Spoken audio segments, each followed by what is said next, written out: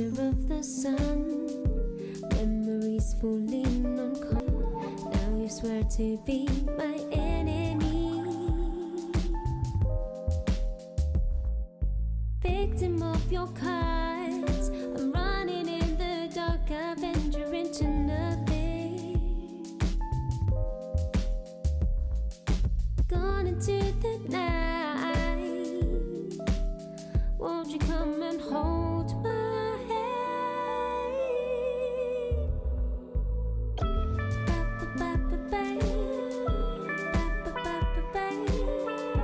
Master of the sun, master of the sun.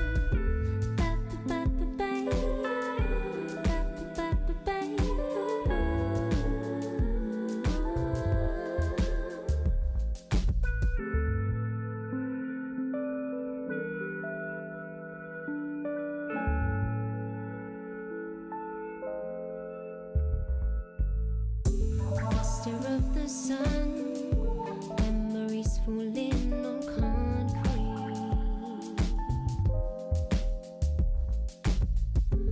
leaving you behind, king of silence in this reverie,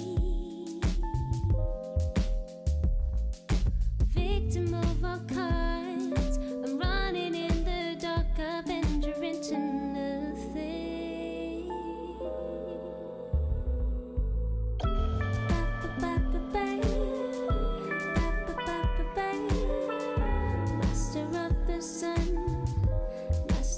The sun.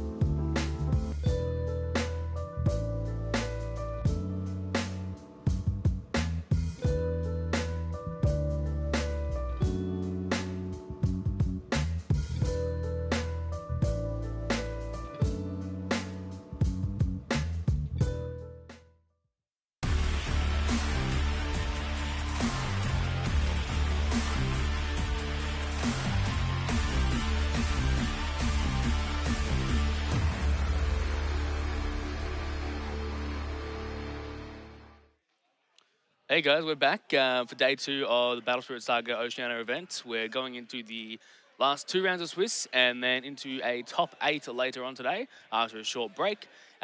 Joined by Max once again. How are you doing, Max? Yeah, pretty good. We had some extremely exciting games at the end of yesterday, and keen to see where these creative decks go today. Yeah, definitely. I'm very keen to see them. We do have a couple of minutes before we do get into the last couple of rounds. So we thought it'd be a nice idea just to get into some packs and see how we go. No more pack battles. I lost them all yesterday. But we thought we'd get into some, show off the red and the purple starter deck as well, just to give some people an idea of what's in them and get them all excited for when the set officially releases worldwide. Yeah, definitely. What do you think, Max? Want to jump into your purple starter deck? Oh, yeah, let's go for it. Beautiful. All right, the white one just falls down there. Okay, the white one's going to come off because it's not structurally stable after we ripped them yesterday. So I'm going to try for a cleaner opening today. It's probably a good idea. If it wants to. I don't think my nails are sharp enough. Looks like we're going for the... Okay, then. Going for the break. All right, so purple was one of those decks that we did see do extremely well yesterday. Definitely. So same thing, you get your play map, you get all your cores. I'm not going to bother taking the cores out, but you get your cores in the back here, get your soul core, and then we get the deck. Now, can we open the deck? That's the real question. That is a real question. It looks like we can open the deck today Lovely. relatively easily as well. I say that, and then I've failed to open it. There we go. Alrighty. So just like the decks we opened yesterday, you get 2 of the SR. Now this is the Dark King Snake Penoculus. And it's a quite nice looking card as well. All of the art of the sort of X, I think the X's from the starter decks, they're all really nice, all textured foil, beautiful cards. I would this again, they've done an amazing job at printing these cards, and the quality on them is brilliant. Yeah, definitely. And seeing these starter deck cards be textured, I personally love it. And even all the X's and all of them are all textured, which is such a great idea on Bandai's behalf. And then we have 4 of the Dragonia Assassin. This is one of the cards that we have seen quite a lot in the purple deck. It has Curse when it's a level 2 or 3, which is a very strong effect. Yes. And you only need 2 cores for it to be a level 2. Then we got some of the skilllesses. So very similar to yesterday, you got 4 of some of these cards, 3 of some of the other ones. We got another elephant. It's not the big white elephant, but it's still an elephant nonetheless. I'll just go through some of these. There is a lot of cards to go through, but there is also a lot of skillless cards in these, so you're not having to worry about a lot of dead space. Definitely. And then another one of the cards that was played a lot throughout the weekend, we have the Purple Smoke Valley. So this was the one where you draw a card when one of your opponent's spirits is destroyed by removing cores from them. So that is Purple's whole gimmick, so it's a really good card that lets you get a lot of card advantage. And when you're able to efficiently do that, you're going to get a lot of cards in hand. Definitely. You got the Poison Shot. And then another one of the really strong cards in the purple starter deck is Core Drain. So Core Drain has the main effect that you select one of your opponent's exhausted spirits and remove up to 3 cores from it and place them into the reserve. So they only have 3 cores. This is essentially like a spot removal for anything, which is such a strong effect. So some of these purple cards that you get in the starter deck are extreme staples. I definitely recommend anyone to pick it up. Yeah, and considering the amount of cards you draw in purple with your Nexuses, you definitely don't need to worry about using discard effect because you will just gain that hand back. Yeah, most definitely. And one of the best cards in purple, as we saw yesterday, was Core Thief. Being able to discard cards in hand to end the battle step, so because it has a flash effect, remove whatever you want, which was such a valuable effect. And yeah, as you said, those draw cards in purple will keep making it a strong effect. And not only in purple, we saw it in white decks as well, which was quite surprising. But it worked extremely well for the white player that ended up taking that match. Definitely. All right, why don't you go ahead and crack open All right. a red one. Get into the red one. I'm going to open it a bit of a different way. Just going to tear into the top. There we go. Now, I'm going to have trouble opening the actual deck myself, though. So what we have the deck itself with the Nebula Dragon Andromeda. If I can open this, and I probably can't, I'm going to go from the tops this time and make an absolute fool of myself, as I would. You know, Tyson, that's okay. We all know deep down you're a bit of a fool. Look, Max, don't ever say that to me again. I'm going to get you to open that one. Because again, I don't have nails, and it's not very cool.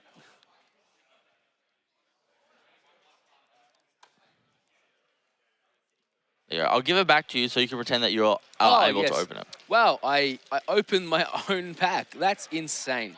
Can't believe it. So we're going to get out with another 50-card deck. So the Nebula Dragon Andromeda that we saw a couple of times yesterday. Beautiful card. It's just absolutely gorgeous, the foiling, and the camera cannot do it justice. You have to see it in person.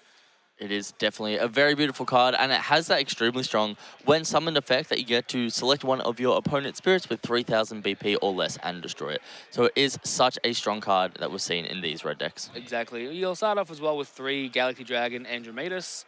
I don't know how I pronounce that name right, but it's just one of your 4 costs that gets reduced by 2.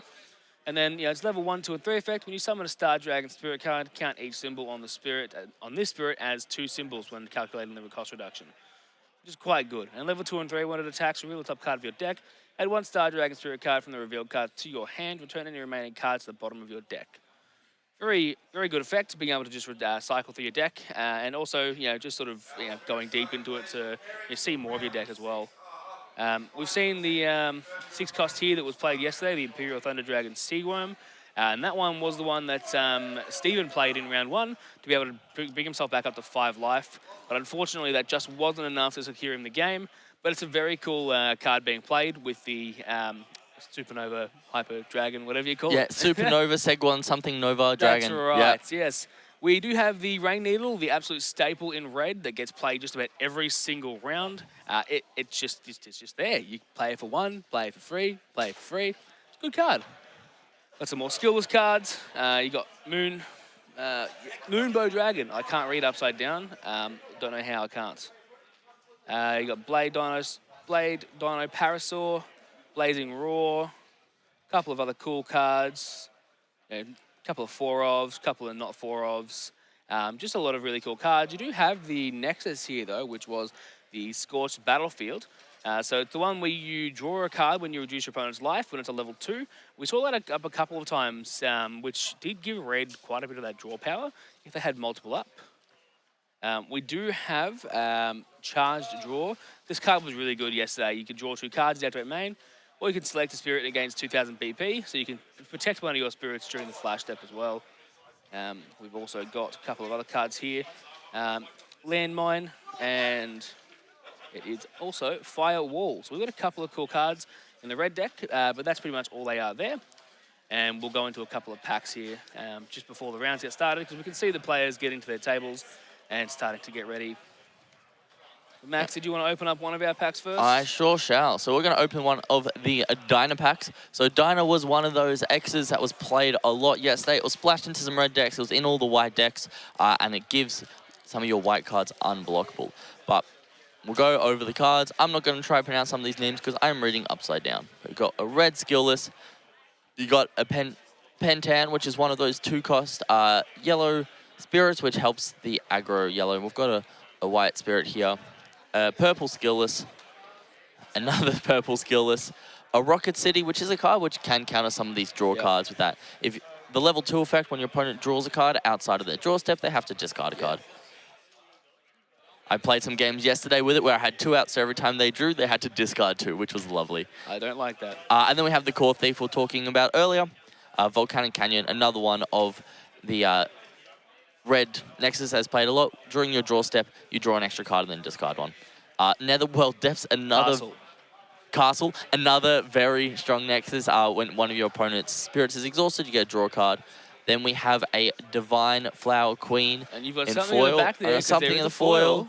We have the Infernal King Cursed Dragon. This is a beautiful X. It was one of the cards in the 2-card combo that absolutely destroyed one of the fields. Was it round 2 that we saw it? Round 2, it decimated Gary's board 2 times in a row, which is just incredible what it can do. Yeah, most definitely. We'll put that one up in the box here so you guys can keep having a look at it throughout the day. We'll go into another one now. Now, I'm very impatient when opening packs, so I don't really care about the cards that aren't foil. So let's move to the foils. We've got no foil there, and a foil Ascension 0. I feel jibbed, honestly. So you know what? I'm going to open another one, and Max isn't allowed to open one. You know what? I will allow that. I had a fair bit of luck yesterday. I think I opened 2 X's and an alt art in a row, Yes, or you something did. along those lines. And I've opened another X today. So You have. maybe I should just open more of this product. Maybe you should. I've been very lucky. Well, I'm going to go into another pack, and again, only the foils. I'm not going to get anything here either. That's crazy. Wow, we got a War Angel Shin, Mind Eye Celestial. That's just one of your rares, yellow cards. Yeah, it's not bad. When it attacks, it does luster, so you do return all the magic cards you used during that battle to your hand at the end of it. And then, again, with level 3, when the spirit attacks, you can use a magic card, refresh the spirit after the effect resolves. Which is pretty good, actually. That's insane, to be honest. It's definitely a very strong effect. We have everyone's starting to settle down for the round. And we will take a short break now while we're picking our match and get you guys the stream game very shortly. Beautiful. Thanks, Max.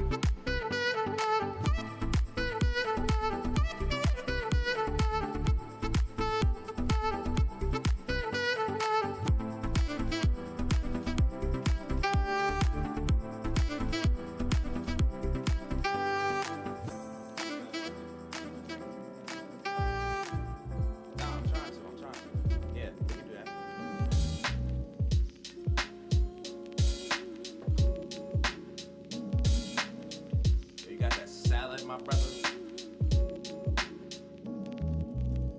All I do is kick incredibly dope shit. Posted in the basement while sipping a potion. Suppressed all emotions so my mind stay focused. Third eye perceptions make them chakras open. One again. All I do is kick incredibly dope shit. Posted in the basement while sipping a potion. Suppressed all emotions so my mind stay focused. Third eye perceptions make them chakras open. Yeah. Built from the bottom with a solid foundation. Mixing liquid with beats and that's a real combination. Eyes awaken, lost in lyrics concentrating. Give my life to this music, that's the chance I'm taking. Never had shit, I had to fit in on my own. Visions of getting crowned and approaching the throne. Etched in stone so this name will live forever. The cheddar ain't important, it's the people I treasure. Lovers never fall, we just gotta look to find it. The things we want most are so close that we're blinded. Yeah, see, take them words to heart. Wish I had similar thoughts when my journey started. Always lacked the knowledge since my mind was starving. Now I'm eating well, kicking rhymes like Spartans. Yeah, give my all when performing. Put your hands up if it's your hop you're supporting. All I do is kick incredibly dope shit. Posted in the basement while sipping a potion. Suppressed all emotions so my mind stay focused. Third eye perceptions make them chakras open. One time. All I do is kick incredibly dope shit. Posted in the basement while sipping a potion. Suppressed all emotions so my mind stay focused. Third eye perceptions make them chakras open. Built from the bottom with a solid foundation. Now we up at the top and I love the elevation. Blunts we blazing, embrace the sensation. Passing the weed like Neji with the rotation. Tired of waiting, I think that our time is now. Finally approach the throne, earn the right to wear the crown. I smile cause these days it's hard to find a reason to. People worry about their jobs, spouse and revenue. We'll make it through, never stress about that cause we bounce back. Yo, we coming stronger than ever. Feel the pressure, no matter what, we only get better. People want change, you know we gain range together, yeah. I give my all when performing. Put your hands up if it's your hop you're supporting.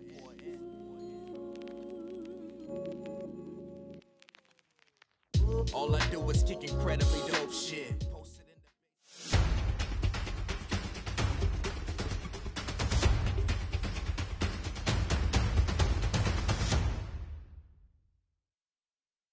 the And welcome back to round 6, I believe it is, Max. It is round Yes. 6 indeed. Round 6. So we're going to get into round 6 pretty soon. We're just getting the players set up over there.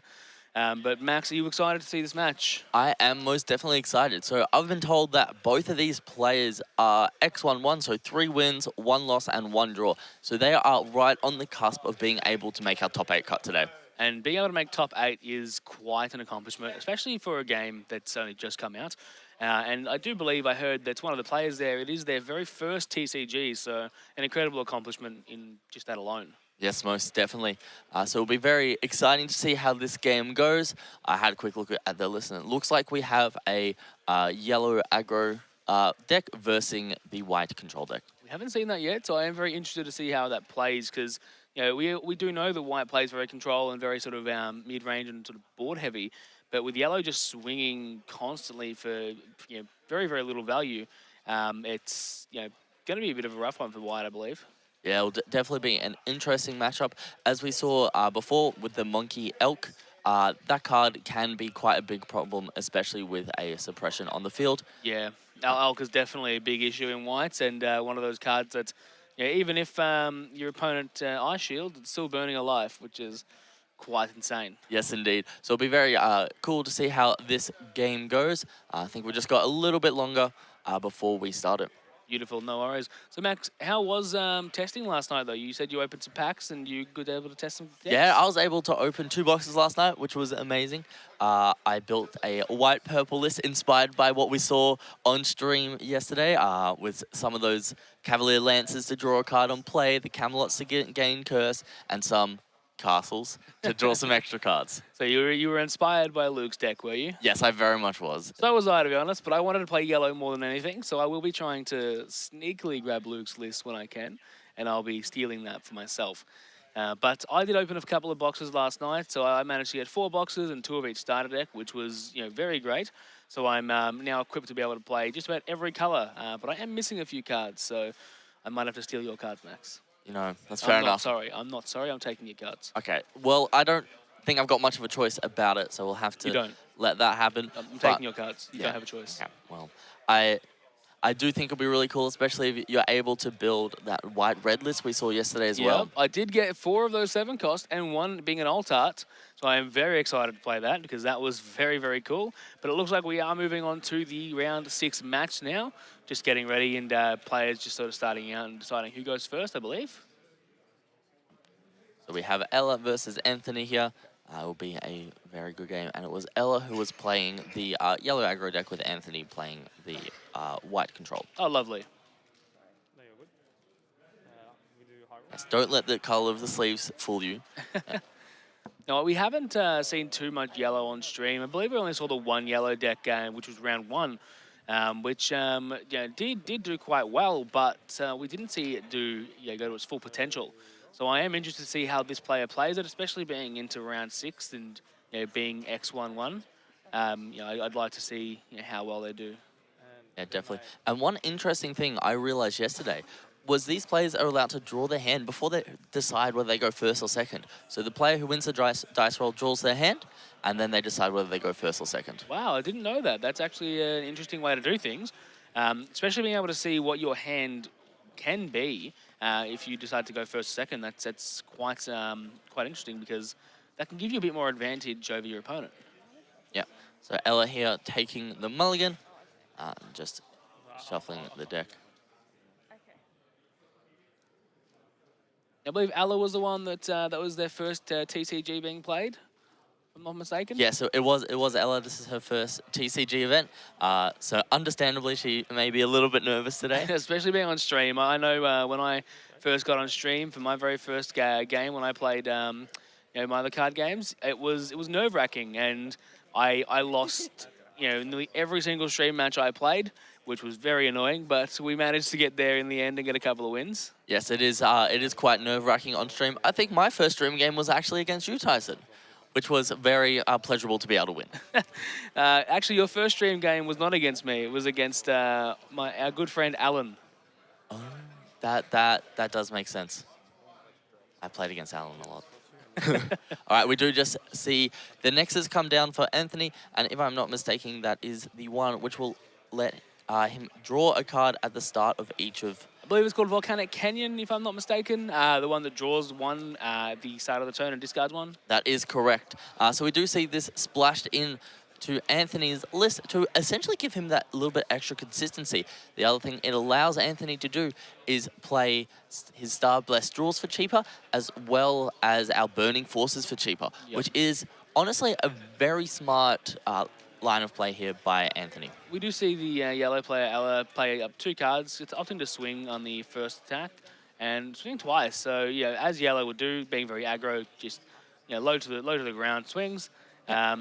Now the second card she swung with, that's the one that has Luster. That is so if you correct. use any magic cards in that battle, you will gain it back at the end of the battle, which is a very strong effect because you can constantly just dump your hand with magic cards and get them back and have your full hand again.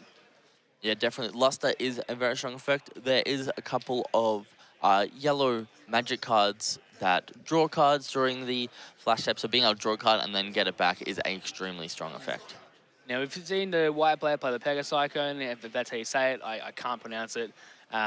Please don't yell at me. But that is the white sort of bread and butter play, having the armor red and purple. So yellow will be able to affect this card, but with it having a soul core on it and being level 2, it will be able to block every attack that has 2 or less soul cores on it. That is correct. While it's exhausted, which is an incredibly strong effect, especially against yellow, because yellow is so low to the ground attacks with very little BP. They are able to just block and destroy them all. Yes, it'll be very interesting to see what Ella does in this position, as yellow also has a lot of magic cards that during that attack step are able to reduce your opponent's DP, which works extremely well with the Luster cards. So while Anthony does have this Pegacyclone, Pegacone that is able to block a lot of attacks, it may just be a bait as Ella is able to move it very easily. And now, one thing I've sort of noticed with Luster, it can be a bit of a double-edged sword, because you may use them and get them back to your hand, but your opponent now knows what you've got in hand and can play around those effects. So, bit of a double-edged sword there, but you've got to have pros and cons with effects like that. Yes, definitely. And the other thing with Luster is the attacking card does have to not be removed mid-battle. Yes, that's right. So if you have cards, for example, the famed Core Thief that we saw yesterday played a lot, that will mean that all of the magic cards will stay in our drop area. That's right. And I believe from this angle, the Nexus that Ella has played is the Soper Bubble Lakeside, which has an effect during either a player's attack step, reveal the top card of your deck when one of your spirits that costs 3 or fewer is destroyed. If its cost is the same as the destroy spirit, you may add it to hand. If not, discard it. Not bad. And we just see Anthony, he picks up one of the Star Blessed draws, so he's now going to be able to play that for 1 less.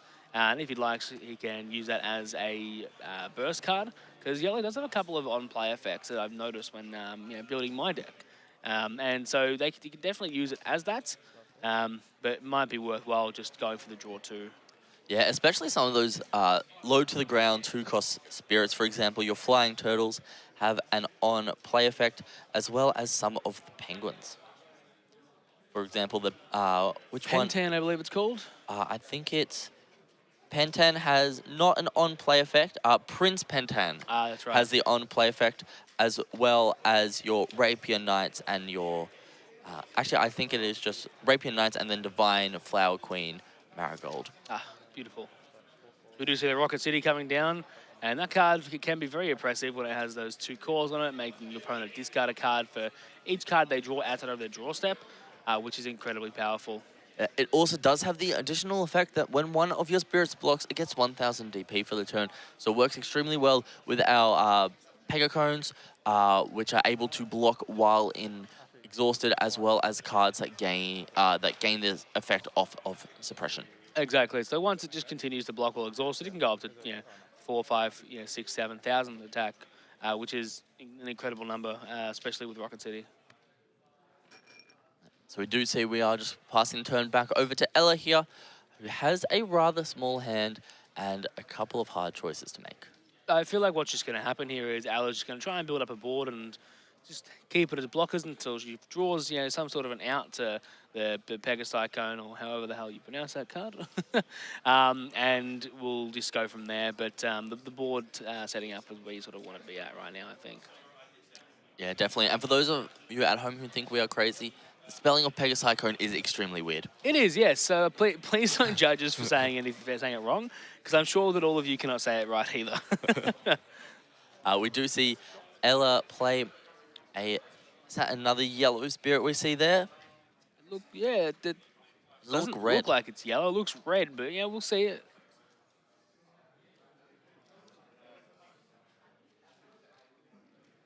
I believe that is a red spirit that costs Ella 2 to play.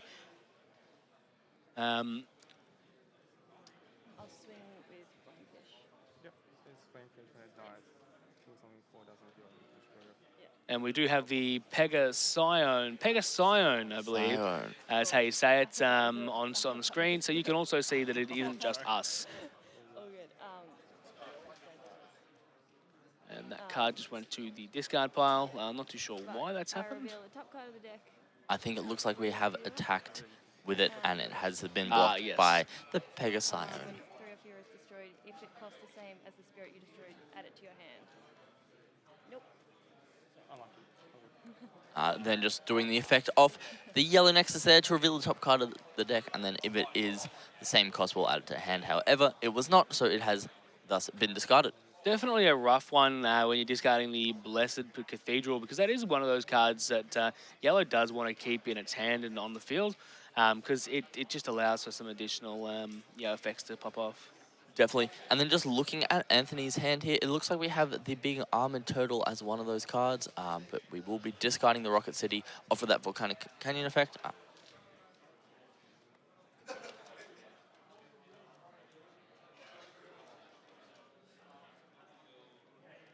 All right, reaching for some calls, just sort of trying to decipher what they want to do. That I looks- believe that is the Elk in hand as Yes, well. I was about to say the same thing. It looks like Anthony has the Elk at the top of his hand, deciding whether to play it, and that Elk can be a massive problem here for Ella. Especially with suppression, that Elk is huge. And I've got a feeling he has suppression in hand, which I thought I saw a glimpse of, but I'm not 100% sure. Yeah. Funnily enough, though, Ella's yellow Nexus here has a very strong effect which can counter Elk. It says if you've got the 2 cores on it, your opponent cannot block with spirits that have on-block effects. Oh, wow, that is actually really good. So it is a very strong card for this matchup. But when the spirit blocks, it cannot be destroyed by those. Here we just see Anthony pass turn and Ella going into her next turn.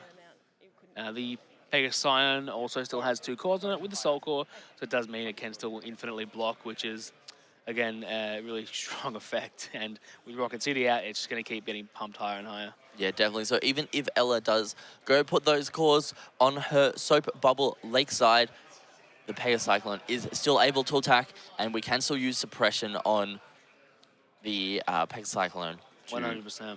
to block. But we do see the burst set by Anthony, which I believe that was his Starbirth. Yeah, Starblast Draw, yeah. if you can get it off, you're drawing 4 cards, and especially at a reduced cost, making it 3. It's definitely a worthwhile investment, especially if you don't have an absolute Ice Shield in hand. You know, I'm sure later down the track, if he does have to get rid of it, it's not going to be too huge of a loss, as this board state right now is very, very oppressive. Yeah, definitely. And it looks like Ella is just going to swing in with one of her skills with 3 cores on it. So I believe that will make it a level 3, but I will try and check that for you guys now. And just going to block with Elk. Oh, sorry, flash. Yep, flash. Flash. Okay, I don't think they can. It does have the Soul Core on it. I believe it's the whole core that says you can't, or level 2, okay. Yep, so level 2, and they can block with Elk. So it looks like Ella wasn't quite sure there about the effects, and has just sort of allowed Anthony to block. And another Blessed Cathedral going to the discard pile. It's very, very rough for Ella, as again, that card is super important for yellow. Yeah. And I believe it is these Sword Angels that Ella has down in the field, which are her skillses, which have 3 cores each. They'll be a level 2 with 3,000 BP. And there we go, that's just a pass from Ella. It's definitely a rough situation, but as we saw yesterday, anyone can come back from a rough situation. And I believe we've just seen another Pegasium get picked up by Anthony, and I'm certain they're going to play that one this turn as well, just to threaten a very impressive board. Yes, definitely. And I believe the Pegacyclone does need the Soul Core on it to be able to get that effect, but Suppression also needs you to pay the Soul Core to get this effect. So White does have these block effects, but they all do rely on the Soul Core. So it is something to keep track of if you're playing against White and playing as White, as it does kind of determine what these White players can do. It could definitely throw you off balance if you're not keeping track of the Soul Core. And maybe one day we will see the game develop into being able to have multiple Soul Cores. That would be quite an interesting way to play, but it also may give you some sort of a downside, like if you take a life to gain a Soul Core. Yeah, definitely. And this Elk now is a level 2, I believe, so we'll be able to burn at the end of turn. Yeah, very, very incredible card, and it's just going to Yes, let's go. I can't pronounce the card's name, but it's So been returned to hand. That is, yeah, the Odin type X has returned our Caldress to Ella's hand. The Odin type X has that on attacking effect. If it's a level 2, I believe it will return a 3 cost or lower back to your opponent's hand. That's right. Now, I know I say this a lot, but I really can't seem to see a world where Ella's able to bring this one back. It just seems that Anthony has so much value here. But all we can do is, wait and see, as there is a reason why these players are at the top tables. Yeah, so we do see the freeze tool come down, which has during either attack step, draw a card when one of your spirits with a cost of 2 is destroyed in battle. So it is a very strong 2-cost yellow spirit here, but Anthony does definitely have the larger board state at the moment. Definitely does. Now, Anthony may just opt to not block this one so that Ella can't get the draw. But also, at the end of the day, he's not going to get that effect off of Elk. So it's a sort of rough situation he's put himself in. Yeah, I definitely do think Anthony will probably opt to block if Ella does attack with it. Just being able to burn that extra life means theoretically he can push for game next turn if Ella isn't careful. And here comes another Caladrius with Luster, as we know. Incredible card just that puts in so much work. Yep, and we do see here that Ella has the 2 cores on the Bubble Soaper Lakeside, such that Elk cannot block. Thankfully, they do have the Pegasium, so that card will block and go up to a fair bit. Looks like they're just discussing how these cards work with each other to make sure that everyone is on the same page, and communication is key in a game like this, as you don't want people forgetting about effects that have been mandatorily stated. Definitely don't. And if you are forgetting effects, it's not really too bad, as it's a relatively new game, and there are definitely ways to fix it. So you definitely shouldn't feel too bad about missing an effect, because you've got that judge there who can help you resolve that game state.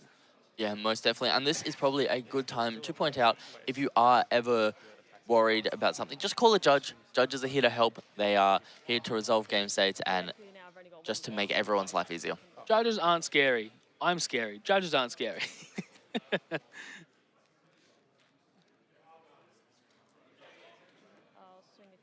But I definitely want to say it's been amazing what our judge team has done over this weekend. They've taken time and effort just to put on such an amazing show for our players, and have done a brilliant job with their callings and rules. Yep. So we see the Caladrius here be destroyed in battle, and then the bubbly soap lakeside next is get its effect off. Oh, don't worry. It's cost 2 anyway. This one's cost.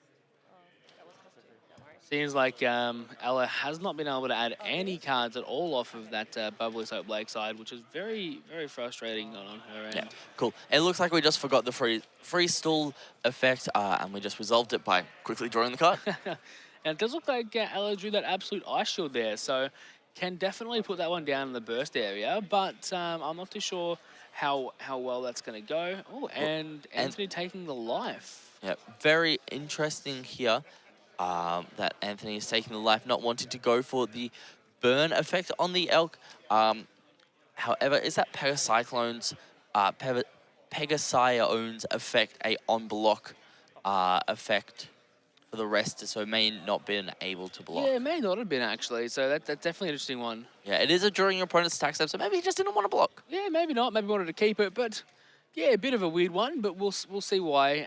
Looks like another discarding the elk. Not a bad idea considering you won't be able to block with it unless you do have that card to kill a Nexus. The other thing to consider here is these lefts are the resources to be able to play cards. So Anthony may just have needed that one extra resource to be able to play a card he wants. Exactly. So it looks like Anthony did draw into an absolute ice shield as well. So Anthony can definitely put that one down and get rid of the Starburst draw and be able to just go in with the absolute ice shield and actually burn Ella. Yeah, absolute ice shield with elk is one of those kind of checkmate situations in some scenarios where it's like, I've got the card. Are you able to remove my elks? So what I could honestly see doing is Anthony just going, cool, I've got an absolute ice shield. I'm going to swing my entire board at you now, and I'm going to set that absolute ice shield, so I'm guaranteed to heal that life and burn you one. So you're either stuck at, trying to get me down 1 life next turn, or I'm killing you. Yeah, definitely. And we do see the big Mecha Beast Fortress in Numagard come down, the elephant, which has the amazing when destroyed effect to be able to draw 3 cards and gain 3 resources. Card. It is my favorite card. The old art looks absolutely beautiful. Trying to get my hands on a couple more. I can't keep track of the cards. I am glad it is not one of the X's though, because I did not want to have to worry about getting a place out of that, because I do want to play white and purple. As mentioned, I'm stealing Luke's list. Yes, it's definitely a very cool list indeed. Yeah, I'm not sorry, Luke. But one of the things I really like here about Anthony's list is how much value he has got out of that Volcanic Canyon. Just being able to see an extra card every turn for essentially free, and then if Ella ever does do it when summoned effect, Anthony is able to use his burst effect to draw 3 cards for the cost of 3. Exactly, and Anthony being able to return that card to Ella's hand is now left with 0 blockers and a threatening game just from here. Yep. We did see the absolute ice shield in Ella's hand, so they could definitely have used that one during the flash step last turn or last attack, but opting to use it now. Yep, so she's paying the cost and taking that 1 damage. Cool. And because it wasn't used as a burst, you do not get to gain the life back. Yes, which is quite unfortunate, but it is going to provide Ella a new turn. And we do have Anthony with 1 in hand as well, but probably just going to be like, no, I'll be okay. I'll leave my blockers up and just go hard on there.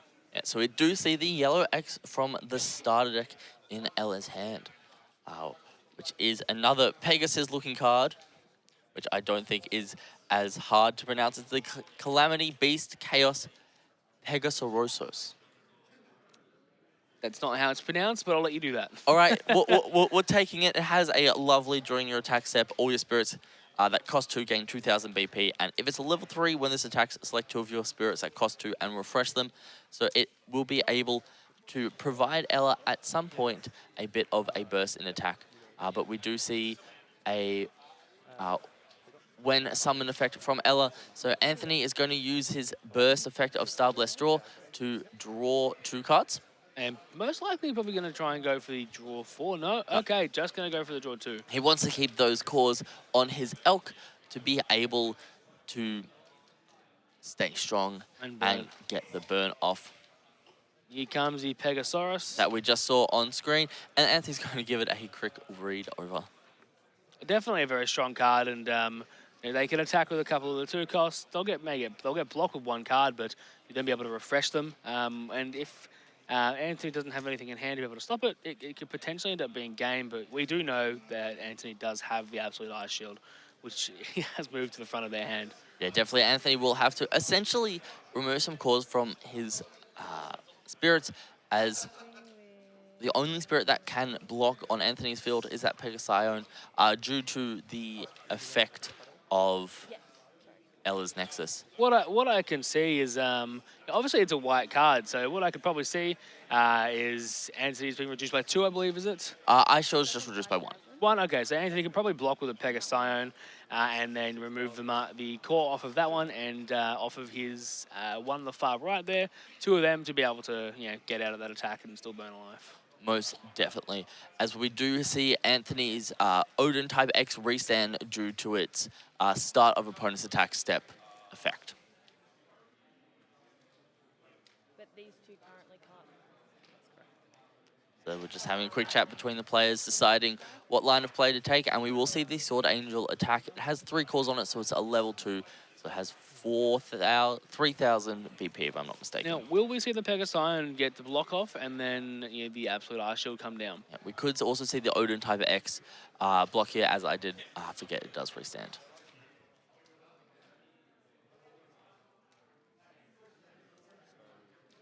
I'm on fire. Okay, just deciding here, sort of figuring out what they want to do. It's a bit of a rough situation. You are on 2 life, but you do have 2 cards that can block. But as well as that Absolute Ice Shield, so you're sort of just like, you know, how am I going to play this turn out? And it can definitely understand Anthony taking his time here. So you just announce, like, when you go to attack step, these triggers say you can't block. Oh, okay, cool. Anthony shuffling that Absolute Ice Shield to the front of his hand, so we're sure that is his line of play that he wants to make. However, he's just deciding how to use it. I'll play. And there we go, yeah, just sort of going for it. You know, I'm going to use it, but it's going to be hard. Yeah, I think he's just deciding whether to use it in the flash step related to the attack or whether the flash step related to the block. And we are just going to use the Absolute Ice Shield here. It will cost 3. Mind you, that cost reduction is actually optional. So if Anthony wants to pay 4 for it, he is able to pay 4 for it.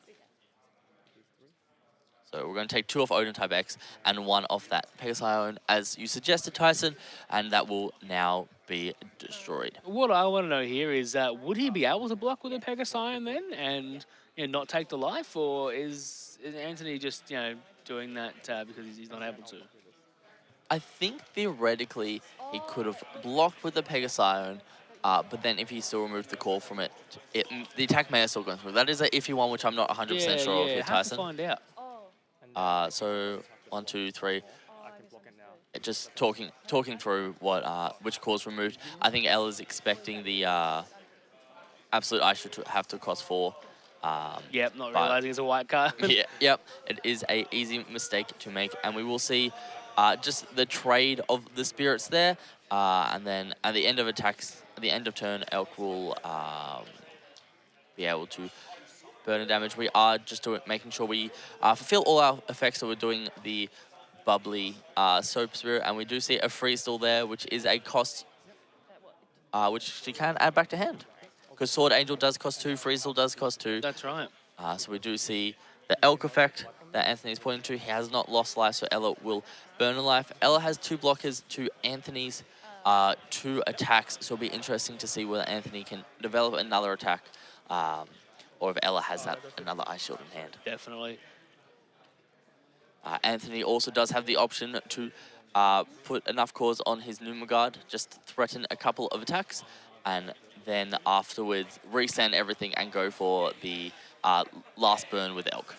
Which is definitely one of those sort of funny plays, which is like, you know, I could kill you here, but I want to be funny and I want to burn your life, you know? Yeah, definitely. And I would definitely be that type of guy that's like, yeah, I want to burn your last life, even if it costs me a game. Yeah, definitely. And with the Numagard on field, Anthony can essentially go for both. He's like, I'll take my 2 swings, I will essentially remove your 2 spirits on the field, and then I'll get my refresh step back, and he does have suppression in hand too. he does have suppression. But however, because of that nexus that we do see on Ella's side of the field, this Elk is just not able to block at all. But I think that is a burning force we see.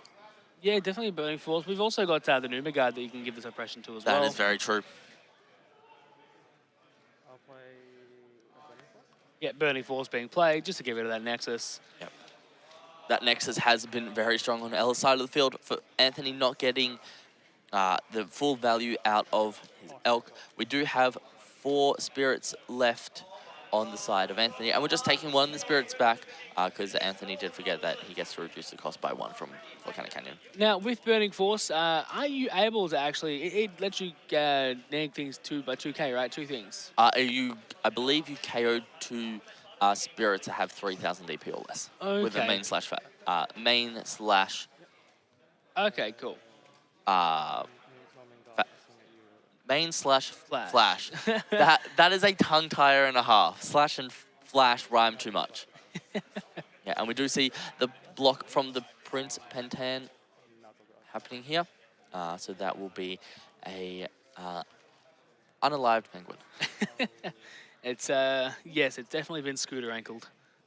And we do see the Pegasaurus. Pegasaurus. That's a lot of a neat pronunciation.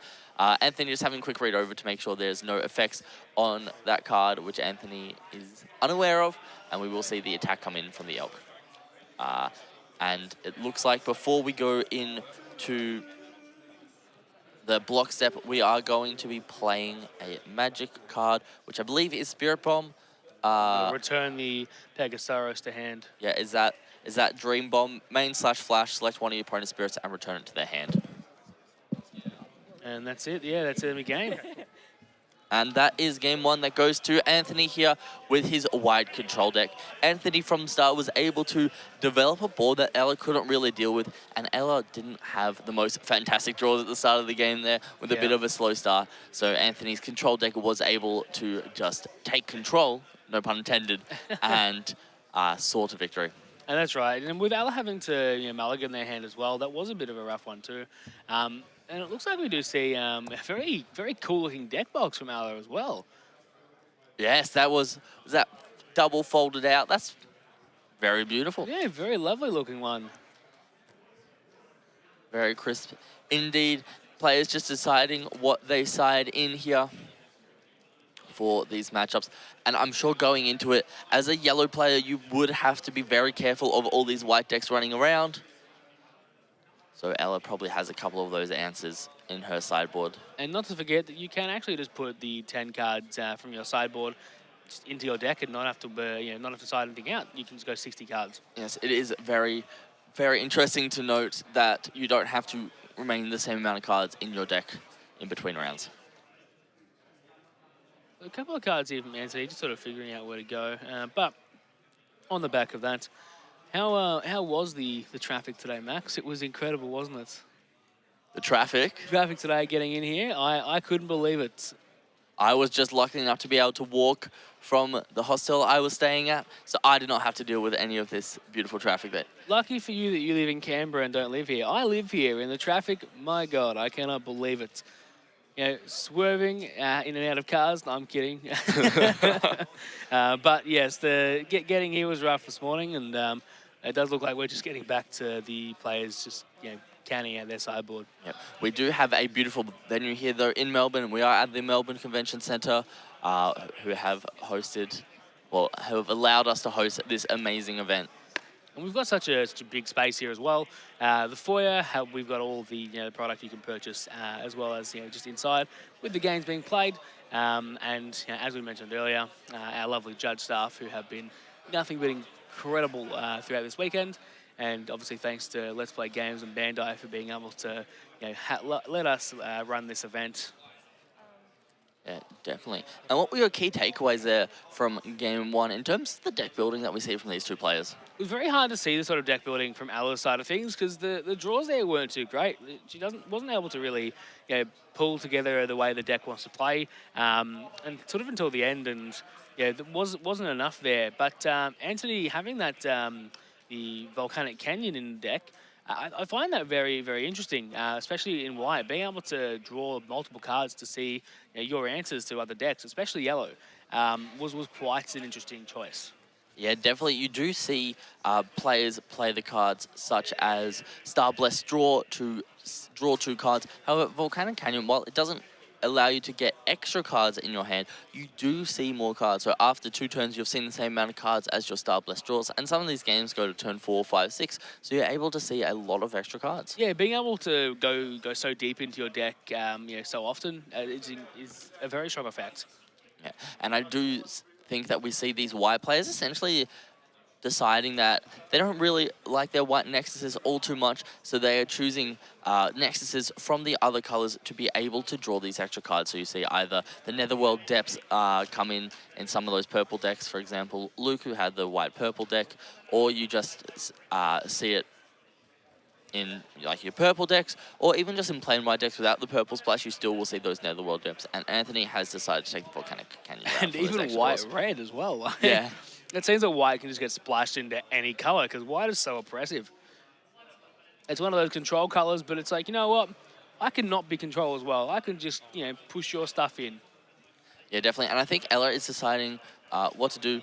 So Anthony is going for the mulligan, and Ella looks like she is keeping her hand. I think I saw 2 Star Blast draws in Anthony's hand, and I really wouldn't want 2 Star Blast draws in my first draw, so definitely worthwhile getting rid of them. Yeah, it's definitely an interesting one, because Star Blast draw helps you see other cards, but you also kind of just want to see those other cards in the first place. Yeah, definitely want that turn 1 Pegasion, right? Yeah, especially into yellow, which is more of an aggressive color. You don't really have as much time to develop as you would, per se, against a white or a purple mirror. Yeah, exactly. Just trying to get the deck shuffled, all randomized, which is understandable.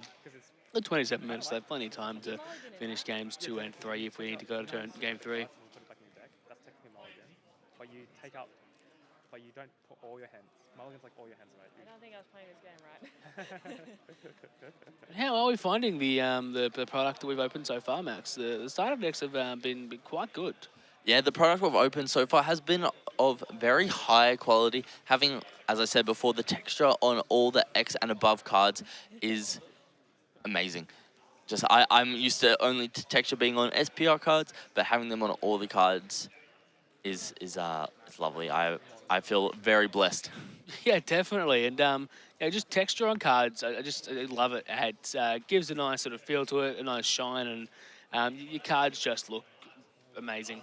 Yeah, and we do see that Bubble Lakeside Soap.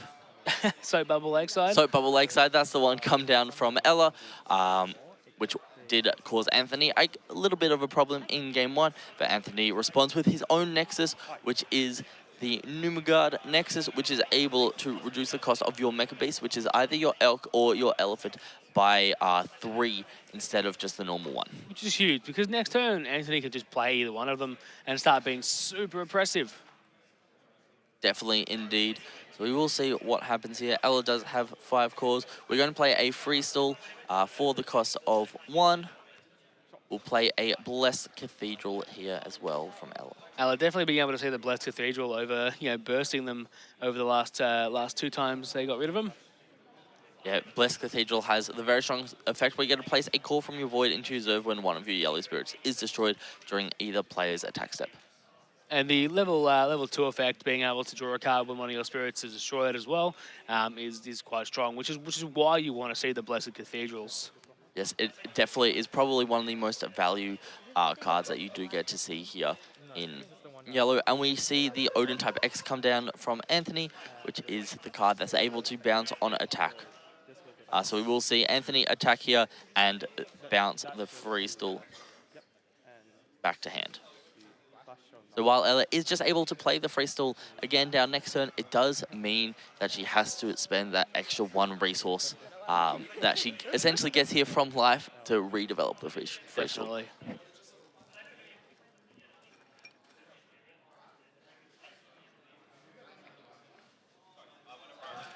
We do see that 6-cost Pegasaurus in Ella's hand as well.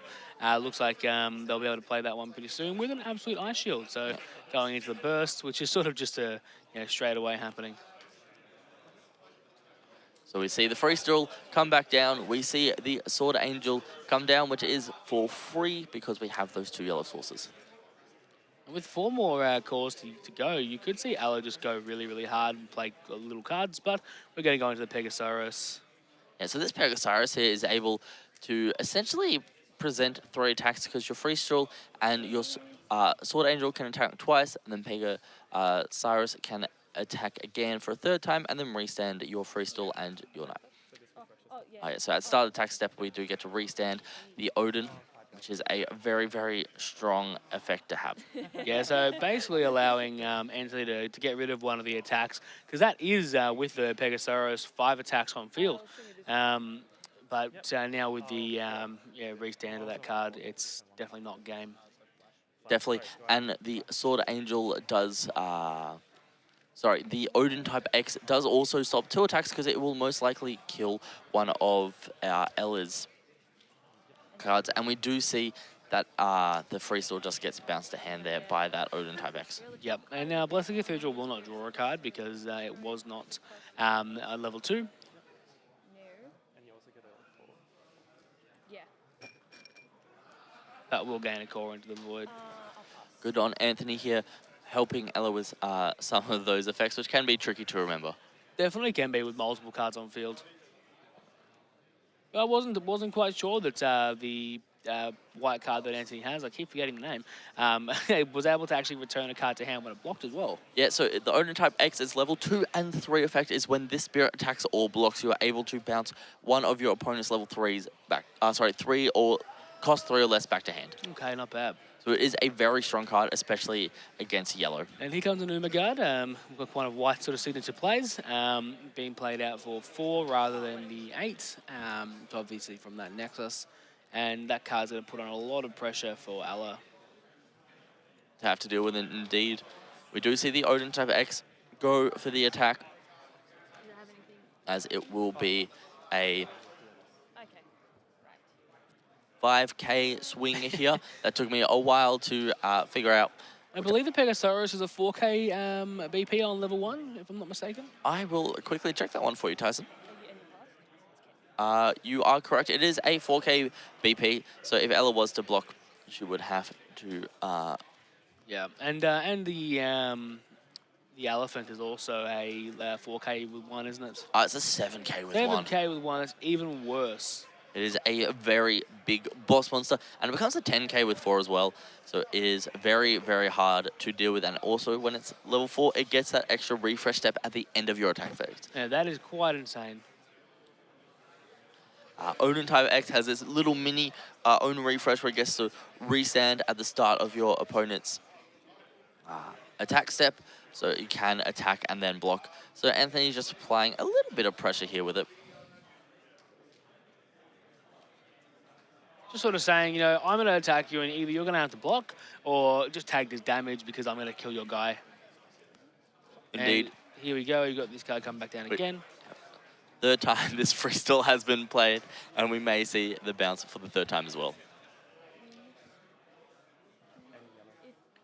Now, the real question is, with that Nexus on field, obviously the card has a when attacking and blocking effect, but the card does only specify when blocking. So would that then mean it doesn't affect that card because it has both the when attacking / blocking effect? It is definitely an interesting one, which may be what is being discussed at the moment here on the table while both players are discussing it over, and we will see what happens shortly. Do you know in other Band-Aid games where where something specifies, say like an activate main or an activate battle effect, if the card says activate main / battle, then it isn't going to be part for that effect. So. Yes, it is different in some of the other ones.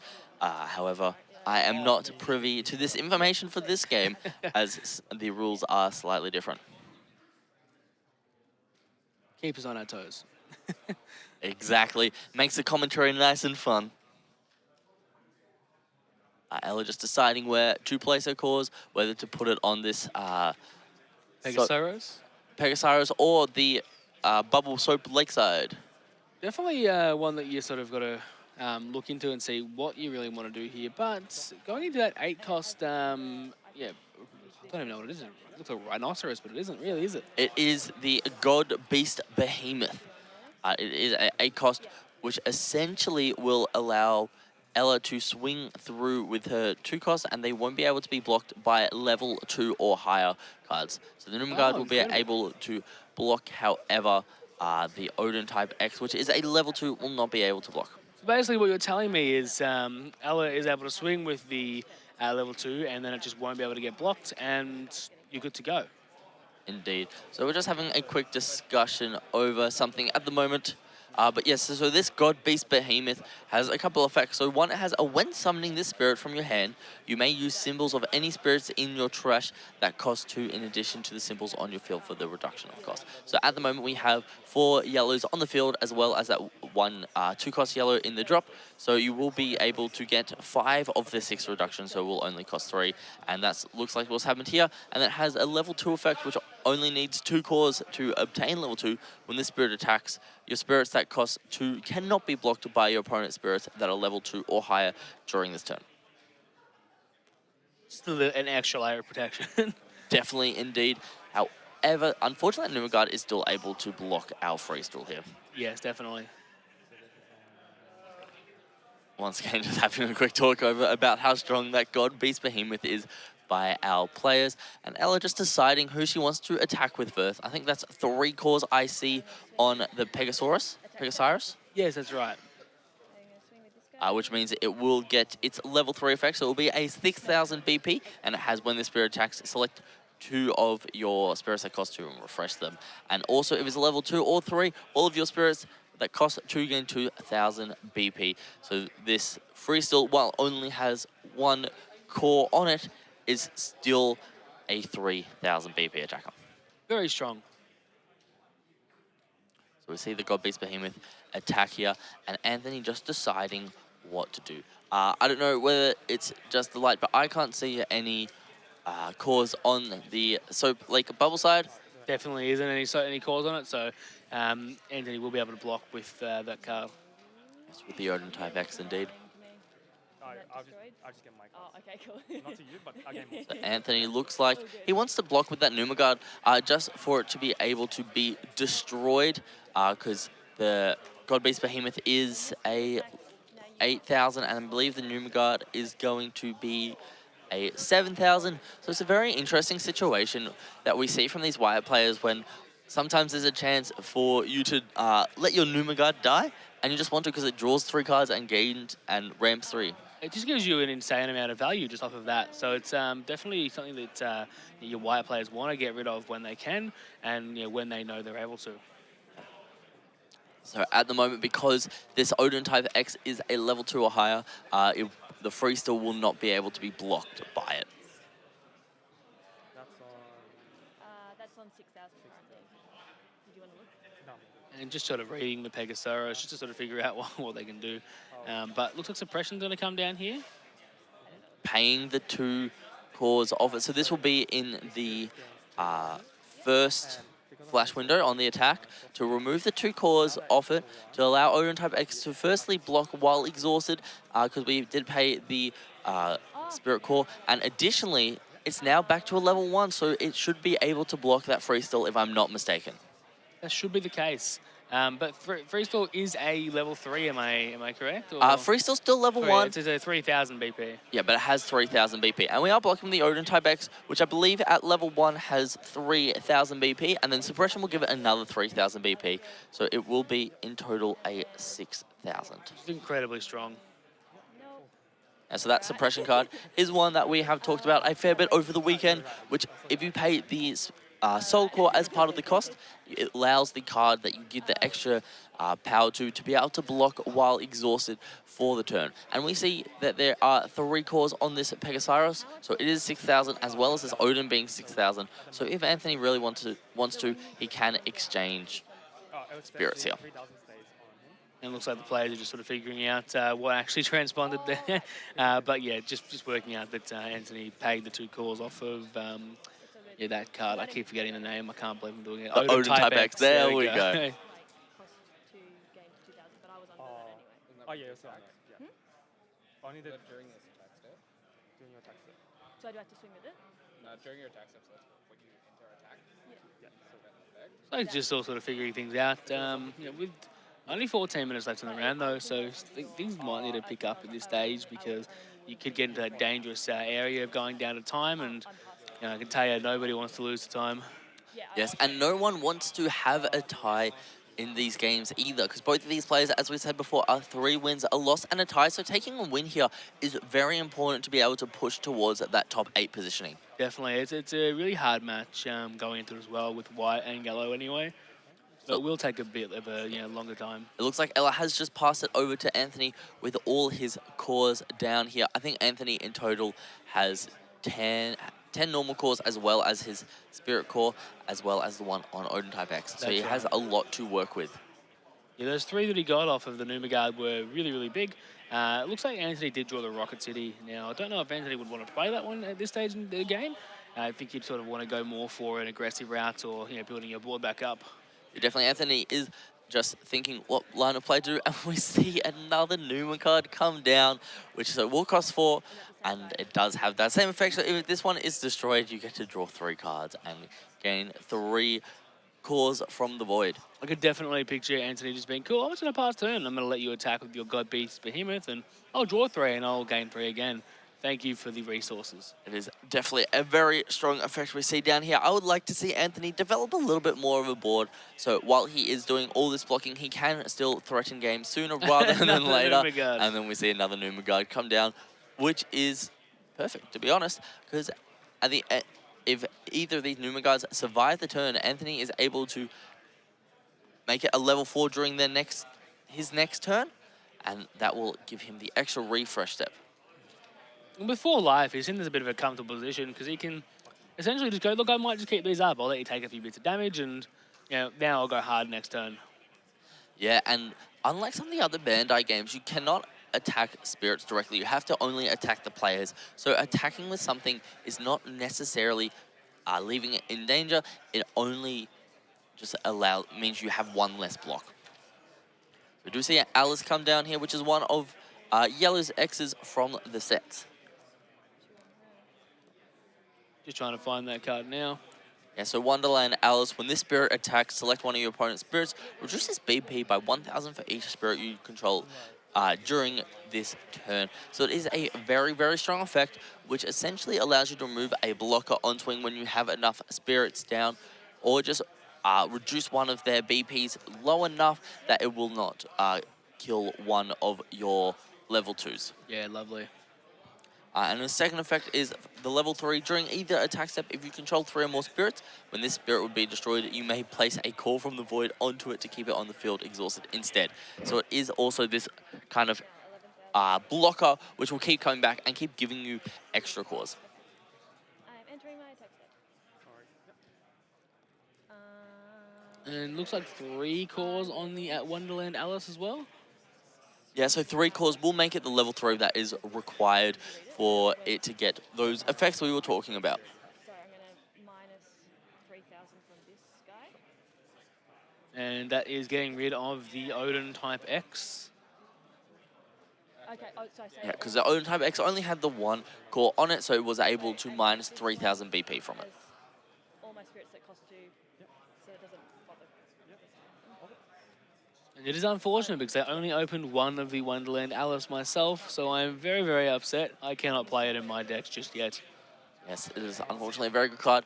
Both of these Numagards on the field have 7,000 BP, which is the same as Alice. So if Anthony wants to block it, which he doesn't, he would have to let the Numagards be placed in the trash. Anthony Top is thinking, you know what, she's going to try and go in for a couple of damage here. I'm just going to allow that damage and swing hard next turn. Or maybe, the next couple of swings he'll block. Yeah, additionally, if Anthony was to block the Wonderland Alice there, since it's a level 3 Wonderland Alice does get the effect to just add a core from the void onto it instead of it being KO'd, which essentially means that Alice gets to ramp as well as Anthony would get to ramp. Very strong card. Now I do see the Pegasaurus going after being blocked by the Numagard. I think that was a little bit of a miscalculation on on Ella's part, as it means that Anthony gets a free block and doesn't lose any value for declaring the block there. Just past turn here. Now, we do know that Ella does have the absolute eye shield in the burst area. So she is safe from that last attack, but not too sure how that's going to go in the coming turn because that hand is quite small and I don't see another eye shield in hand. No, I don't see one in there either, but we don't see an absolute ice shield in Anthony's hand either. We do see, I believe it was the Spirit Bomb, which is another burst card if Anthony wants to play it.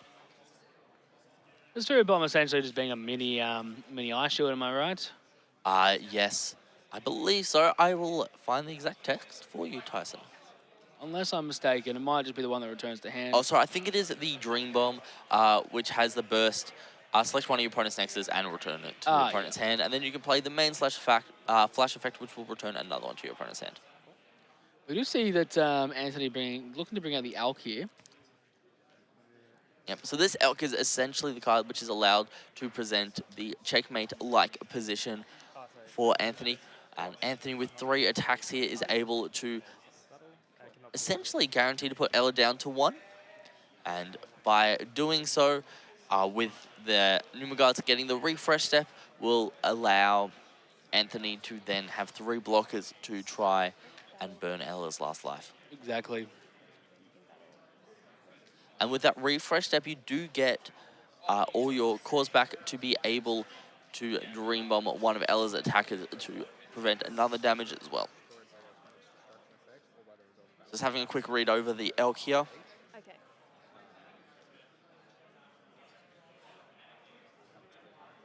Basically, I have to like sneakily kill it rather than attacking. Anthony has put 3 cores on it, so that will make it a level 2, so it will get its burn effect. Okay. So Elk has its burn effect when it's level 2 or when it's level 3, it gets its when block effect at all 3 levels. So if Ella does place some cores onto that bubbly soap lakeside, that Elk will never be able to block.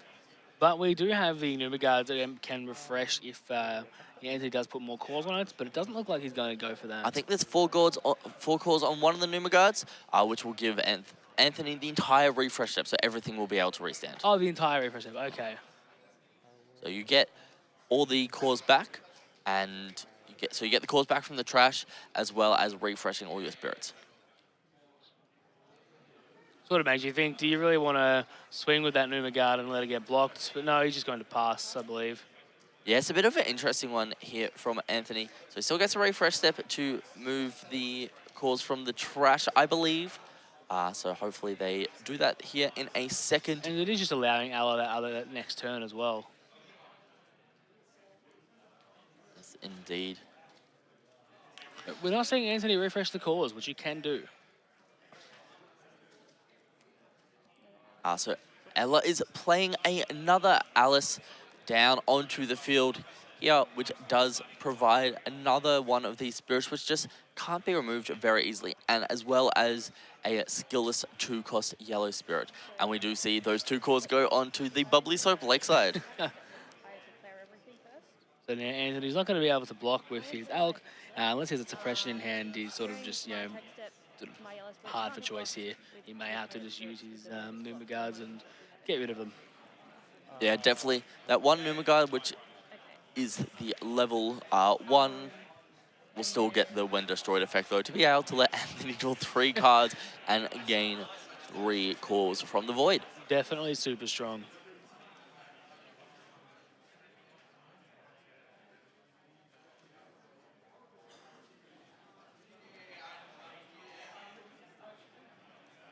We are having, most of the opponents of their games packing up now, so it might get a little bit loud, but we'll try and keep that to a minimum.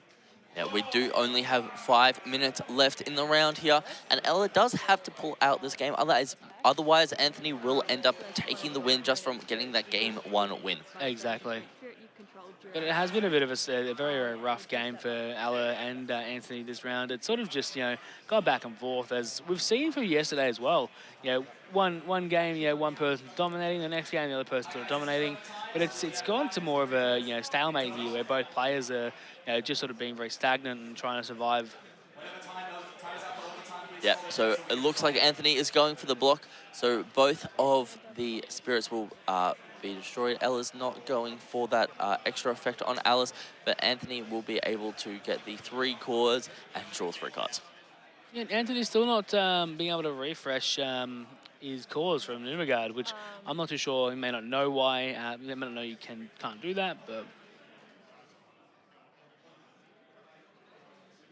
I will.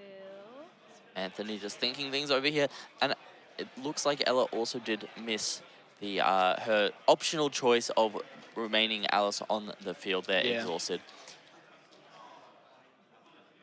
Spectators, please leave to the side of the room, please. And here we are getting the spectators asked to leave. It's getting quite crowded around here and a bit loud, so hopefully we'll be able to get that sorted for you guys. So this means that It looks like we're attacking here in with the Behemoth, which I believe is the largest BP on the field. So if Anthony does want to block with the Numagard, it will be KO'd. Yeah, wow, it is very strong, and no, we're just going for a suppression, so, So it that will be an extra 3k. That is the counter bomb, I believe. Oh, okay. No, not counter bomb, dream bomb, which will bounce it back to hand. I see, so I'm just blind and can't understand what cards do. do I still get that effect? It is a bit of a glary card here at the morning.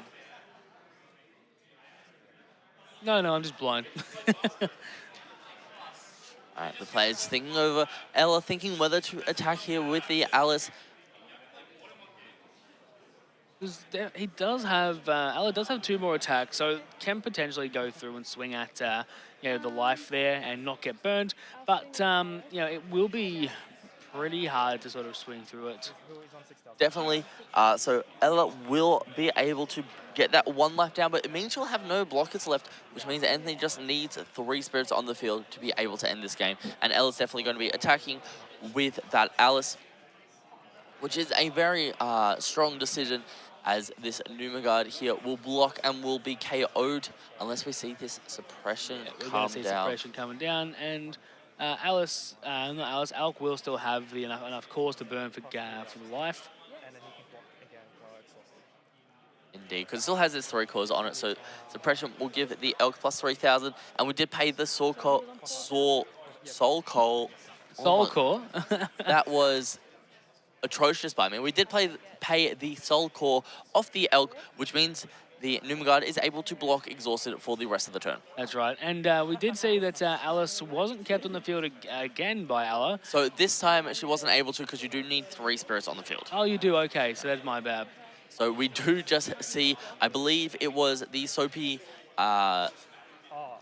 Bubble Lakeside reveal top card of the deck, which was another Alice, so Ella was able to add that back to her hand. That's right. So Anthony just having a think through of what he wants to do. We do see that Burning Force in hand, whether he just wants to take the KO on this Flying Sword Angel, or no, it's just Sword Angel. There's no flying in the name there. There is a flying arc though, so I can sort of see why. I'll play. Looks like that Burning Force is what's going to be the chosen card, but they're just talking through. We do only have less than a minute left before time, so it looks like it's going to be quite difficult for this game to meet a resolution within this time.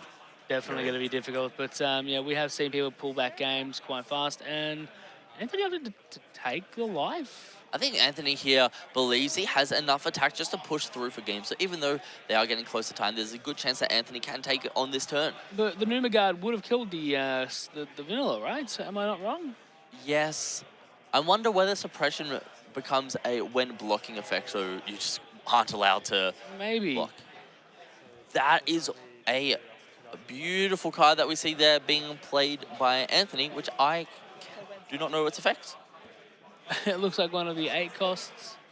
Is that the Dinosaur Harrier Doesn't look like it, no. Rexbone? Maybe the old tide if there's an old tide of it. There is no ult target of it, but we'll see if it does anything. It could just be a body on the board in this situation. Definitely could be.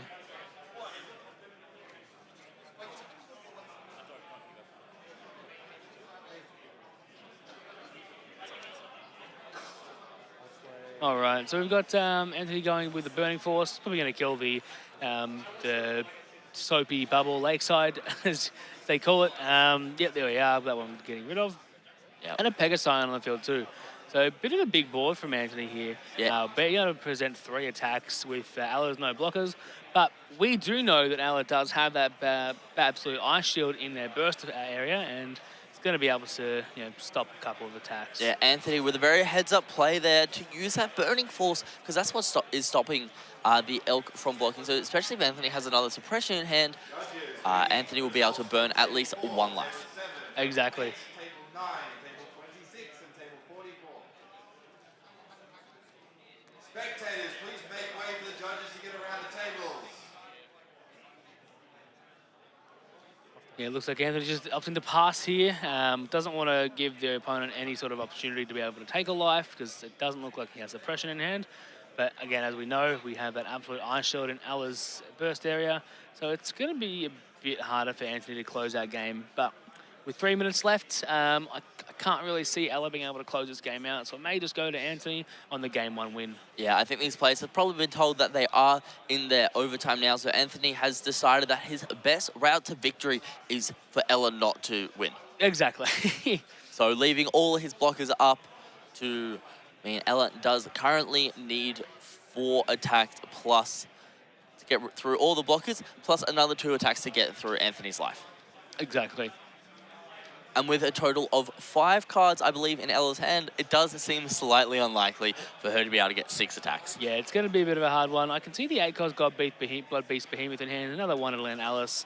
But those aren't going to be enough to be able to push through. Yeah, I do also see the Royal Potion, which is one of the magic cards that you are able to play in yellow. So Royal Potion, you refresh all of your spirits that cost 2. So it is another option. I quite like Royal Potion, but I can't seem to figure out if I want to run 4 or I want to run 2. So it's one of those cards where it's just so good, but you're like, do I want to run multiples? Yeah, it definitely seems like one of those double-edged swords, because it means you want to run all these 2 costs, but they just keep getting blocked and keep getting KO'd. So Alice does come down here for a total cost of 4, it looks like. And then we see... Oh, sorry, total cost of 5, there we go. And we see the God Beast Behemoth come down for 1, 2, 3... 3 less, 4 less, it looks like. 1, 2, 3. Comes, okay. There's not a lot of 2 costs in Ella's discard. She hasn't seemed to draw any of them really this game. Yeah, it has been a little bit rough on Ella's behalf. It looks like both games, Ella's just been really unfortunate with her draws, and can definitely sympathise with her at this stage, because it's very, very rough. Yeah, we see another one of these 2 costs come down, which is, this looks like the red 2 cost that we were struggling to find a bit earlier, but I think I may know which one it is. I'm entering my attack step. That looks like a flame fish there to me, which has a when destroyed. If it does have the soul core, which Ella has put on it, select one of your opponent's spirits with 4,000 or fewer BP and destroy it. And one of the great things about a lot of this yellow support is it doesn't specify that it needs to be yellow spirits, which have a cost of 2 for the effects. With 1 minute left in the round, it does seem that Ella's just going to end up unfortunately losing due to time, which is a rough one, but it does happen.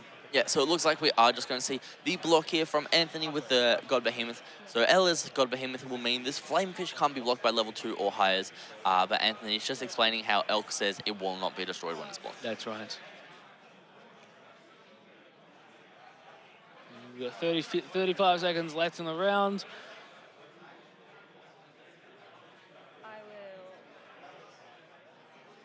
swing with Flamefish. Yep. He's level 2, so he can't be blocked by it. Just trying to work things out, but yeah, I can't see a way that Ella gets this one. Yeah, it looks like players are just discussing something over, but I don't think it will matter at this point in the tournament. Or in the round, my apologies, as we only have 8 seconds left on the game clock. So we've got Anthony just blocking with the Number Guard, and Ella's not really going to be able to KO anything, I don't believe. So that is, looks Time, like yeah. time in the round. So these players look like they are going to be stopping play very shortly. Yeah, which is quite unfortunate for Ella. They didn't draw very many cards, and in that last round, it was just very, very unfortunate on their end. So we are going to see Anthony take that one with a 1-0 win. Yeah, so All right, so we are back after that round.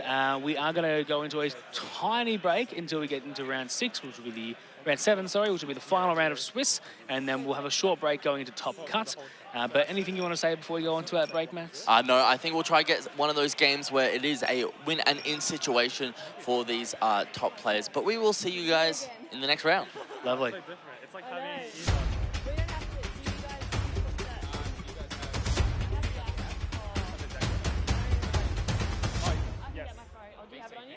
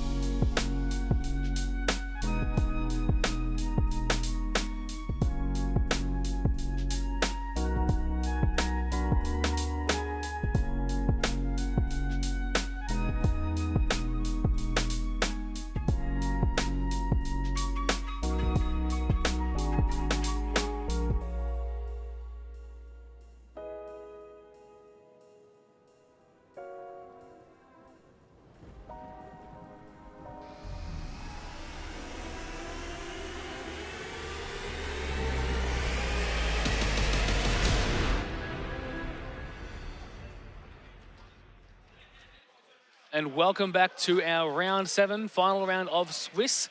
We had a couple of delays getting the next round started, but we are all good to go now. Just getting our players set up at the stream table. Max, how did we find last round? Yeah, last round was pretty cool. We got to see white versus yellow, which was a matchup we hadn't seen yet, and we just saw how controlling white could be. Yeah. But this is going to be the first round for a while. We are not going to be seeing white on stream. So I had a quick look. We will be seeing a purple, I believe, versus a red deck. It's great to see another red deck jump on stream. Hopefully we'll be able to see a Saga on stream. That'll be really cool. Well, considering it is Jason on stream, I'm sure he would have that Saga rare. I know he loves to have the higher rarity cards.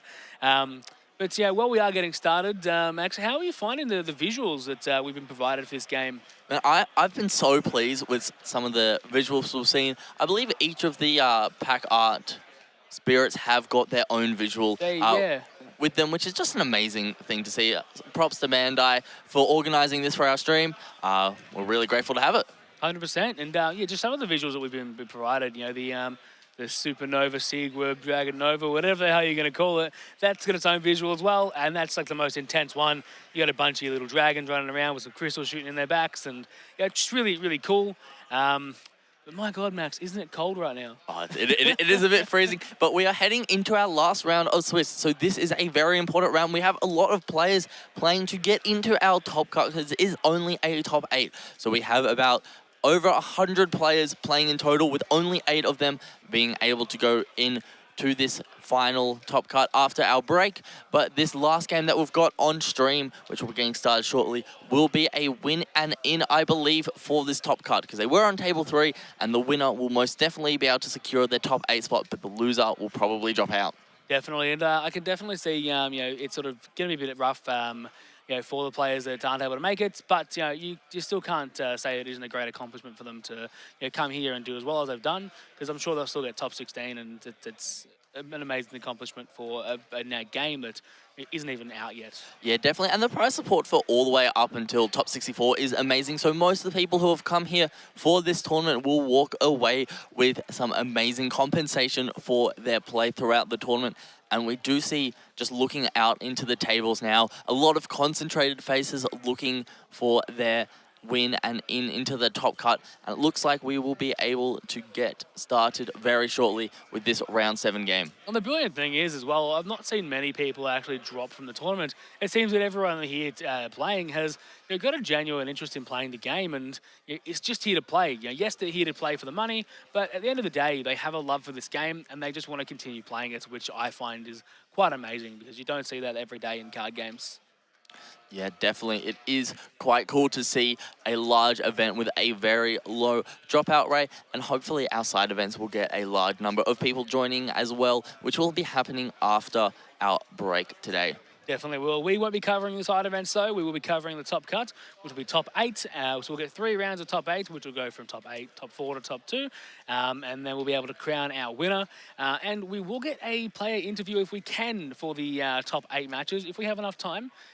We'd like to get a player interview for each of the top 8 for and winner, if we can.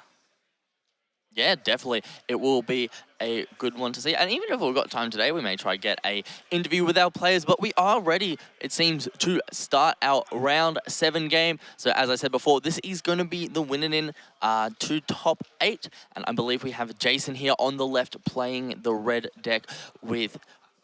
I'm sorry, I'm going to butcher the name. The player on the right is playing purple. Definitely don't want to be butchering names here, but yeah, the purple player on the right, I believe, is what he's going to be playing. You can see the purple cards in there. Speeding through those cards in hand. Yeah, I believe they are. He's part of the group of players that came down from Hong Kong who have been playing the game for a little bit. So we will be seeing a very fast style of play from him, because he's just comfortable with the mechanics of the game and the play style.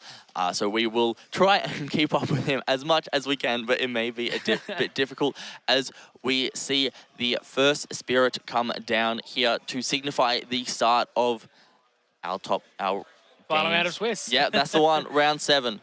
Now, I do believe that the Battle Spirits of our game that was launched in Japan is, it's different, but it is similar to Battle Spirit Saga. So the players in Japan and, say, China who have been playing that game for a while would have a bit of an edge, I believe, over some of our competitors here today, which is, why it sort of makes sense for some players from overseas to come down and, compete in our event. Yeah, and as we see, the player on the right has the spirit, which will draw a card when destroyed if it does have that soul core on it. So we do see that soul core remain there for now. And Jason playing one of his dinos, lovely dinos, which I'm going to get into very soon because they are very, very cool cards.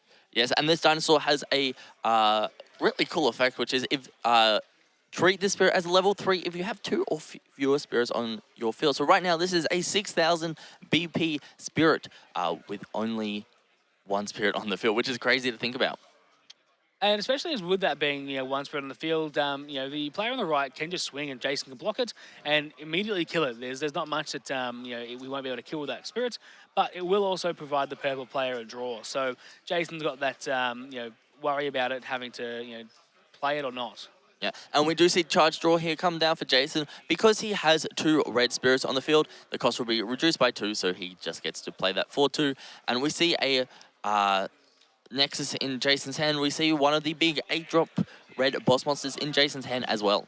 Now, I can't remember its name, but it does look like a mecha beast, as I would say. Definitely not a mecha beast, but it looks like one to me. I believe it would be the Jurassic King Gargano Rex that is currently in Jason's hand. And it's an amazing looking card as well, let's be real. It most definitely is. We do see the Volcanic Canyon, I believe that is, that come down from Jason, which allows him to draw that extra card at the start of his draw phase, and then he will be forced to discard one of the cards. Yes, which is also going to help Jason cycle through his deck, which red really needs, because you want to be able to see all of your big red bombs, especially with the other 8 costs that heals you back to 5. You want to be seeing that right away. Yeah, and we do see the Burning Force here in Tsu's hand, which will be able to remove that Nexus from play if he so pleases. We do see the Camelot Knight as well that will have Curse, so it will be able to kill any card that blocks it if it has a Soul Core on it. So one of those very strong purple cards.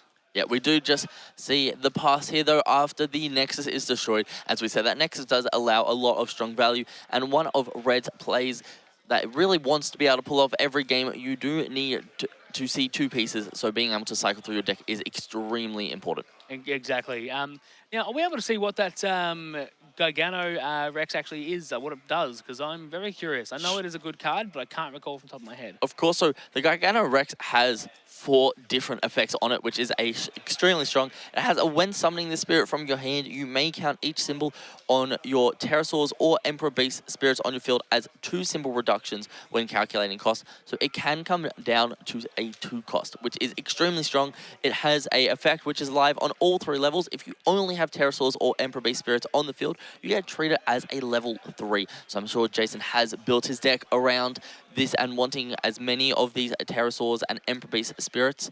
And then we have a level 2 and 3. While the spirit attacks, it has Confront, which means if it can be blocked, it must be blocked. And then it's when attacking on the level 3, all of your spirits gain 3,000 BP during the turn.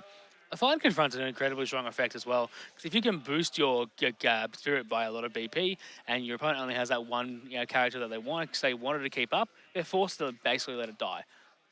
Yeah, it definitely is a super strong effect. And we do see the Nebula Dragon Andromeda in Jason's hand as well. There we go, being played. Another one of those incredible red cards from the starter decks. Puts a lot of value in for red. Yeah, so that does have the when summoned effect, you're going to destroy a 3,000 BP spirit or less. And we do see the destruction of the play on the right's spirit. However, that spirit does draw a card when destroyed if it had the Soul Core attached. That's right. Now, we will see Jason possibly going into swing a couple of damages this turn. Now, he may opt to keep a couple up, but in this instance, I don't think he will. I think he'll just draw for 3 damage. Yeah, definitely. It's not too much pressure for a clap back here, unless we see something like 5 Camelots come down or something crazy along those lines. But we do see a couple Camelots in the hand, but I do not think that is where we're going. And we'll see the Nebula Dragon stay active in case we need a blocker for the turn. Yeah, definitely well played by Jason. Yep. Additionally, you don't want to be able to give purple too many too many cores, as it maybe allow them to go into their combo, as we do see one of the big combo pieces in the hand, which is the Infernal King. And I believe all those spirits on Jason's side only have one core on them, so if he's able to play it, he will just be able to remove the entire field, as well as gaining 3 cores, I believe, 1 for each destroyed creature. That's right. And he does have 9 cores on it active as well. So he is able to actually just pay 8 for the Infernal King Curse Dragon and clear Jason's board, which could be the play at this stage, to be honest. And we're having a count of our cores, so it may be a play. I know I would definitely love to see that lineup play because it's extremely aggressive, but it is also potentially a little bit greedy, but I do like those type of plays. Definitely is.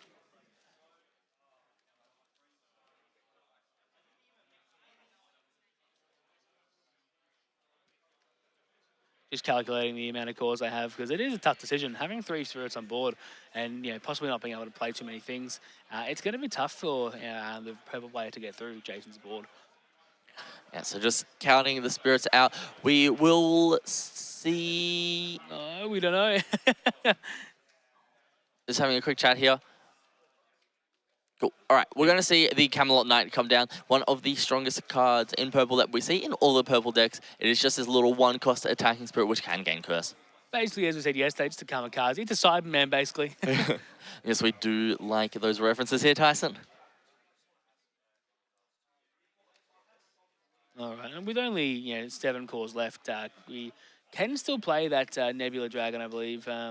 Oh, no, we won't be able to. We won't have enough cores on field. Yeah, you won't have the core to be able to keep the Infernal Beast King alive, but we will see it come down, and we're just going to...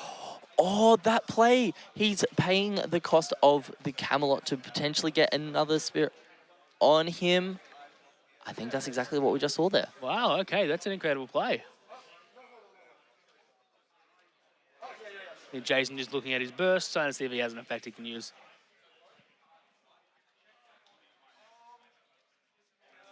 Now ramping 3 additional cores is really, really huge. Yeah, so I think we just kind of played the Camelot for the sake of playing the Camelot there. But we do see 4 cores come down here.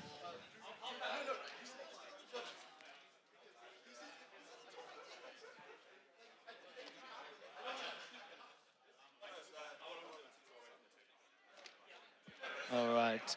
We've got a swing here from the purple player, Jason going down to 4 life. And just a quick pass. Jason does have enough cores to be able to build up a really, really big board. And I see a lot of small, 1 or 2 cost cards there. So he could be able to just go, oh, I'm going to play 4 or 5 cards and just swing at you.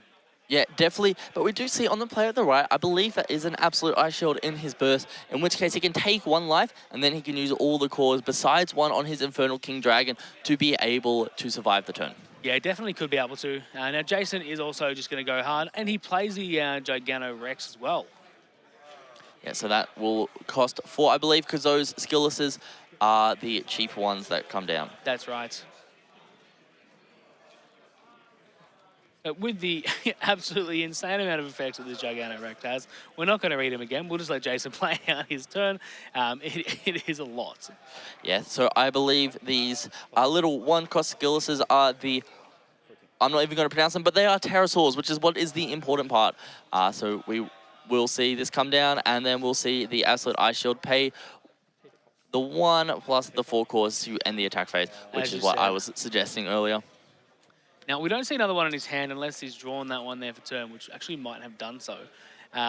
Yes, he's drawn another one for turn. That is amazing. That's incredible. Just the sheer luck that you need to be able to draw that. I can't believe it. Yeah, and then we will see the Purple Smoke Valley come down, as well as the Dark Knight Mordred, which on play will remove, I think it's 2 from a Exhausted Spirit, which is what we see come down to remove the Terror King there.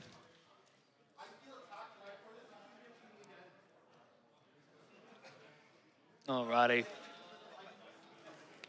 We've got purple with the Nexus down, 2 spirits on board.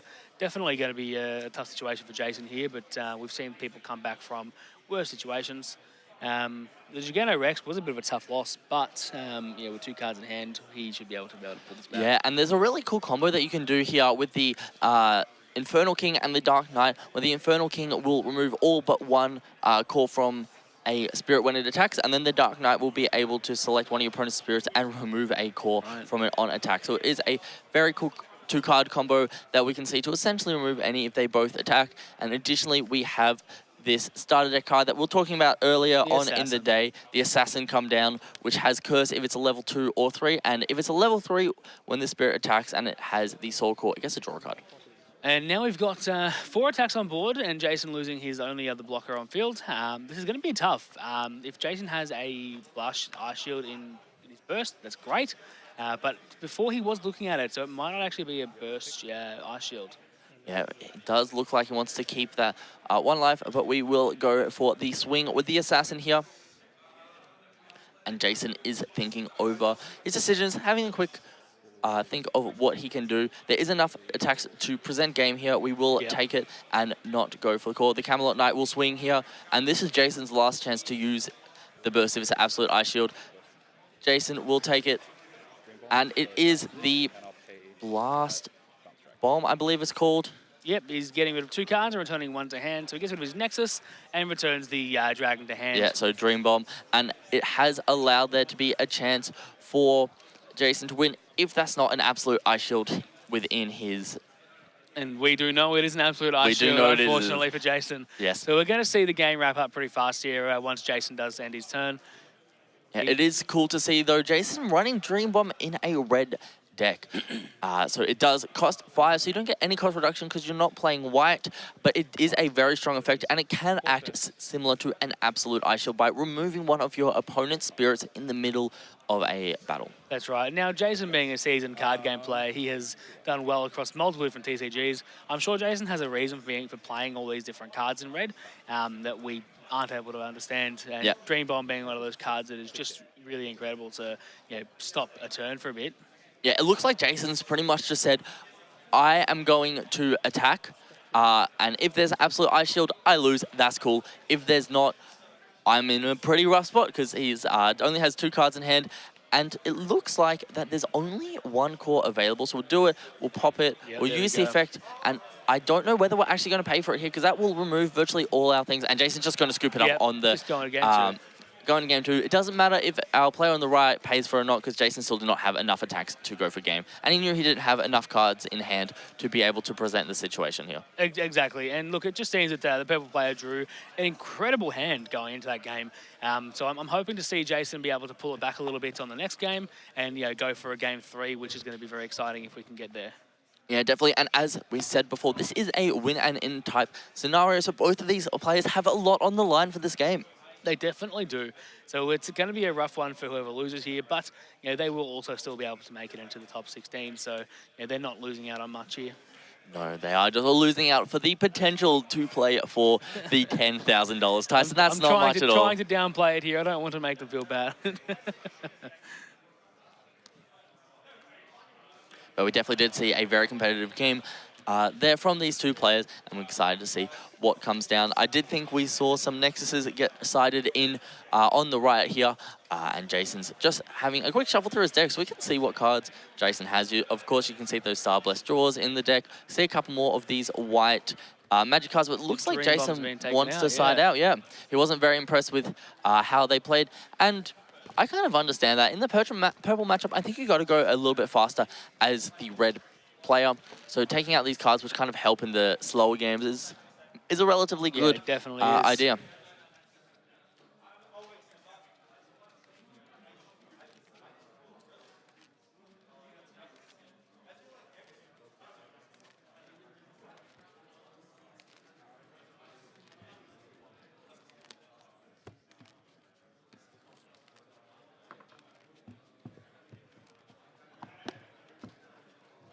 All right, just finishing up shuffling their decks and moving forward with the game. So we should be seeing the game 2 start pretty soon. Very fast shuffling. As I said yesterday, I still can't get this fast shuffling.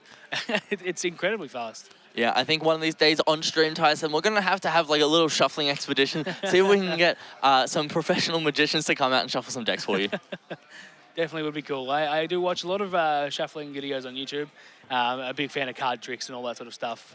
I can't do them myself, though. I try. It just doesn't work. Yeah, I'm the same. It is magnificent what some people can do with a deck of cards in their hand. However, I do not have the skills, nor the time, nor the patience to be able to practice and get there myself. Maybe one day, Max. Maybe one day. All right, we do see the opening hands, and I believe that is the 8-cost Sequim Nova in Jason's hand, as well as a 6-cost Nebula. So Jason can still play the 8-cost on by sacrificing the Nebula Dragon. However, it will not get the full effect. Yeah, Jason probably opting to get rid of that hand there, because it does seem like it was a bit of a harsh one to play through. Yeah, so yeah, Jason's going to get rid of the hand, and he's going to draw a nearly identical hand there. That's very rough for Jason on this end here. And but we have seen Jason come back from other situations, and I'm very certain that he'll be able to pull through.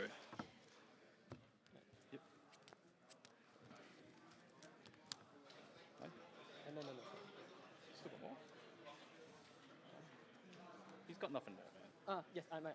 So we see the Starblast draw come down, and then we see a burst card get placed and a pass over to Jason's turn. Beautiful. Now, Starblast draw is very strong, as we've seen, being able to draw 2 cards, especially in purple, because purple seeing more of its deck is going to be able to see more of its adds to red. Yep, and we do see this dinosaur come down again, which is considered to be a level 3 when there's only when there's 2 or less spirits, I believe, in play. Definitely a great play from Jason, being able to play that 6k, because it's just going to end up being it's an identical turn to the purple player. So now Jason's got a choice. He can either attack or let it die and be able to let him draw a card. Yeah, or definitely. Blocker. It's pretty funny when you see the identical turn 1 and turn 2 happen at the start of these games. That's right. We do see the 6-cost in the purple player's hand, which is able to remove all cores from all of your opponent's spirits besides 1. So it leaves 1 core on all of your opponent's spirits, which is one of the 2-card combos. We see the Volcanic Canyon come down for Jason, which is the card that lets him cycle at the start of each of his turns. That's right. It does look like the purple player has that red card in hand to kill that Nexus again, which we're going to see probably next turn, because it is a rough Nexus to deal with. I'm sure the purple player is happy to lose a turn to killing a Nexus rather than letting his opponent see more of his deck. Yeah, definitely, because this is definitely a long matchup between red and purple, so being able to remove your purple's cards. And we just see the Nexus be bounced to hand with that blast bomb from our burst there. Seems like the purple player has taken a page out of Jason's book and played the Dream Bomb himself. Yeah, and we do see a card get set, and I believe that was the absolute ice shield that we saw come down there. Yes, that was. Okay, so that Nexus is now gone. And we use spirits. That is just very, very rough. Yes, we use the Core Drain, which can remove up to 3 spirits from an exhausted spirit. That's very rough. Yeah, so it is a very good card, but unlike Core Theft, it can be only used during your main phase, so it doesn't have a flash effect as removal. It does have a flash effect which gains 2,000 BP, which is something we haven't seen here today, Tyson. We haven't seen many players use this mid-battle BP to kind of, flash back and forth between each other to be able to one-up each other to see which of the spirits survives, which is quite interesting. I thought it would be a bit more of a component we'll see throughout the day's tournament. That's right. And it looks like we're probably going to see Jason play down another one of the Tyrannoids. Maybe even play his Nexus as well, but we will probably see that Nexus get destroyed the next turn by that other card we have in the purple player's hands. Yeah, by the Burning Force. However, we will also see another spirit come down, and it looks like we're just going to see the Canyon come down as well. And we have 2 cores on our dinosaur Tyrannoid, which gives it a little bit more protection against purple, and we will not be attacking this turn. Beautiful. So I think Jason there was a little bit worried there was another blast bomb to remove his Volcanic Canyon for another turn in a row, so it doesn't attack. So it's a very good mental play by Sue here. And Jason's going to get a Rude Awakening here with that card there, killing his Nexus. And I think we saw a little bit of a chuckle from Jason, just saying, no matter what I can do, this Nexus can't survive. Yes, it's just an incredibly tough game for Jason right now. We can see that both players' hands are, somewhat decent, but purple just has so much. Yeah, definitely. And from the look from the purple player's hands, his hand doesn't seem too strong at the moment. So one of the things Jason could just decide to do is, you know what, I'm going to go wide and I'm going to see whether he can deal with what I'm doing, because he doesn't have enough to play for an absolute ice shield at the moment. So in theory, Jason could go for like 3 or 4 attacks to get him down to that 1 life. Essentially, yeah, he's going to have to take himself down to 2 life to be able to activate that Absolute Ice Shield without killing his spirits. Jason looking like he's going to try and play another one of the Rexes.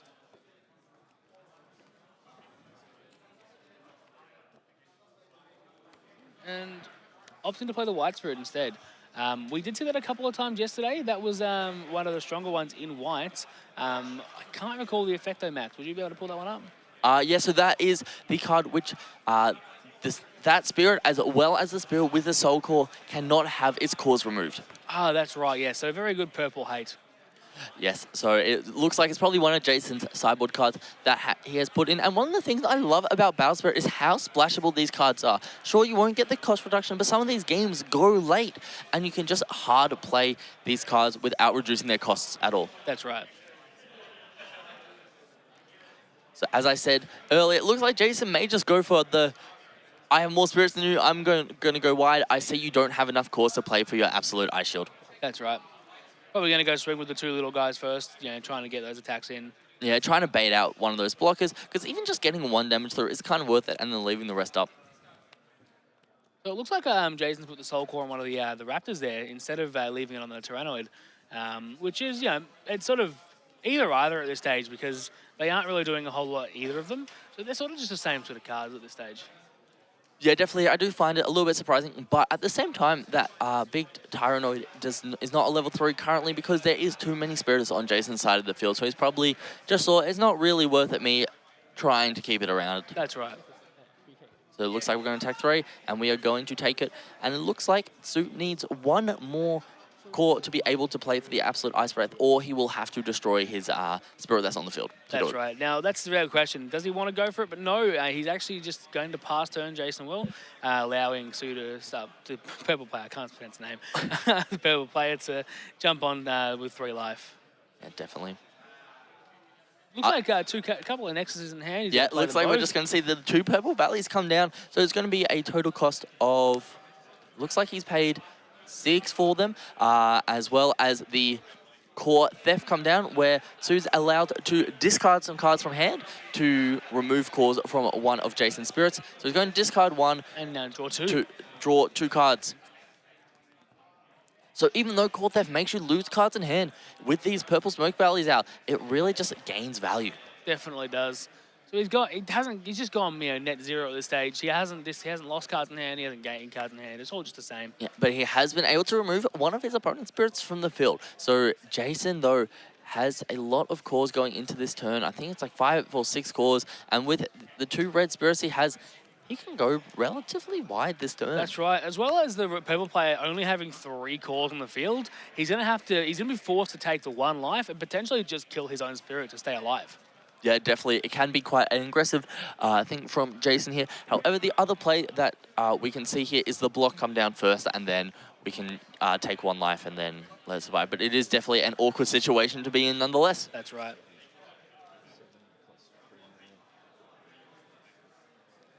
Just doing some mental math here by Jason. Yeah, Jason does only have 3 cards in hand, so he can't do too much. We do see that Star Blessed draw in his hand to be able to draw 2 cards to try and see some more cards. I believe that is the 6 cost Nova in hand and the 8 cost Terra. That is. Unfortunately, it's not the other 8 costs, because that would have been a beautiful combination to see come down here. However, Jason is still on 4 life, so gaining 1 life isn't as good as being able to gain 3 life. That's right. And with the 8 cost Gigano Rex, he should be able to play that one for pretty cheap if he's able to get out the 6 cost as well. Might be able to get those 4 or 5 attacks on field. Yeah, definitely, and just pressuring the field with all these attacks is always a good thing to do. However, Jason will kind of like show his hand that he doesn't have too much cards in hand, but we will see the big guy come out here. So his cost will be reduced by 4, because each of those will reduce it by 2 due to the passive effect on that. That's correct. Spirit here.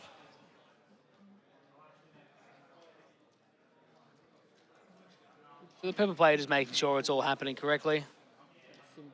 Yeah, so just a quick reiteration, your pterosaurs and emperors will count as 2 symbols when looking at cost reduction, and both our little skill list and the tyrannoid are pterosaurs.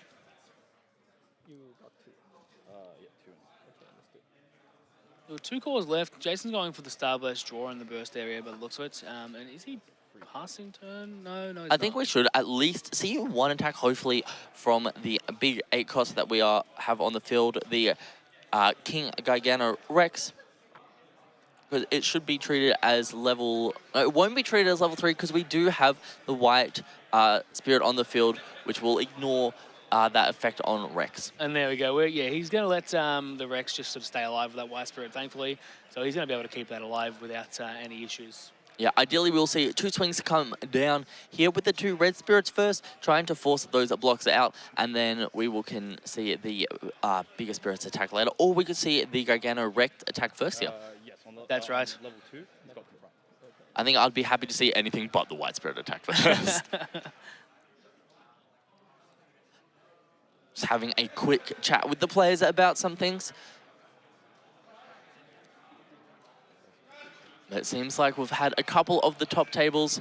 Actually, one of the top tables has already finished. So that is one player who is definitely locked into top 8 today, which is very exciting to see. And we've got a bunch of other players still playing their intense games to try to decipher who will make top 8. And a very good, good show from them. Now we're going to see that, I keep forgetting the name, but it's going to remove some cores from the spirits. Which will most likely save him. Yeah, so we'll see the Core Thief come down.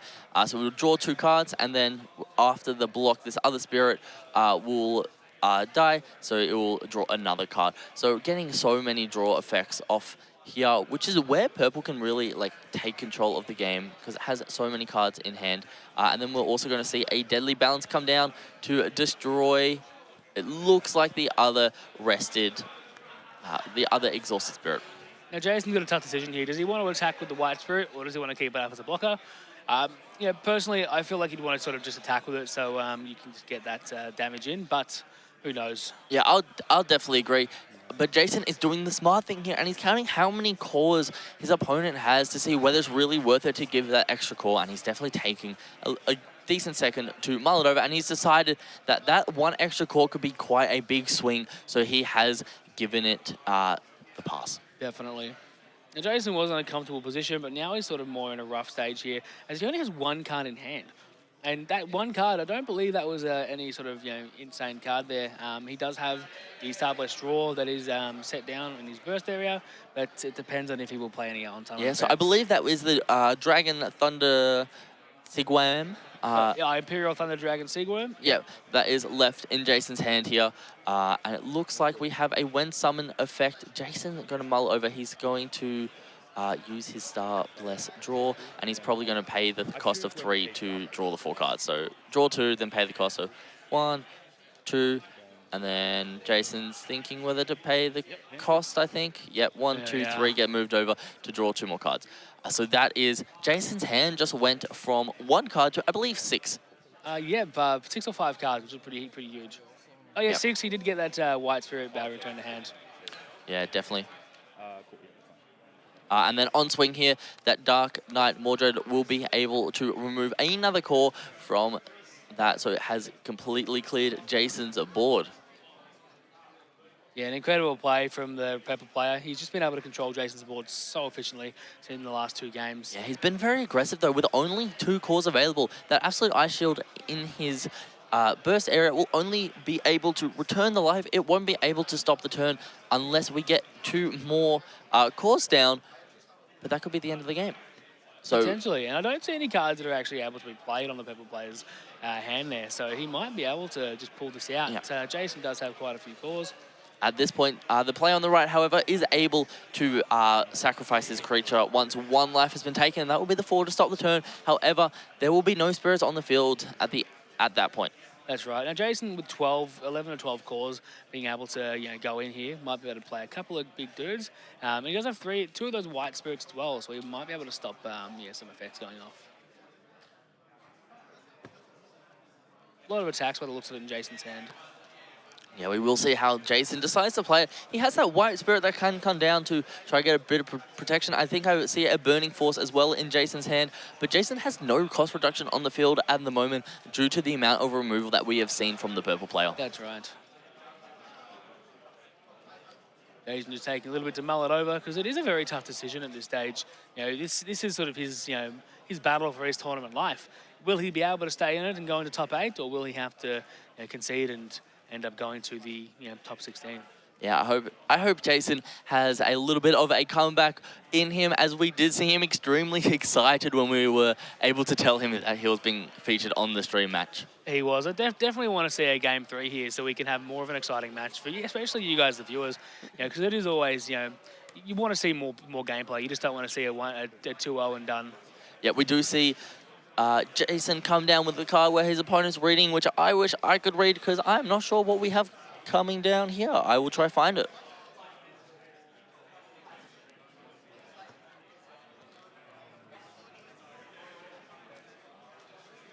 So that looks like the Divine Halbert Dragon Arc, which has a effect with all 3 players. Neither player's life can be reduced by an attack with a spirit of 2,000 or fewer BP, which is an extremely interesting effect to see come down. Additionally, when the spirit attacks, if it's a level 2 or 3, select one of your opponent's spirits with 2,000 or fewer BP and destroy it. That's right. Now he's going to play an on play effect. Sorry, he's now drawn his 3rd Absolute Ice Shield as well. That's just so much protection that we can see here. And the great thing about Absolute Ice Shields is you can be extremely aggressive with your spirits, just knowing I can rely on my Absolute Ice Shields. 100% you can. But one of the things you got to note is how much power these spirits have, such that if you're attacking, are you just letting them block for free and gain value? Just figuring out how many calls we want on them at this stage. I'm not too sure what that other card on the right does there, if it has multiple cores when it's level 2 or 3. Would you be able to pull it up and find out, Max? Is that the purple one? Yes. That would be our Dark Knight Mordred. It has the when attacking effect to remove a core, but because of the white spirit on the field, we cannot remove any of the cores. However, when it has 5 cores, it will be a level 6. Sorry, a 6,000 BP at level 3. Oh, I see then. No worries. And then we also have our Assassin come down here from the purple player, which if it has a red core, the soul core on it, which it does when it attacks, it gets a draw card, which is a very strong effect. I just keep looking at the purple player's hand, and it just keeps getting bigger and bigger and better and better. With those ice shields, it's just an insane amount of value. He's got 2 Camelot Knights, 2 ice shields, and it looks like one of his big bombs. Maybe an 8 cost there from the one of the pack arts. Yeah, those 2 ice shields in hand means he has so many turns he can just survive off the back of ice shields. And we do have to remember that you can use the cores on the spirits to pay the cost for ice shield. So we have at least 4 available cores on these spirits, which will not destroy the spirits if we were to take them off. That's correct. Now, it looks like Jason's just deciding if he wants to block here or not. But it is a tough decision. He doesn't have any burst effect happening, so no ice shields in hand, nothing in burst, but his opponent is just got in an incredible position right now. No. He's just taking the life. Jason going down to 2 life here. If 1 more damage comes through, Jason is not able to rely on Absolute Ice Shields if he does draw on them to stop an entire turn. That is right. It doesn't look like it. He's just going to block that one, going to kill his spirits, and his opponent is going to swing in for that 1 last damage if it can. Yeah, just swinging in. Getting your opponent down to 1 is such an important point to get your opponent down to, because it means these ice shields will not stop turns. Now, we do need to remember, though, that in red, you can actually go back up to 5 life with that 2-card combo you've got. Jason doesn't have it, but he may be able to draw into it. Yeah, Jason does have 1 of the 2 pieces, which is pretty cool to see. And we're just seeing what's happening at the moment with these 2 players, just deciding what to do with this attack. He does have a slash draw in hand, so we could draw 2 cards and potentially draw into it and play those cards, but you never know. Definitely. And I believe that Dark Knight Lance is a level 2, so it's got 4,000 BP, and Jason's just deciding whether to block with his white spirit or whether to let the damage through. I don't see many effects in Jason's hand, except we do have that charged draw, but he's not going to use it to gain BP. And it looks like Jason's in a gambling mood. He wants to see himself draw that big 8-cost bomb. It's going to heal him back to 5, and we don't see it. His best bet at this stage is to go into that charge draw 2 cards, and hopefully see it. But, will it be enough? I don't know. Yeah, Jason definitely has a lot of cores to be able to spend, so he does have that chance to kind of push through. He's got roughly 13 to 14 calls available to him, with 2 more on his spirits. But will it be enough? We just can't tell at this stage. But he is thinking of playing that slash draw there, so he will be able to draw 2 cards. Yeah, he's put the charge draw in front of his hand. He's just hovering over, making that last second decision whether to play it or not. I think Jason sort of knows if he can't see this card, that's it. He's out. He's done for the count. Yeah, we Here we will go. see the charge draw come down here. So we'll pay 3 for it. We're going to draw 1. He's not showing us what he has. He wants to keep it a secret. And we saw another charge draw, and it doesn't look like it's the 8 cost there at all. He definitely won't be able to get this combo off at all now, even with the charge draws. It's too much, calls that he needs to spend. Yep. 1. That's a not it. That's a not it. No, we saw a Burning Force, I believe it's called, and another 1 cost. He can try go wide, but we do know that there's an absolute ice shield in that burst. So. And another 2 in his hand, which is incredible. He has had such insane luck these last 2 games, or it may not be luck. It may just be that his deck building is so much better than everyone else's that he's going to see these cards. Yeah, well, one thing we do see from his deck is all 5 cards that we can currently see on the field say draw a card in some sort of capacity. So I suppose he does have increased odds to see these incredibly impactful cards. That's right.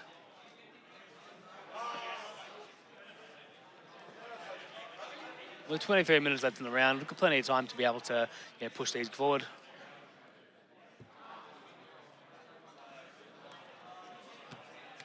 So we see another one of these white spirits comes down. So this one's going to come down for a cost of 2, which it's one that cannot have its cause reduced. So it's a bit harder to remove it from play. So it's essentially another free block. But looking at Jason's hands, we don't see that absolute ice shield in his hand. So it's going to be quite hard for him to defend another turn, especially if we see a couple of attackers in Sue's hand. But it may just be a couple of draw passes that we see in a row.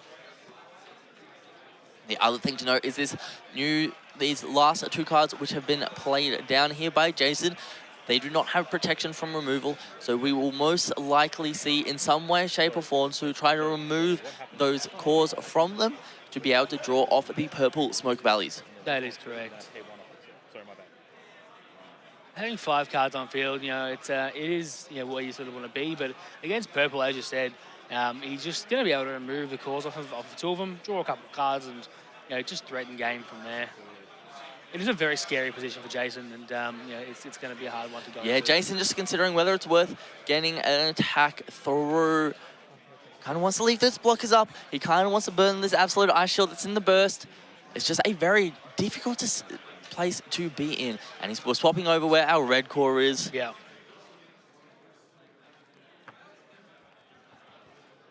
He's got plenty of time to think it out as well, which he definitely needs to do. He needs to figure out what he wants to do in this matchup.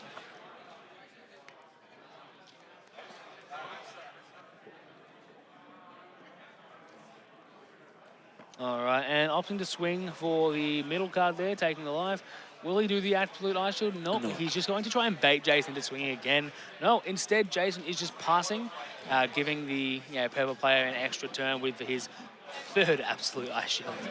It is definitely a way to play the game, to try and keep baiting your opponent to play to keep swinging, even though you have absolute ice shield. And we will see the, I believe that is the immortal card that comes down. Yeah, he gets rid of 2. Yeah, he gets rid of 2 cores. No, that's the one that will just KO something which is exhausted. So we will not see the draws off the purple smoke valleys today.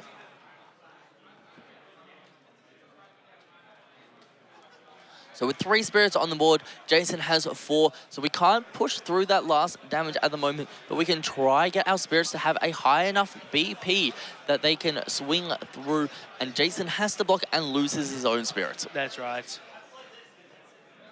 And with no absolute ice shield in hand, it's even worse. Now with the Camelot Knight coming down, he's going to have that curse on it as well.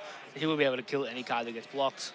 Yeah, we do see 3 cores on Camelot Knight, which I find quite amusing, especially because it only needs 2 for it to be it does need 3 for it to be a level 2. So we just want that extra 1,000 BP on Camelot Knight. And I think that's so the skillless can't block the Camelot Knight, and the Camelot Knight die as well. That's right.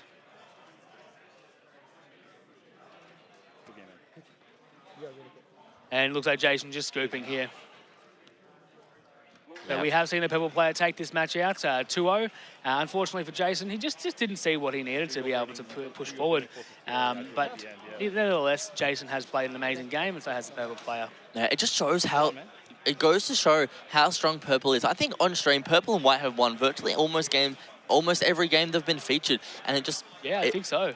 It shows that these are the colors to be playing, and it kind of goes back to Luke, you know, doing that cheeky why not both kind of situation. Yeah, purple, white. That taco ad from the early 2000s, the Pocono Dos, why not both?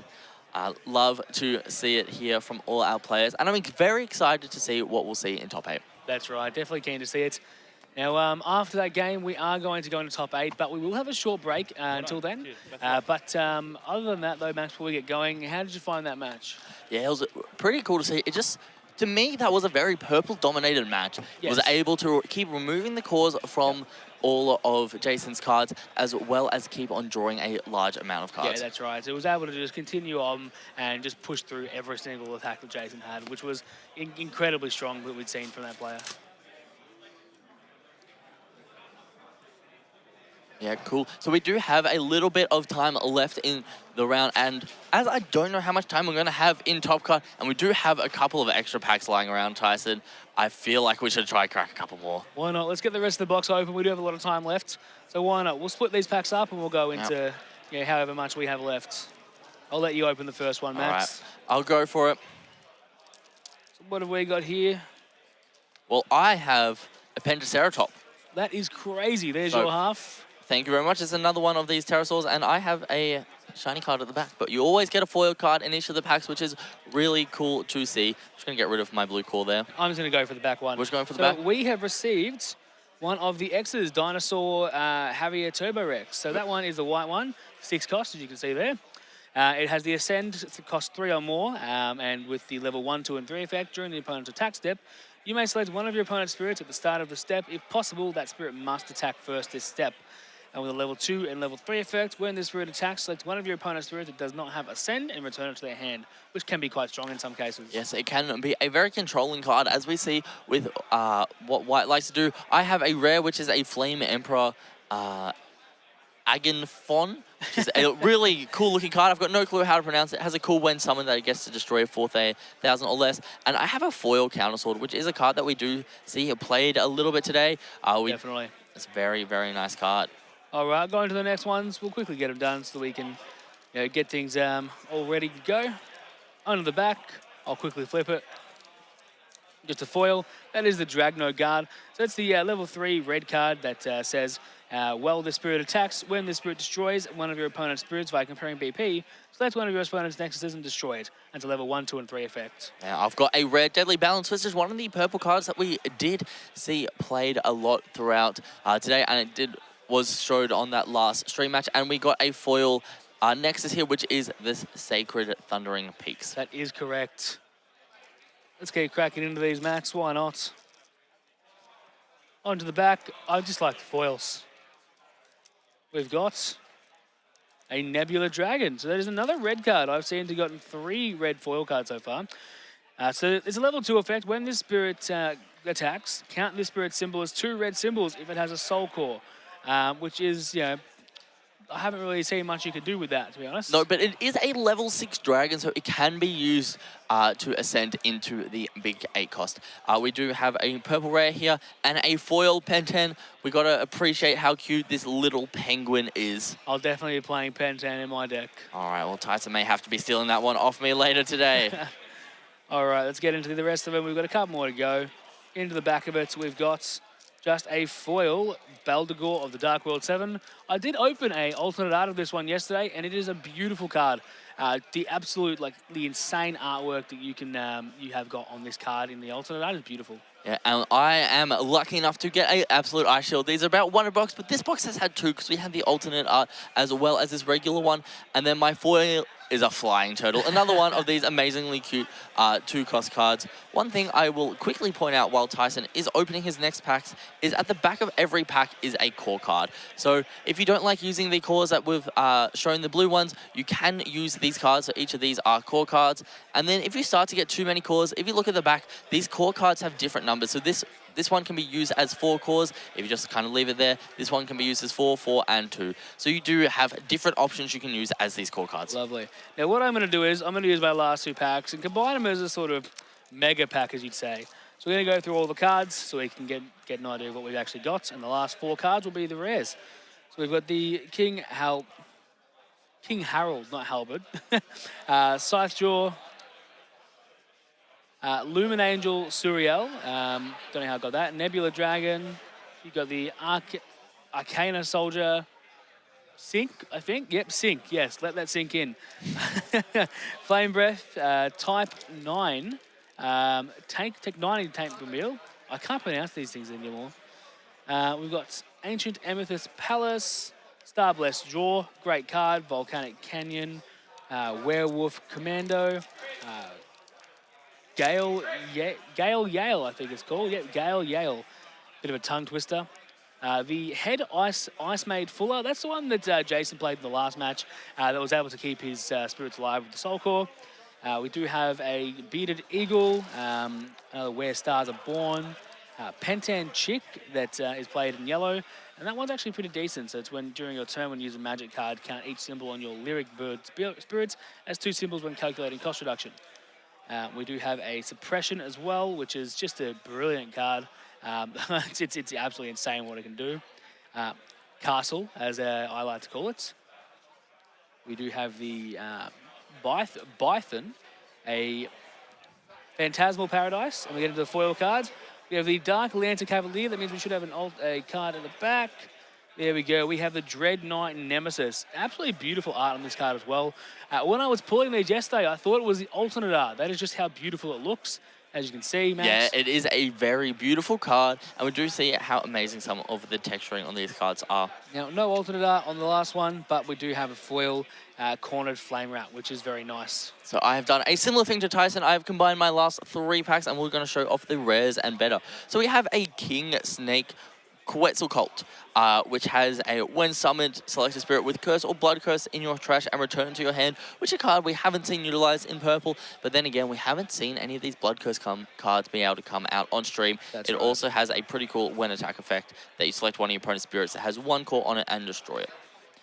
Then we do have another rare, which is the Big Elephant, which has been shown on stream a bunch throughout the day.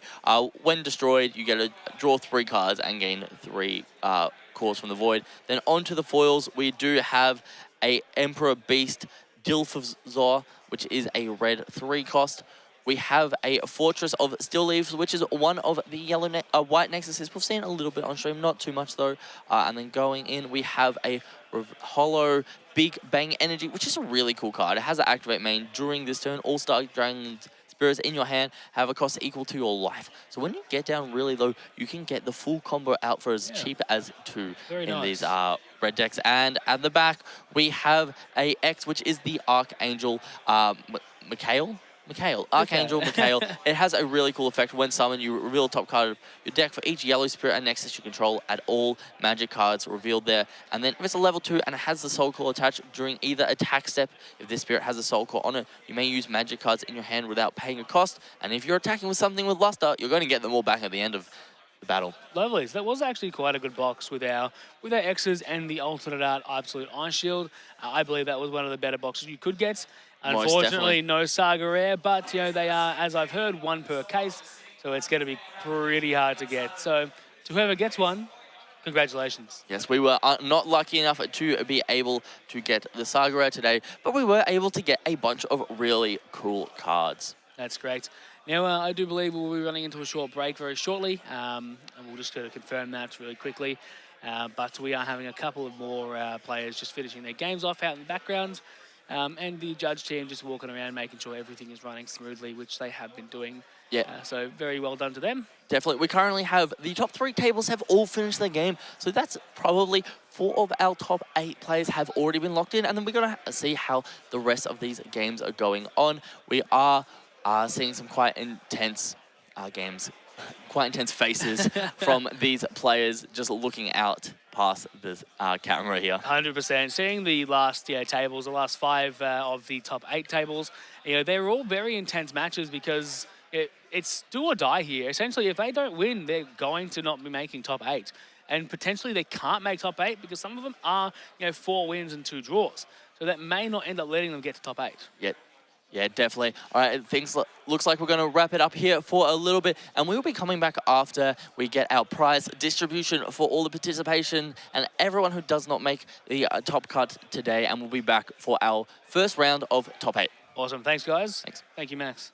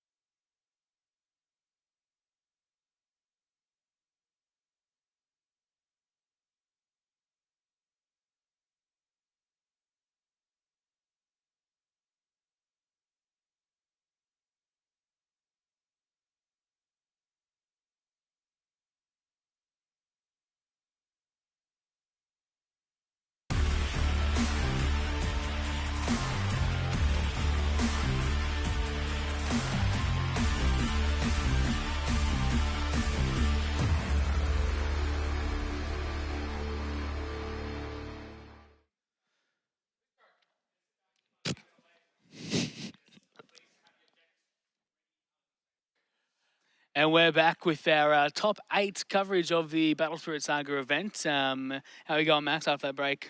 Yeah, pretty good. I'm nice and refreshed, ready for an exciting top 8 today. That's great. You had a lot of chips, though, didn't you? I did. Oh, the chips downstairs were beautiful. I can agree. The chips were great. See, Max had normal chips. I had loaded chips. So, me being me, I needed a little extra. Yeah. So today we will be streaming top 8, top 4, and the finals. We've decided which games we will stream, and we've got some good ones coming up for you. Definitely can't wait. And we're just getting set up now. I believe we're going to have a bit of a player interview. And once they get that all sorted, we will be getting into that top 8 sort of match there. So we'll have, I believe it is 2nd and 7th on the stream for the first one. Yep, so the 2nd place finisher and the 7th place finisher in Swiss. And then our top 4 game will be the winner of 1st versus 8th and 4th versus 5th. Beautiful. Definitely can't wait for that. And it is going to be, that sort of, much more exciting stream, especially being in the top 8. You're going to see the players that have actually put a lot of time and effort into this game and into what they're doing, and we'll see much more skillful gameplay. Yep, indeed. Looks like we are actually going to have 1st versus 8 on stream. Okay. Which will be a good game indeed. Definitely. With first place being Chi, who came out yesterday and just absolutely killed it in the 5th and final round. And we've also got Jack, who is playing against him, who is 8th currently. We'll definitely be interested to see how this plays out, as it is going to be a marvellous game. Yes, and from what we were talking about before, I believe Jack is playing a very similar list to Luke, so that's that purple-white list that we really like to see. Yeah, that purple-white list did a lot of work, especially for Luke in that stream he did. That list was just impeccable. I'm very keen to play it. So. Yes, indeed. And it looks like, if I've got the right list here, we're going to have a purple deck come up against the purple-white. Yeah, which would be Chi's deck, if that's right. Yes, that is Chi's deck. Beautiful, yes. And Chi showed yesterday that he plays that deck so masterfully. He knows the deck inside and out. And it's going to show in this top 8 match as well. No matter who wins, you know it's going to be a great game. Yep, so this one will be getting started nice and soon, which is very exciting. At the moment, the room is very quiet because we only have top 8 in here, so hopefully it will stay this way. It is quite nice for us to not have all this background noise, Tyson. We may have a side event starting soon. It just depends on if we get the players. But, we will be focusing on the top 8 matches. Max, how else have we been finding this event so far? Yeah, pretty good. And I'm just going to take this short amount of time to go over some of the stuff that these top 8 players have already won. So top 8, I believe, has earned themselves 1,500 USD for their placing. So that is already an amazing result. And then you have, of course, got their participation prizes, a couple more event packs. And then for top 32, they got themselves the 2nd core case and the finalist event pack. And looking towards top 16, they got themselves...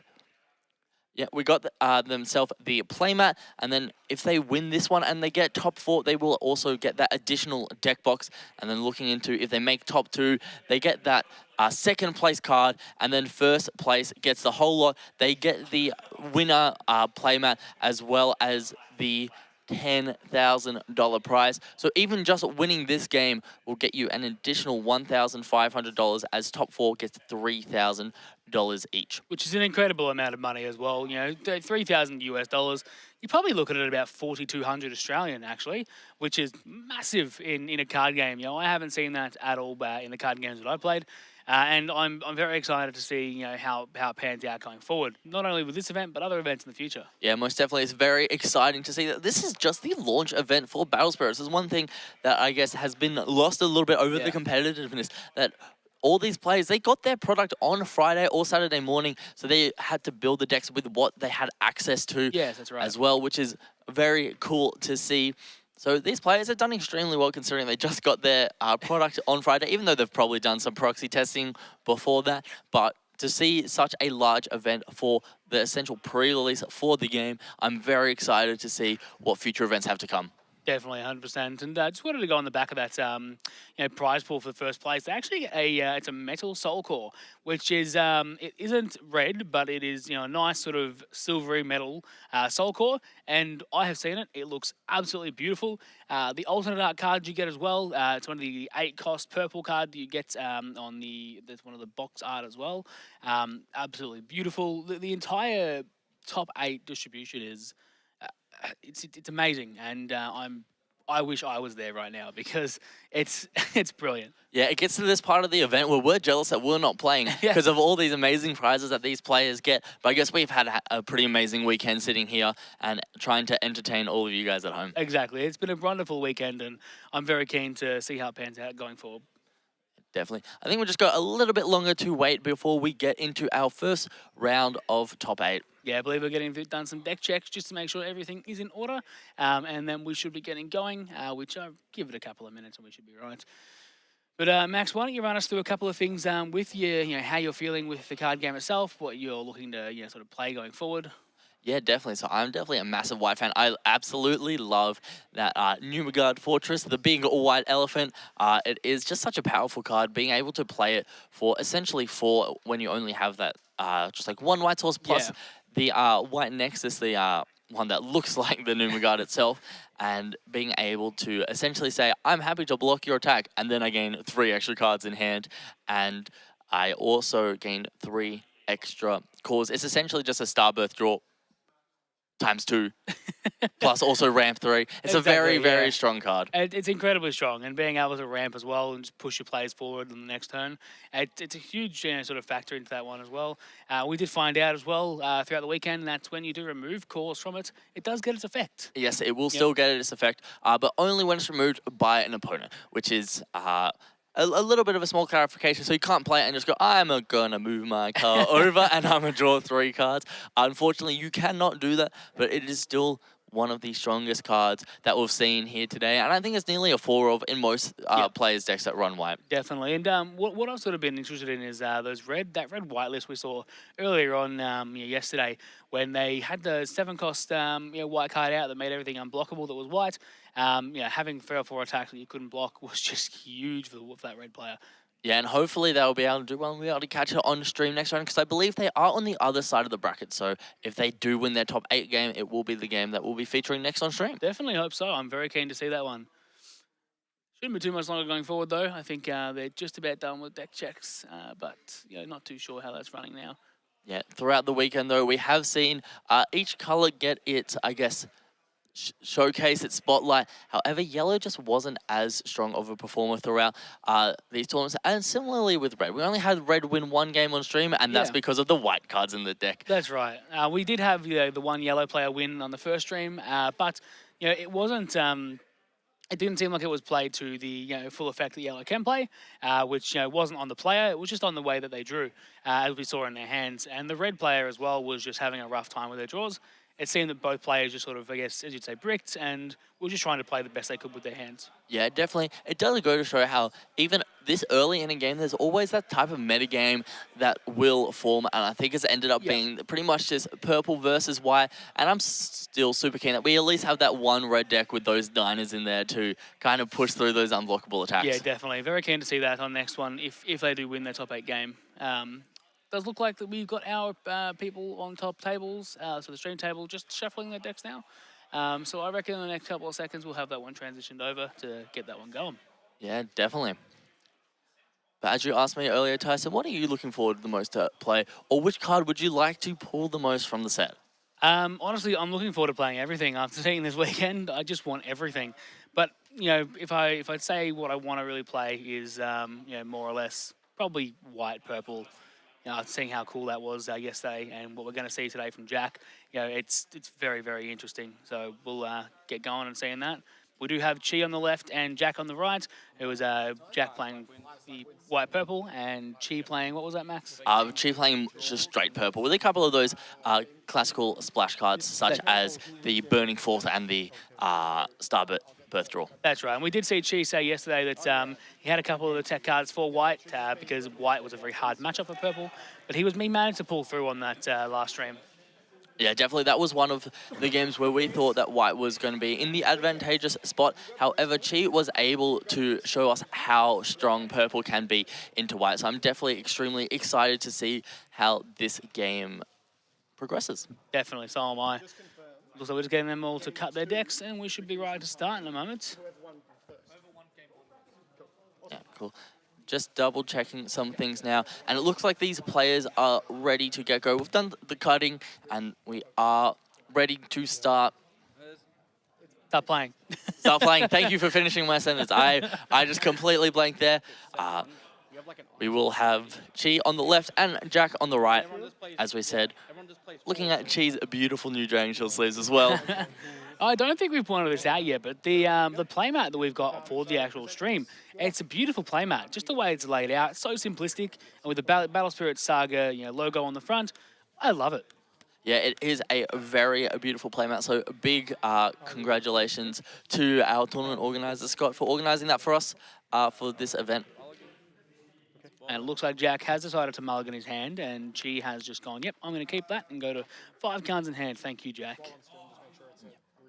So we will see the start of this game occur really quickly, as this is the first game of our top cut. Beautiful, definitely good to see us going. We do have 60 minutes on the clock. I'm not too sure how we're going to go with the top tables of the very last game. That might be timed, but I'm not sure. Yeah, so the big difference with time in the top cut is in splits, we will allow ties. However, if we go into time in top cut, there will be some tiebreakers come into it. Yeah, definitely. And we see the first play here down from Chi. He just plays the Smoke Purple Valley, which will let him draw cards every time that he removes cores from his opponents. We do have Jack pulling down his own Nexus, which is the one for the Giganto Elephant. That will reduce his cost and possibly going to set a Absolute Ice Shield in the burst, but sort of maybe backtracking there, might not want to do that. He does have the, I believe it is the Dream Bomb? Dream Bomb, yep, to put in there as well. Just sort of trying to figure out if that is his sort of line of play. Yeah, both of those cards, I believe, do have a burst effect that when you lose life. So they do trigger at the same time. And it looks like he kept, is it the Absolute Ice Shield in hand? He did, yes. So we see the Camelot Knight come down. It does appear that Jack hasn't had the greatest of opening hands here as well, especially after mulliganing. So we'll have to see how he makes do with his hand. Yeah, it is now an interesting position for Chi to be in. He could go, you know what, I'm going to go and push for some early damage. Or the other option is I don't want to give my opponent too many of these cores. So it looks like we're just going to be going for some early swings here. All right, so Jack's opted not to do the burst effect and just going down to 3 life. Might be doing the burst effect now, but no, he's just letting it go and he's going to just go down to 3. Yeah, he doesn't mind too much about that Nexus on Chi's side of the field. I think he wants to get the full effect of being able to also bounce a Spirit back to hand. However, he did not have enough cores to be able to pay the cost. Definitely.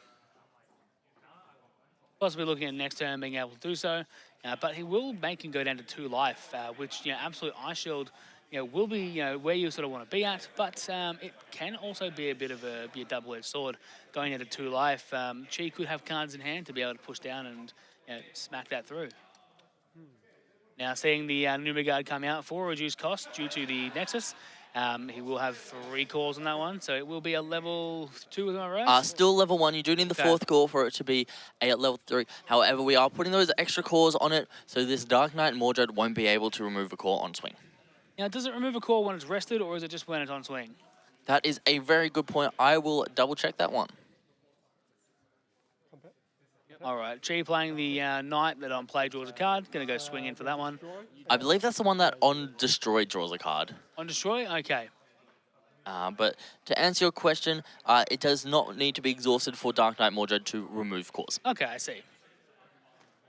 So we are going to see the attack in with the Purple Spirit here, which is the Dark Knight Aglo Veil, which is, if it has the Soul Core on it, when destroyed, you may... when destroyed, you may draw a card. All right, looks like we've got Chi, so it's Jack who's activated his burst, removing that Nexus from the field. But Chi does have 2 more attacks, and Jack only has 4, doesn't actually have 4 soul cores anymore, 4 cores anymore, actually. No, he does. He can just remove it from his Numigard. We do see Jack go down to 1, which means his Absolute Ice Shield that we see in hand won't have much effect at all in this first game. Yeah, it's going to be a very rough one for Jack. We might actually see the end of the game 1 just on the next attack from Chi, because it is going to be incredibly difficult for Jack to push through. We have seen his hand, and there's not much in there that he can use to defend. And if Chi can get through, 2 or 3 more attacks, then Jack's in a really rough position. We're definitely going to see Jack put a decent amount of these cores on to his elephant, so he gets that extra refresh stage to try and maybe go for the block, plus the absolute ice shield from hand to be able to stop at least one other turn. But he just doesn't have enough cards in hand to really last too much longer. Exactly. That absolute ice shield will give him one more turn, but it doesn't look like that's actually the case. Jack is just going to play and remove. Yep, okay, cool. So Jack has just paid 8 with that 1 core. He has left remaining, and he's removed all his cores and removed them around. So he does have enough on this Fortress Guard to get the extra refresh where all of these cores are going to go back to hand at the back to his reserve at the end of turn. That's right. So now he's going to be able to block with one of them and use the absolute ice shield, but that also does mean he's sort of left open for an attack the next turn if he doesn't draw another ice shield. Yeah, but we do see Chi doesn't have too many cards in hand to redevelop a board, so it could be a very quick turnaround here, but both players are definitely on the back edge as we haven't seen too many cards been able to be drawn outside of just the normal draw step. That's right. We have, as we've been saying the entire weekend, you think that someone's going to win, and then the next moment they've just turned it around and are able to pull back. Chi looks like he's deciding whether it's worth spending those cores to play that purple Smoke Valley, which will allow him to draw cards if he's able to remove some cores. However, if not, it won't progress the game state too much. There we are. He's got the Purple Smoke Valley back out, but we do see that Jack does have that red card in hand to be able to kill that Nexus. So potentially that's what's going to happen next turn. We will see a burst come down for Chi, which I don't remember seeing an absolute ice shield in his hand. Neither do I. I don't believe I saw an absolute ice shield. It could be, could also be that Chi just knows he's going to lose and has put down a spirit, as we saw in one of the other games yesterday. But just going for the fun little sacrifice play. Exactly. Why not?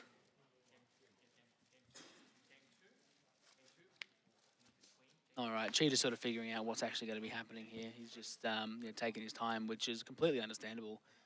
He's gone from being in the best position possible to being completely outmatched by Jack's board, which is quite insane, seeing 2 cards on field completely outmatching you. Yeah, it's definitely crazy, and it all came down to that just one extra swing Chi did to put Jack down to 1 life, which gave Jack the perfect amount of cores to be able to hard play that Infernal Dragon. Exactly. We did see Jack, I think, open another ice shield, am I right? No, it wasn't. That was one of the Odin X forces. Odin Type X? Odin Type X, yeah. I was close. Yep, so we'll see what Jack decides to do. He is running it a little bit risky with only having 1 core on his Infernal Dragon, as on swing, that Dark Knight Mordred that she has played will be able to remove the core to destroy it if it remains with just this 1 core. But I don't think that's going to be much of an issue now, because he does have those cores available to him. I believe Jack will end up playing that Odin Type X just to be able to return that to hand. So he's going to waste his core again, but there is no available cores for Chi at this stage to be able to actually do anything with. Yep, so we've played the Immortal Burgard of the Dark World 7, which can recur itself when a cost 4 or 5 is destroyed. There we go. Here comes the Burning Force, I believe it's called. Yes. Going to kill that Nexus, which is just sort of wasted Chi's turn, last turn. Yeah, definitely. And I expect to see at least 2 attacks come down here, as we do have some quite high BP spirits on Jack's side of the field. Exactly. And with him being able to refresh his other cards as well, he's going to be able to swing with everything, especially Nomagard, and possibly go for game here. Yeah, definitely. The Infernal King Curse is a level 1 at the moment and has 6,000 BP, which is higher than Chi's Dark Knight Mordred. Yeah, having 6,000 BP at level 1 is quite insane. Yeah, and Chi does not have enough cores to use a absolute ice shield, even if it was set, so he could only get the just free life back from it. And that is what we will see, just a free life gain, not the turn end effect of it. But he will be able to survive one more swing. Jack can swing in, and I doubt he's going to block. No, Jack decides just to leave it up. If Jack was to swing there, his spirit would die and Chi's would remain. So we've seen Chi go straight up to a level 2 there with the 3 cores on the Dark Knight Mordred to give it, when attacking, to remove 1 core. So it looks like he's planning to remove the core of the Dark Knight Mordred. Right. He may have just drawn another absolute ice shield, but that was way too fast for me to see. So we're just going to say that it's a different burst card for now. Yeah, we do see 5 cores go on to our Dark Lance Cavalier, which is the one that draws a card on play, and that will make it a level 2, which is 4,000 VP. Now, we do know that Jackie has the Absolute Ice Shield in hand, so he can just go, you know what, I'm going to block with my Guard and Absolute Ice Shield, and your turn's ended. Yeah, but she's also in a very rough spot where none of his swings will actually go through at the moment. He can swing with the Dark Knight Mordred to remove the immortal spirit that Jack has on the field, Burger of the Dark World 7. However, Jack can just block with one of his other spirits and destroy Chi's attacking spirit. So it's in a very rough spot at the moment. Chi just rearranging his cores to make the Dark Knight Mordred the level 5, so it's on 6,000 BP, which is the same as the as the Infernal Dragon. We'd definitely probably see Jack going and hitting him with the Guard if he were to attack, but there's just no attacks there. He's going to want to just block that with his 2 cards up. Yeah, so it looks like we just see a pass here from Chi. Jack is presenting 3 attacks onto the board. If that is an Absolute Ice Shield in Chi's hand, Jack won't be able to do too much. And Jack, it doesn't look like he has any spirits in hand, or is it 1 in the back of his hand? I couldn't quite see that there. He is shuffling them quite fast. Yeah, that does look like the Odin type X.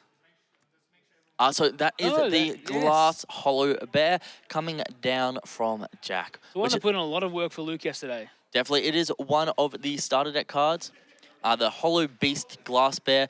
When it blocks, place a core from your void onto the spirit if there's a soul core on it. And as you see, Jack straight away goes to put the soul core onto his spirit. There we go. Now he's just gonna probably leave a couple of up or try and swing. He sort of is in a good position because he does have the Guard. He's going to have a massive power on his guys. He can just swing with Guard and refresh everything at the end of the turn anyway. Yeah, definitely. And the best part about this Guard is the fact that you get the refresh steps, so you get all the cores that you have spent throughout the turn. Which is incredible. Definitely. We do see the swing from the Infernal Dragon here, which is a 6 cost, I believe. Sorry, a 6,000 BP. Oh no, we've got is that 4 spirits on it, Tyson? No, it's gone down to 1. Gone down 1? All right. And Absolute Ice Shield coming out. And that will just essentially be the end of the turn. We will go into the refresh step. So yeah, that Infernal King Curse Dragon is a level 2 at the moment with 9,000 BP, and it does have a when attacking effect to remove all cores besides 1. Right, now he does have the Bishop, who is going to remove all cores but 1 from every one of his opponent's spirits. If he does have that dragon, he may be able to pull it out with just a dragon and clear his opponent's board. But we do see he doesn't have enough cores in reserve, but can use the ones on his spirits. Yeah, definitely. And Chi here being able to swing with the Dark Knight Mordred to clear whichever one of Jack's spirits that he wants. And what Chi does know is Jack does still have the Absolute Ice Shield in hand, so even if Chi presents 1 more attacker, Jack will be able to survive the turn. That's correct. But Jack still only sitting there with 2 cards in hand, which doesn't present too much of a threat. But I think Chi as well is only with 2 cards in hand. So this game just comes down to a battle of the minds with the current board state. That's right. The only card that Chi needs to win is that dragon. But it obviously doesn't appear that he has it, as he would have just immediately slammed it down after playing Bishop. Yeah, even then it can be hard because it will be a rough... as Chi will have to essentially destroy all his own spirits to play it, as he doesn't have too many cores remaining. That's correct. But even just killing his entire field, he'll have that 1 card on field as well, which will be enough to be able to kill Jack as well. That is very, very true. Just doing some mental math here, just figuring out what he wants to do, which is completely understandable at this stage in the game.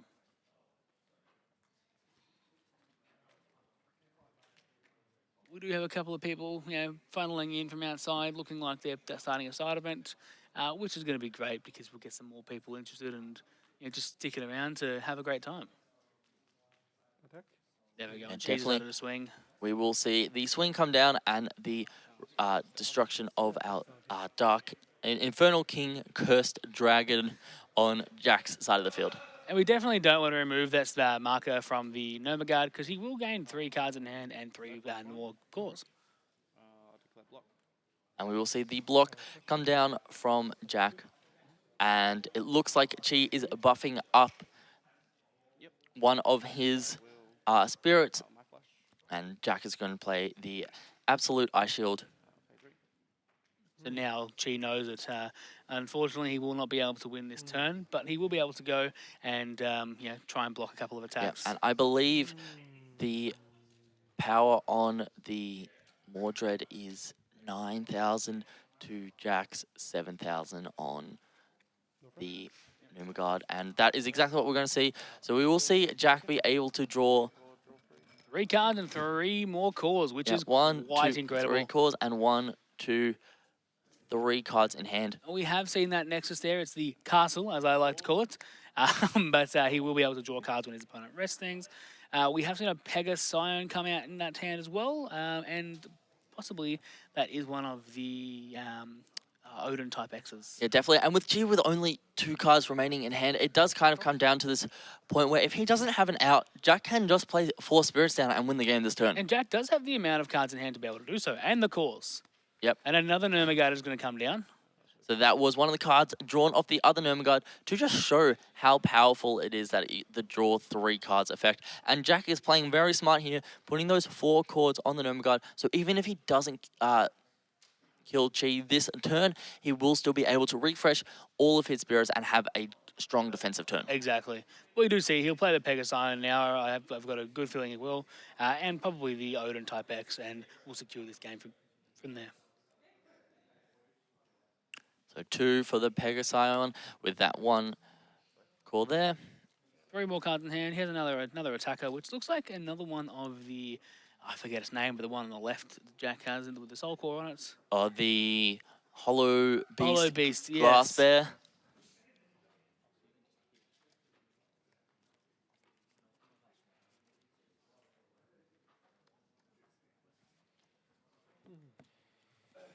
We do see these playing, and it looks like that is a deadly balance in Jack's hand as well, which will be able to, on the second attack, remove something from G's field. And in comes the castle, as I love to say, which will be able to give Jack some additional draws, especially when Chi goes to block, which Chi will have to do. So Jack has 1 court left to use this turn. But looks like if Chi doesn't have an out in his hand, it will just be game here on Jack's side of the field. We'll enter combat. And there we go, going in for the swings. So Chi will set the block, which will kill the Ice Bear. And we will see a draw here from Jack off the Netherworld Depths, as Chi has exhausted one of his spirits to block. Exactly. Now I'm curious to see if Chi does have an absolute Ice Shield in hand. If he does, that will extend his turn from dying now to being able to possibly go back in. Just having a quick think of lines of play here. Jack will take that draw off the Netherworld Depths.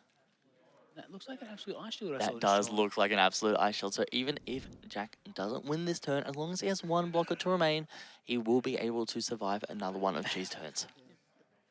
So Jack's luck has gone from completely lost to in a very, very winnable position here. Flash.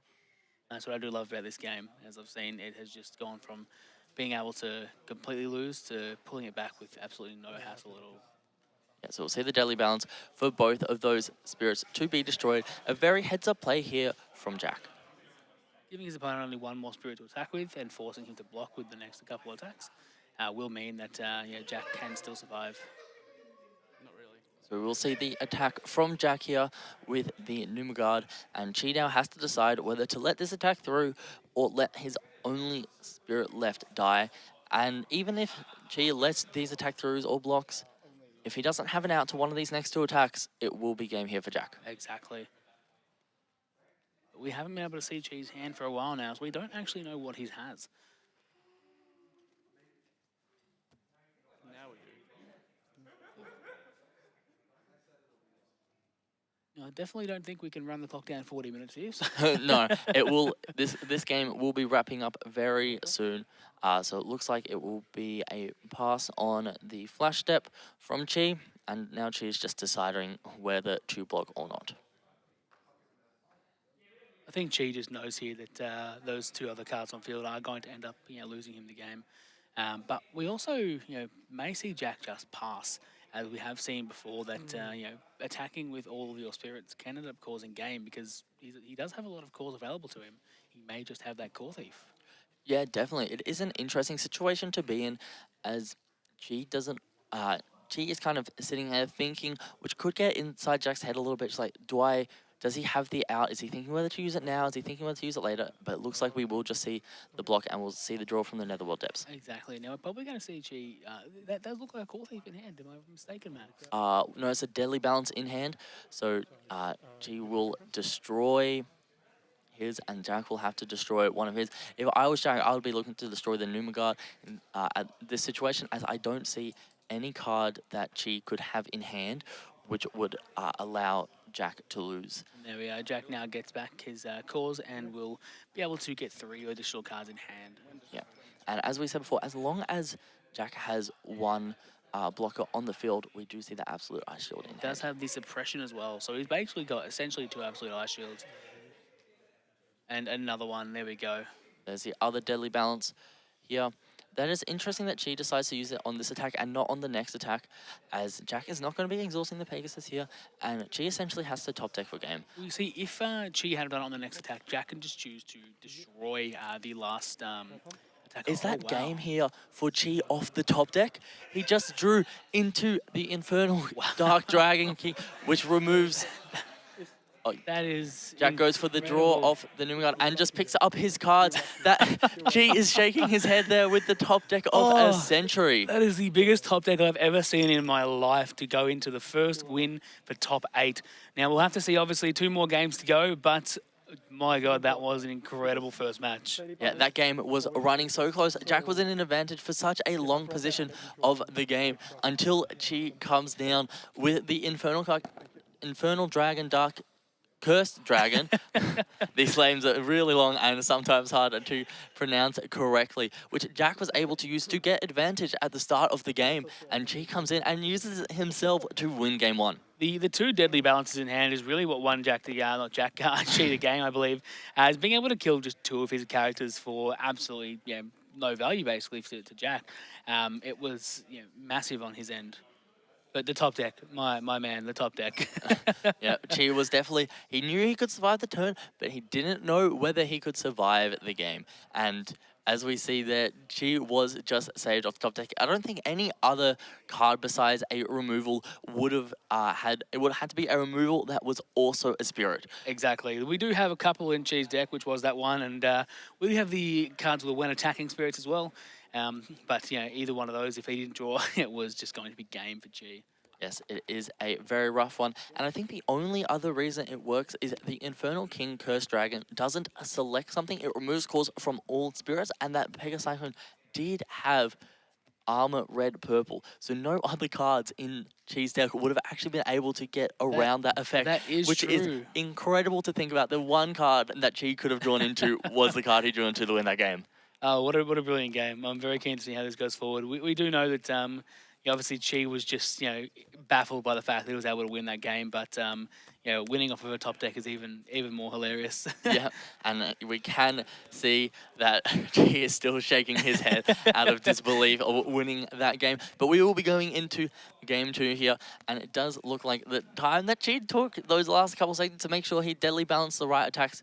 And I think in that last turn, we saw 3 deadly balances be played. Jack played 1 himself, yes. And then Chi played 2. Just shows how strong of a card deadly balance can be. I sometimes wonder what goes through the judges' head when watching these games. Because they're just there watching them being all silent. I wonder how they think, when he saw that top deck, what was that judge thinking? Yeah, definitely. I think Jack is just going for a last quick change in the sideboard. Just probably had a quick extra thought there, and it's just like, oh, actually, what would be a really good idea? This would be, and it looks like Chi's going to reconsider sideboarding as well, but after both players shuffle their deck, but hey, it happens sometimes. Well, we do know that both Jack and Chi are seasoned card game players. So they can have these last-minute thoughts where it's like, maybe I do actually want to go into something different. And, we can't really sort of pick up what they're thinking because, obviously there's a reason why they're there and we aren't, Max. Yeah, definitely. And the other important thing to know is while these are seasoned card game players, they may not be used to the fact that you can add extra cards into your deck when you sideboard, which Yeah. is a really unique mechanic that we have here in Battle Spirits, that you don't have to remain with the same amount of cards at the start of game 1 as you do in the middle of game 2, for I have example. played close to 13 card games now, and I've never come across a rule where you can sideboard more cards into your deck. Yeah, definitely. I think you can do it in Flesh and Blood, which is another one of those games that has an interesting sideboard rule. So it's Okay, looking like Jack just sort of figuring out if he wants to keep this hand. Looks like a couple of really high-cost cards, 2 of those castles in hand. Yeah, it's a bit of a rough opening hand because Jack does have an 8-cost, 2 6-cost next. We do see a good top deck from Jack here, which is one of the purple spirits. And this purple spirit will allow Jack to play those Netherworld Depths that we see in his hand a little bit cheaper. And what he does realize, very correctly so, is that these matchups are going to take a while, so you will have time to get up to those purple Netherworld Depths. Definitely will. So we see Chi placing one of the knights on the field and a burst card. Now, not going to see much defense in Jack's hand. He does have the 2 Netherworld Depths and a bunch of the 8-cost, 7-cost Alk as well, and a burning Force? Burning Force. That's right. I kept thinking Burning Slash. I'm like, that isn't right. We will see that Jack be very grateful for Chi to attack in this turn, as it will put Jack up to 5 cores to be able to play that Netherworld Depths because he does have the purple spirit on the field. Exactly, and again, you've just got to sort of figure out with how you want to swing with this game. Being able to give your opponent these resources, you just never know if they're able to, play a card or not able to play a card if you swing into them. Yeah, so we will see the Assassin come into play, which on swing is able to draw a card if it has that Spirit Core on it, and Jack will also draw a card because of the exhaust effect from the Netherworld Depths, which is very interesting. It's quite a big contrast from last game, where neither of these players had any cards in hand, and we saw it go even down to the top deck. That's right. And Jack will just decide to block as he wants to stay on a relatively high life, and he did decide to block because he wanted to try and get his opponent to attack one more time, so he gets another draw off those Netherworld Depths. Definitely, and he most likely will be playing that next Netherworld Depths there. But actually, I can't really see that happening, to be quite honest, now that I realise what his board state is like. Chi can just play a couple of cards and swing in for game next turn if Jack doesn't have anything to be able to counter that. Yes, this is a very similar situation where we saw to last game, where Chi's able to develop a board with a couple of these draw cards extremely early on and be able to pressure Jack to have an answer. That's right. Now, I don't know what the card that is that's just come down there. If you're able to pull that one up, Max, if you can find that. I will most definitely try. Is that the Odin type X that we've seen I don't before? believe so, but... I think that is a Gun Knight heavy barrel. So when destroyed by an opponent, select one of your opponent's spirits with a when summoned effect and return it to the bottom of their decks. Not bad. Yeah, definitely be able to return on that knight that Chi has in the field at the bottom of the deck, which is handy. So I believe that Chi would want to swing in with the knight first, so that he isn't risking a free attack, basically going. Yeah, it will be interesting to see whether Chi decides to even attack in the first place, as Chi could just take this turn to set up his board a little bit. Definitely can. Now, I believe I do see the 6-cost dragon in Chi's hand. No, I think I was wrong there. He does have the... Okay, wow, that's it. He's just going to discard essentially 4 cards in hand to remove that Gun Knight heavy barrel that we saw Jack just play down. He did not want to have to deal with it, and he's just going for game here. He has 3 swings on board. He's going for 1. He's just seeing whether Jack has any outs in his hand because he has no cores left. It doesn't look like Jack is able to actually go through it. This might be the end of top 8. So we will see a draw here from Jack. Yeah, he does have 3 additional cards. He does have the 1 core on the Cursed Knight, so a Deadly Balance won't even do it because Chi can destroy one of the already attacked, and this is the swing for game. And we'll see the draw from Jack. And that's game. That is game Chi from taking Chi. out top 8. That was an incredibly quick top cut from Chi. A very smart decision to be able to remove Jack's only blocker, develop all the attackers to be able to win super quickly. Now, as we said, Chi has played a lot into white, and Chi has done an incredible job here. Now, if we're able to, we might look at getting a player interview for Chi, if you'd like to do that, Max. Yeah, I'll be more than happy to have a quick interview here with Chi, who was able to win incredibly quickly in Game 2 after having that amazing top deck in Yeah, Game 1. definitely keen to get him on stream again if we can. If we can't, no stress. Okay. All right, and that was the end of our top 8 game. As we said, we'll try and get Chi on stream, and then we will have top 4 come after this. We've still got about 40 minutes left Yeah, in a the lot of round, time. though, so got a little bit of time, but we will take a quick break while we set up the interview. No worries, thanks.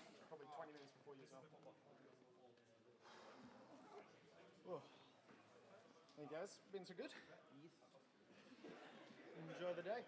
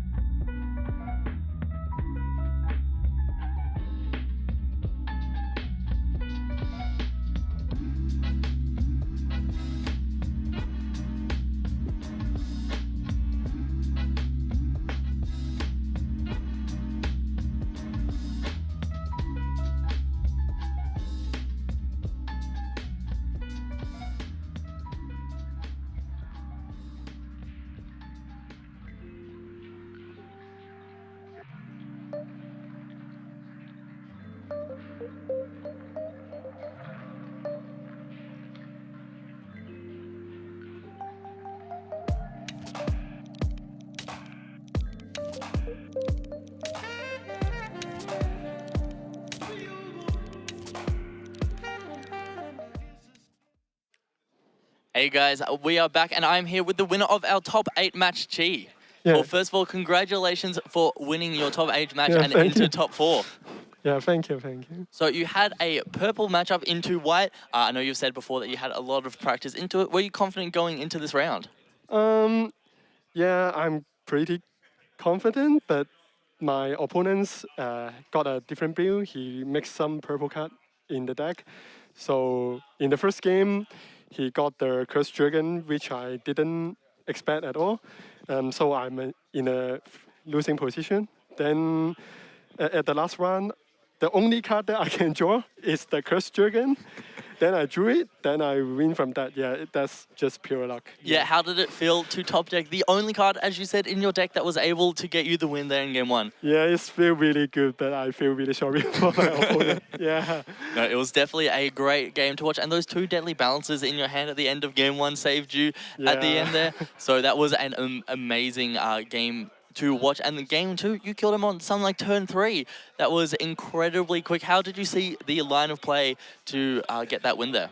Yeah, because it was like I was trying to play aggressive against white deck because I was trying to kill them before they can build a broad, right? But um, my opponent got the purple card on the board first, so I realized that if even though I attack, give core to him, he cannot do a lot of things because there are only purple symbol on his desk. Um, and the final turn, I got the core fifth, which can stop him from playing anything other than deadly balance. So I think it is a goal. So I just ran through it. Yeah. Yeah, definitely. You took that risk, and I don't think you had enough cores to play Deadly Balance on the first swing, and then anything after that, you could have just killed your exhausted He can actually spirits. play the deadly balance first swing because he got two symbol. You are very, decks. Yeah, you yeah, are yeah, very correct. Well, congratulations a bunch. Good luck for your game in top 4, and hopefully we'll see you in the streams for the finals. Yeah, thank you, thank you. Thank you very much, guys.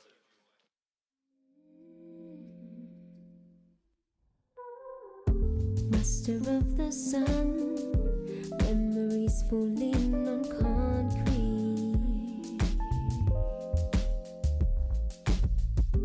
Leaving all behind, now you swear to be my enemy.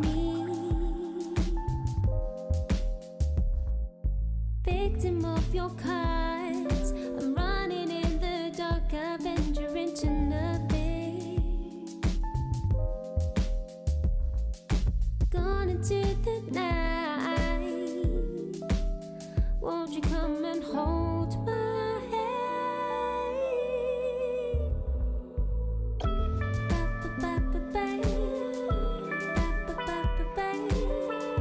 Master of the sun, master of the sun.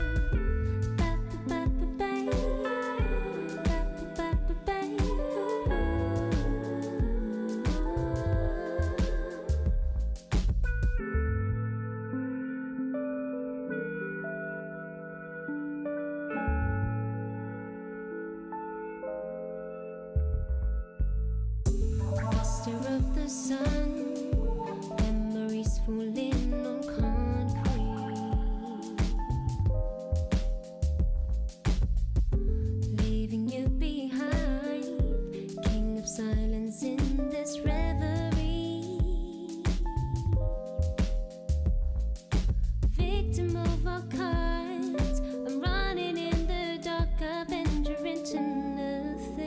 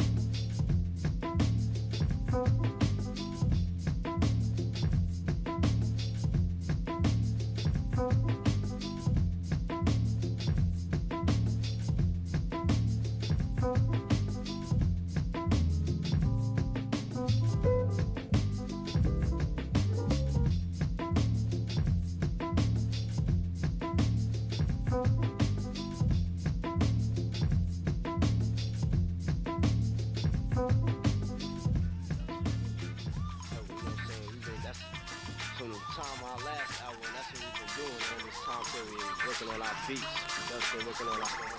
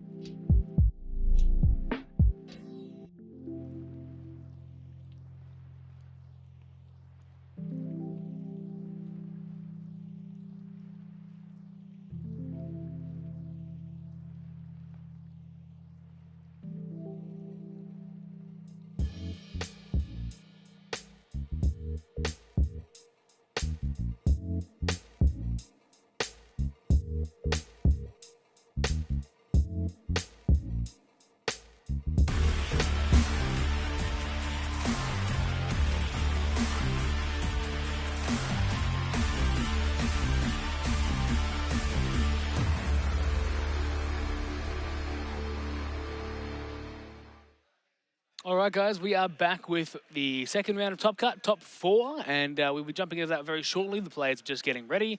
How are you feeling now, Max? Pretty good. Our little counters here were a bit off skew and I was a bit annoyed by that. But besides that, I'm extremely excited to see what we're going to see here in top 4. I've had a quick look at the deck list and we will see a white versus a purple game. So we'll see whether white is able to control purple's board or whether we're going to see the theme of purple just being a bit too fast for white in these situations. Lovely. We did see last game with a white/purple deck going into a pure purple deck, and it was a pretty crazy game. We did see the Chi did top deck his basic out to win game 1 and just smashed through it on game 2 with a bunch of attackers. So, I'm curious to see how this one will go.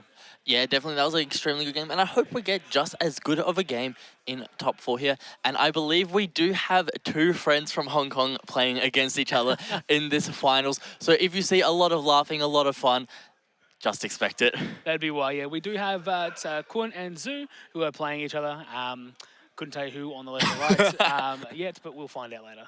All right, it looks like we are getting ready to set up here to go. So we have Kwon on the left and Su on the right. Beautiful. They do have some really nice life counters as well, or at least Zhu does. He's got a very nice gold-looking life counter. Yes, I think we saw that on the last game we played. And as you love to see, Tyson, the classic table shuffling, the pile shuffling coming down here. And look how fast they're able to get through it. Now, I still don't know why they do 10 piles, but, look, it's up to them. I do like to run the classic 7 shuffle with a 50-card deck because it does perfectly randomize the deck, but they're much better players than me, so they probably know more than I do. Yes, indeed. They are better than you, Tyson.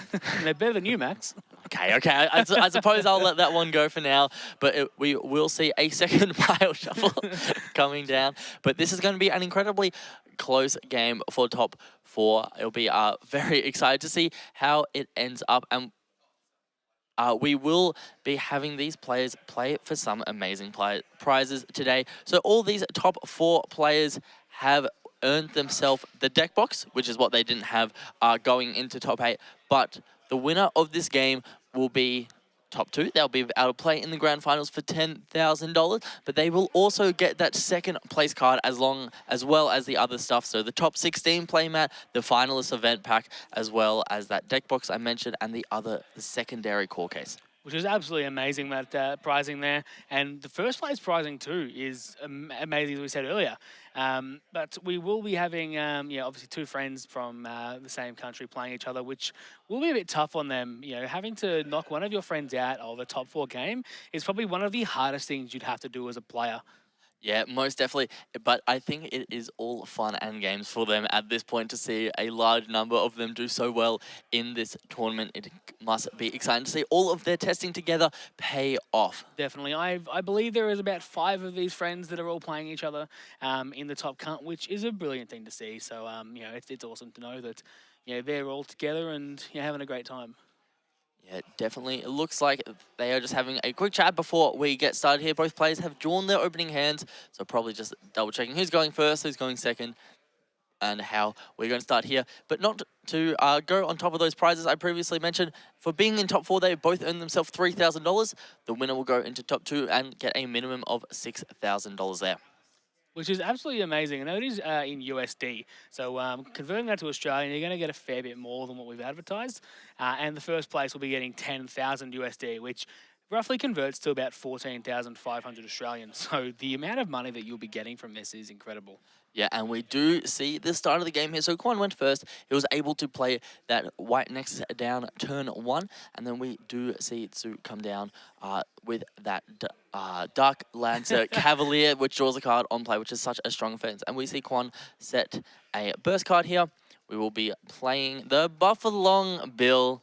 My favourite card. I think Buffalo Bill. Yeah, I think Quan's the only player that we have had play it in the event so far, but it does give him a lot of value because when he blocks, he's able to bounce a 4 or less back to your opponent's hand. Definitely. Now we will try and get this commentary down as best as we can, but these players play so fast that sometimes you just cannot tell what they're doing. So Yes, indeed. We do see the Camelot Knight come down, so just getting a bit more of a board presence here. Especially chucking the Soul Core on there, he's able to at least kill the Buffalo Bill if it does block. Yep. And we see the second Lancer come down. Looks like we are going to look at our burst card, not use it though. And we have the attack here where Quan is going to take it and go down to, is that 3 he's gone down to now? 3 life, yes, with Zhu at 5 still, in a comfortable position with 3 cards on board. Yes, this is definitely a situation we saw similarly to last game where we had Chi put Jack in a very tight position, just being able to go with a wide board so early.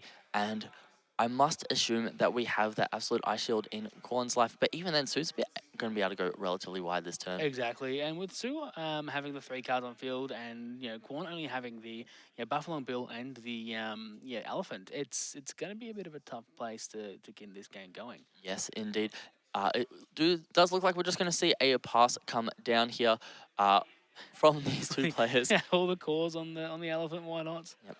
One of the things that these players do is instead of leaving stuff in the refresh, they will just put everything on one of their spirits and just say, yep, I'm fine with this, and they'll pay it off the spirits. And we do just see the Burning Force come down to remove those 2 cards on the field, and we'll see that 1 core go on to the Forest Ice. It looks like Quinton's just playing the control game right now. Just going to wait until he can clear the opponent's board and then try and swing in for game. Obviously, he would know that his opponent most likely would have an absolute ice shield in his burst, but, of course, he can't tell for certain. Yeah, definitely. And just putting that 1 spirit on, the 1 core, sorry, on to the Nexus there just allows if one of Quan's spirits is destroyed, he is able to return a Nexus that Su plays. Still checking the burst, wanted to make sure he got it put down right. Yeah, we didn't see what he has there, so he's probably just forgotten what he has there as well. Or either that, or just continually just like, oh, am I going to do it? Am I going to do it? Trying to psych his opponent out. Yeah, definitely. And as friends, it's probably even funnier for these guys than it is for us. We do see one of the X-rare purple cards in Su's hand, which is the one that has Blood Curse, which is a very strong card, especially in these control matchups. It is a really, really good card. And from what I believe, Blood Curse, if they block, they do still take a life, right? It is if the creature is destroyed, I believe, if the spirit is destroyed, they can instead place a core from your opponent's life into the void or reserve, and then you can also place 1 from the void onto this spirit to keep it alive. So it is an extremely strong effect. Yes, definitely is. We do see the suppression here in Quan's hand, able to go a little bit wider. We see the Star Bless draw come down to draw a couple extra cards. And that's one of the great things about these slower matchups, where you're just able to use these cards to draw and play a little bit slower because, my board is set the way it is. My opponent can't do anything about my board, so I'm going to do nothing. And we're definitely seeing a very different playstyle from Kwon here, who we didn't see from Chi last game, where Chi was sort of going a bit. Sorry, not Chi. Jack was going sort of a bit more wide with white and purple, but with Kwon just being mono white, it is going to be a bit of a more control game. Yeah, definitely. One of the big differences you see between a mono list and that white-purple list that we saw Jack play is the white-purple list sometimes just has to play things for a higher cost because you don't get the continual cost reduction. But thankfully, with the elephants as well on field, you can try and bait them to be killed, so you can get more calls. Most definitely.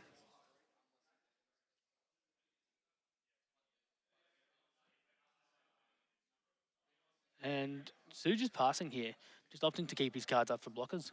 Yeah, definitely. I love the good old draw pass. I think definitely the reason why Tsu wasn't going to attack with the Camelot Knight was he does have the Soul Core, and he knows the Kwon can just go, all right, I'll block with my Elephant, and I'll draw 3, gain 3 back. Definitely. It is a very interesting game at the moment where one of the big differences between Battle Spirits and other games is sometimes draw pass is actually the strategical correct move to make, whereas other games it generally signifies that you haven't seen many cards to do anything with. However, in Battle Spirits, it's just a I'm a psych you out. I'm a wait a turn. Definitely, yeah. And you know that you typically can't die in one turn unless your opponent has the most insane hand imaginable. So you're always in a sort of comfortable position. Yeah, and we do see another draw pass here, and it looks like we are going to see one of the white spirits. I can't remember the name of this spirit. However, it does have an effect where you cannot remove cores from your opponent's spirits that are you cannot remove cores from your cores. Oh my gosh, I am opponent tired. can't remove cores from your spirits. They have the Soul Core on it. Thank There you, go. Tyson. You have saved me there. A little bit of stuttering by my part. And it also can't be removed. Of course, it can't have its own cores removed as well by opponents. Yep. And we will see an attack from Buffalo Bill here, which has 2 cores on it. And Quan will be able to restand all of these spirits at the end of the turn due to the level 2 effect on that. That's right. Numagard. We do see a couple of deadly balances in Su's hand, so Su will be able to just go, yep, cool, I'm going to block and possibly deadly balance, but no, he's just going to allow that to go through.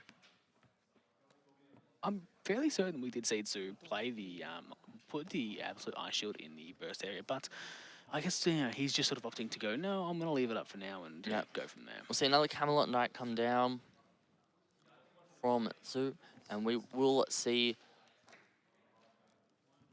there we go, yeah. all the cores be removed outside of 1 from Quan's build. Are we going to see the 6-cost dragon come down? I believe I see it in his hand. He'll be able to kill 2 cards, but is it worth it? Because he's going to allow his opponent to draw 6 cards and gain 6 cores. Which is a massive turn of the tide, but it will still allow Su to build a little bit more of a board. And we're definitely deciding what we want to do here on Su's side. We will see one of those purple spirits that if it has the Soul Core on deletion, it will draw a card. Definitely. And he doesn't want to have the Soul Cores on the Camelot Knights because he knows that he'll just block with the Mammoth and he will gain 3 cards and 3 cores. Yeah, it is definitely that little bit of a double-edged sword here where you kind of want to keep your elephants alive. However, letting them die is nearly as strong. Exactly. So these elephants are pretty much just going to stay on the board for the rest of the game until, Su is ready to go for game. Which it does look like he can be pretty soon. It's just a matter of when. We will see that pass here from Su. Both players have a healthy hand size as well, which is something we haven't seen all day. A lot of the time, we've actually seen one player just dominating with their hand and the other player only having 1 or 2 in hand. But both players have a healthy hand and a healthy board state, which is great to see. Yeah, we've definitely seen those draw passes kind of come down, which have been able to allow both these players to have big hands. Right, and the Buffalo and Bill adding back that last card, and there we go, Absolute Ice Shield popping out. I don't believe we see another one in the opponent's hand, but he may have drawn one for turn. We will hopefully see very shortly, but he did have enough of these cores to pay for it, as they would have just been paid off like the Camelot Knights and those cards. And we see a 3rd Camelot Knight come down. Now we aren't seeing, there we go, that's the Blood Curse one. So this has the potential to be a very strong turn here for Su, as all of those Camelot Knights now have the ability to gain Blood Curse. So that Grand Underworld Trio Queen, if it has 1. It just has to be on the field. When one of your spirits with curse or blood curse reduces your opponent's life, it goes to the void instead of the reserve, which is such a strong effect. Additionally, if it's a level 2, which it is now with its... How many cores are on there, 5 Tyson? cores. Oh, it's got 5 cores, so it's 1 off being the level 6. But with those 3 cores, it has a blood curse. And then during your tap step, if it gets all 6 cores on there, it will have all your spirits with curse gain blood curse. Now, blood curse, for those of you who don't know, is an extremely strong keyword which says when this spirit would be destroyed by your opponent, you may place 1 core from your opponent's life and 1 core from this spirit into their owner's trash to keep the spirit on the field refreshed. Now, you can definitely, you could definitely have put one of the cores, the Soul Core on a Camelot Knight, and then taken 2 off of one of the other ones to give it give that one blood curse as well. But, you know, it's sort of, you know, do you want to do that? Probably not. Yeah, definitely. It is a interesting position to be in. It looks like we only have 4 cores on it now. Is it 5? Is it still 5? There's still 5. Still 5, okay. He has swung with a Camelot Knight, and, you know, Kwon has just decided to block with a Mammoth, but... You know, I'm wondering what we'll see going forward. Will the player end up attacking with his blood curse? So there, it's a lot easier to see how many cores are there when the cards aren't under it. But we'll just be waiting here for a little bit. But this is quite a developed board state. Both of these players have a lot of their strong cards on the field, and it looks like Buffalo Bill on block effect is just going to return the Camelot Knight to hand. Exactly, which is a really handy effect. Yeah, we will see the 8-drop swing in here, which will put the core into the trash instead of... Oh, sorry, into the void instead of into Quan's reserve, which is such a strong effect. And looks like he's done suppression and allowed Buffalo Bill to block it. And we will see the block here from our Elephant. Okay, so he didn't allow Buffalo Bill to block it, but he did just K the cores off of Buffalo Bill. There we go. Now, Sue's board is clear, and with an absolute Ice Shield drawn. Looks like we completely missed a step and didn't even realize, Tyson. That was a very quick turn by Quan. He attacked. I thought that he was being attacked. I thought he was being attacked as well, but that just shows how fast these players go that we completely missed those turn was. They are so incredibly fast. There's a reason why we aren't playing today, Max. Yep.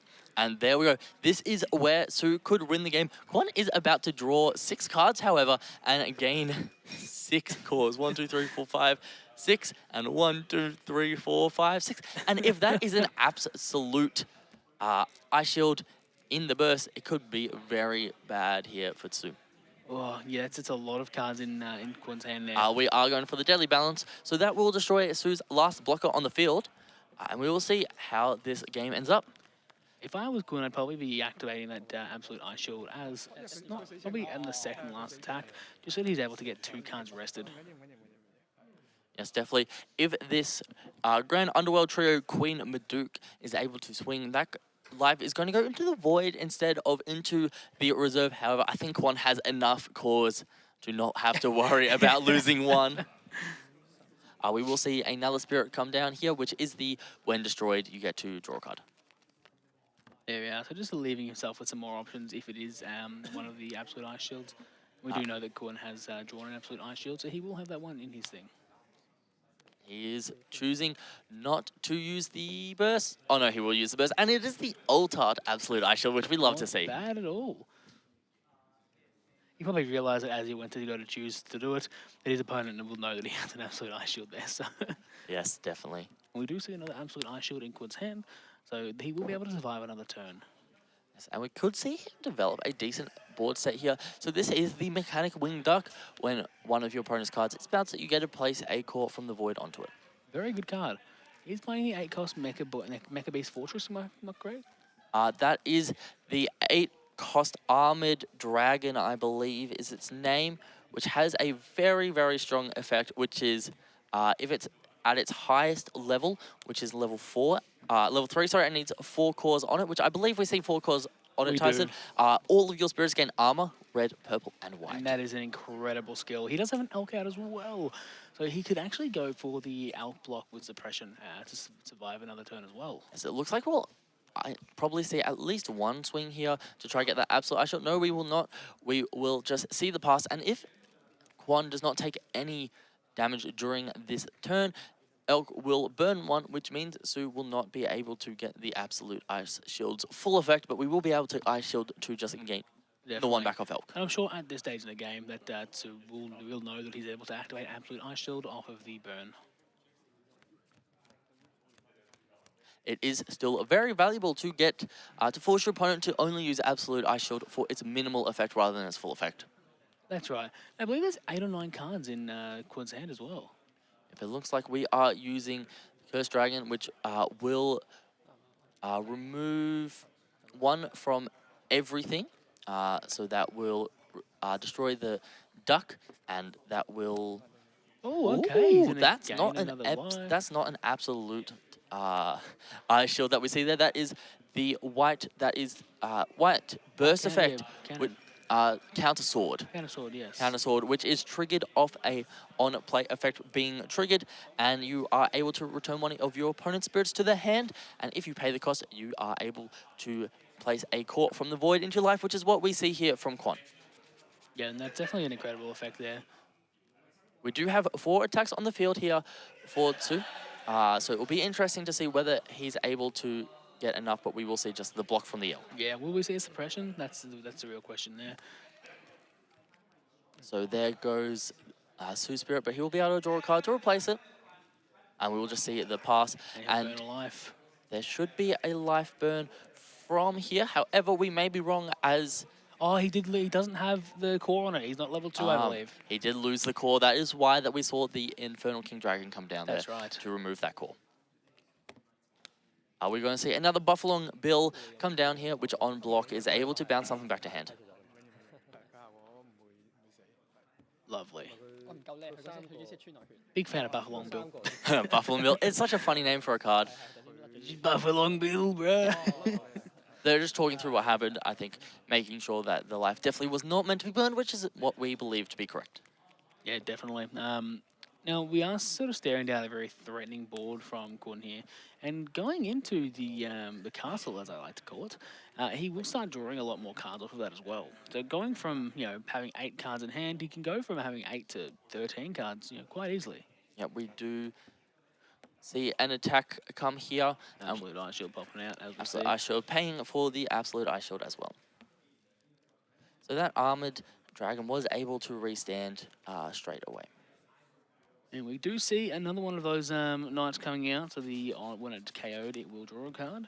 Yeah, we and did. Another Blood Curse. Yeah, that's the one that got bounced from the previous turn. But I would like to point out a really nice play that Quan made, which was with the Buffalo Bill. All your spirits with an on-block effect get that when attacking as well. So with Buffalo Bill being at its level 3, Quan was able to attack with the Armored Dragon and then restand it during its attack phase. And then it will be able to block and still refresh during the block step as well. That's very good. Which is very valuable here.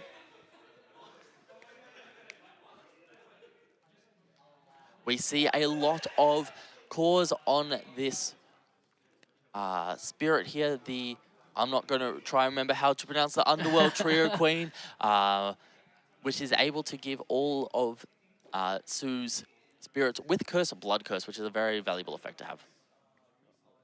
I believe that all of Quin's cards here have the armor purple, red, and white. Am I wrong? Yes, they all have armor purple, all have armor red, and all have armor white. You are correct. Beautiful. We will see the Buffalo Bill, and we'll just bounce that back to hand, and then we're going to see an attack here from the Camelot Knight, and we will draw off the Netherworld Depths. One here is just deciding whether to block. I would be unsurprised if we saw a block from the Elk here. Definitely. And he should not be able to take a counter off of his Elk off of the Dragons, am I right? Because he does have the armor purple, red, and white. No, you still are. The Dragons are able to remove the counters because they do not select them.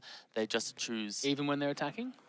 Oh, sorry. When attacking would be a choice. So yes, they will not be able to remove the core.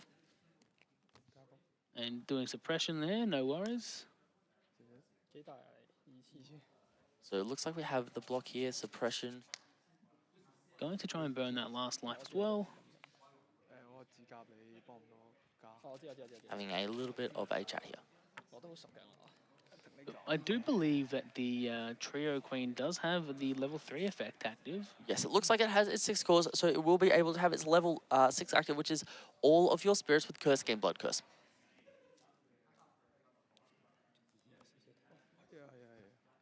I wonder what they're thinking about here. Looks like we are still in the flash step, and we are going to see a deadly balance come down. So we are going to destroy... Will Deadly Balance actually work because of the armor purple, red and white? Looks like... Because even though you're the one choosing, does your opponent choose the card? Oh, I guess not. it looks like Quan potential... Su is potentially just sacrificing his himself here, knowing that he doesn't have anything he can do, and thought, you know what, this will be kind of funny. I guess so.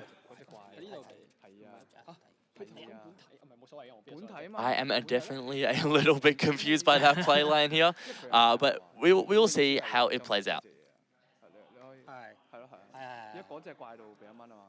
He has taken a life, so Alex effect is not going to trigger, so he will be able to gain, that will keep his 2 life. So it looks like the Deadly Knight, the Camelot Knight, my apologies, has been destroyed, and we will have 3 attacks with 2 life left and a blocker available. Now, we do see about 5 or 6 cores available on Su's side. We don't know what's in his hand, so we can't tell you if he does have an absolute Ice Shield and if he can block. But we do have the Pegasion come down from Korn. It looks like another fortress.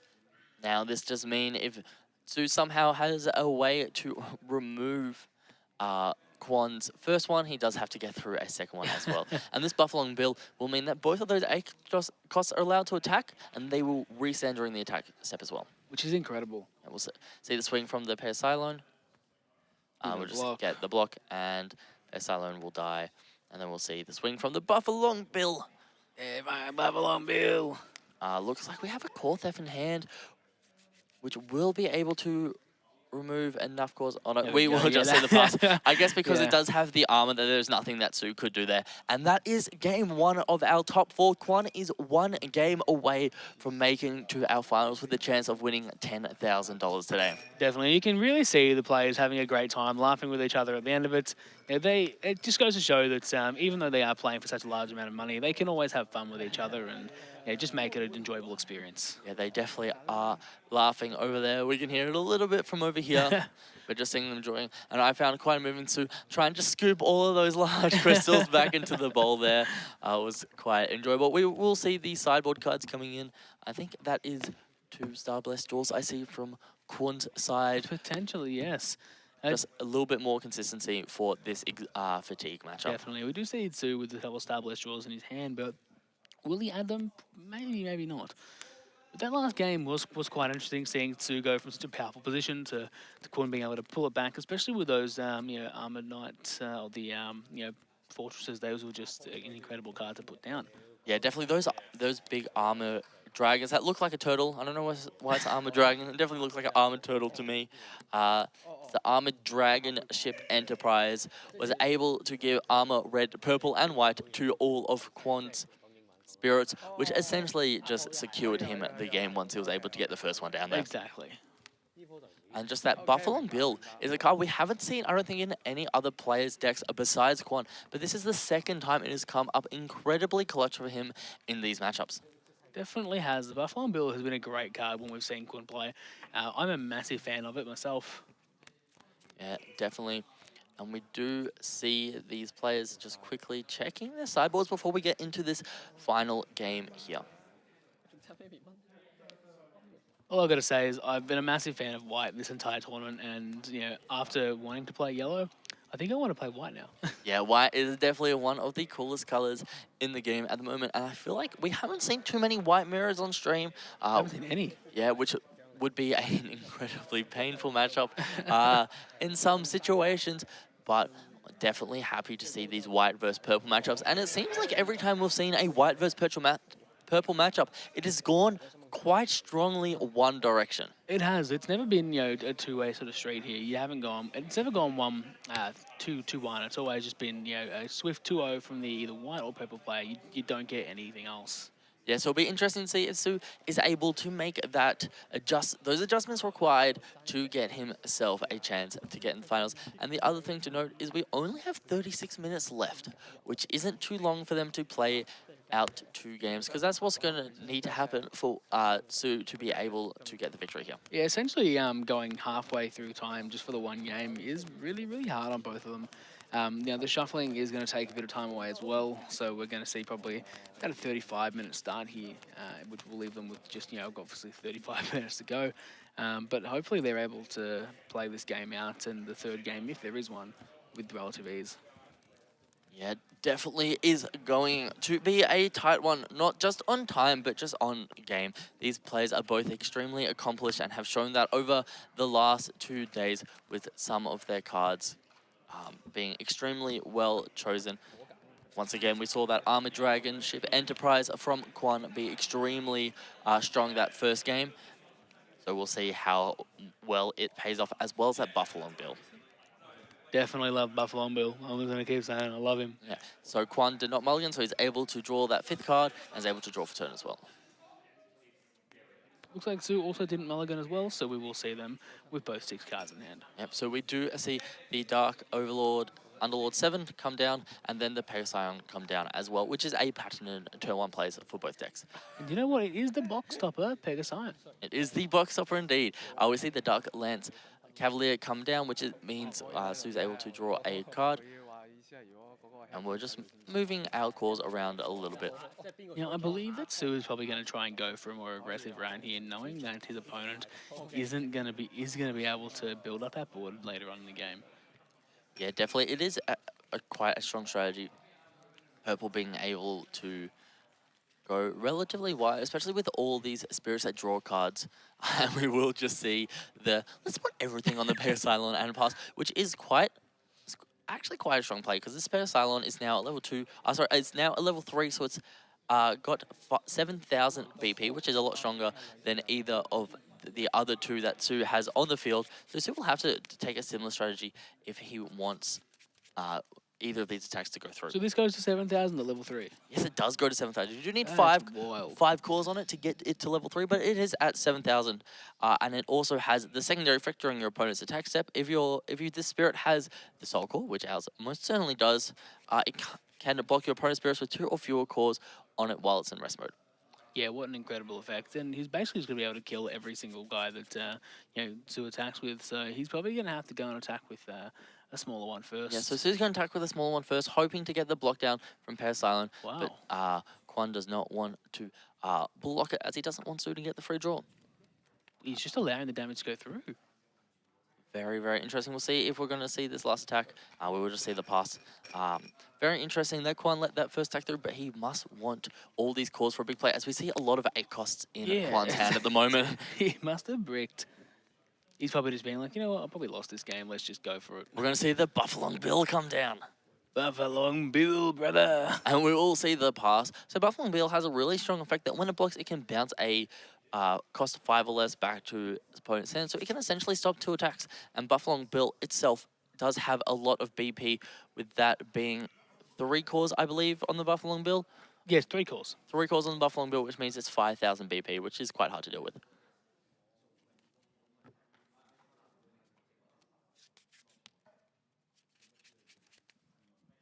Now, so just having a look at what he wants to actually do with his turn here. We do see the Absolute Ice Shield, which is going to be put down into the burst area. Now, we don't know what Kun has in his burst area. It could be another one of those, the swords, I believe they're called. The counter sword. Counter sword, yes. He could have one of those in there, or his own Absolute Ice Shield, but we aren't aware of that just yet. We will see some cores be placed down, and we do see this swing, and Buffalo Bill is just going to bounce the spirit that has attacked. So did Buffalo Bill bounce the spirit that attacks, or can it bounce anything? It can bounce anything, but Quan deciding to bounce the attacking spirit this time to be able, so it doesn't get its when destroyed effect. And it looks like Quan's going to go for the suppression, giving Buffalo Bill plus extra power to be able to attempt to bounce something back to hand. And Sue activating the Dream Bomb from hand just to bounce that Buffalo Bill back, so he's not going to have to actually kill the Buffalo Bill. Yeah, so a little bit of a sequencing thing there, because we weren't in the block step yet. What was able to happen was Tsu bounced the Buffalo Bill before Buffalo Bill got to block, so we couldn't return back to hand. And we do see Quan down to only 1 life remaining. It's not too much that he's able to do now. We do see another absolute ice shield in his hand, but being on 1, you can only really activate that from your hand after you block with something. Yeah, it is incredible that Quan has taken so much life. I'm not too sure what his game plan is here, but he obviously has something in mind. Yeah, we will see the elk come down here for 6, which is a very, very strong which is able to block and start the burn. But I think if we see even just 1 more spirit here, it could be rough for Quan. However, it looks like Quan has 5 cores on the elk, or maybe 4, but he will be able to block with the elk and then absolute. I believe that Tsu has the bishop in hand as well as the dragon, so if he's able to play them this turn, he will be able to win here. We do only see 1 core on the Lancer, which can be used, as well as he has 7 cores. He has what, 6 cores on in the back line. He has there. 9 cores available to him. He can kill his 2 characters, which is all he really needs to be able to win. Yeah, so if we do have the bishop and the dragon here, the bishop can go down to a cost of 4, so we will need 4 cores plus 1 to go on it, and then the dragon can go down to a cost of 5, which we will be able to use, but it doesn't look like Sue's going for that line of play today.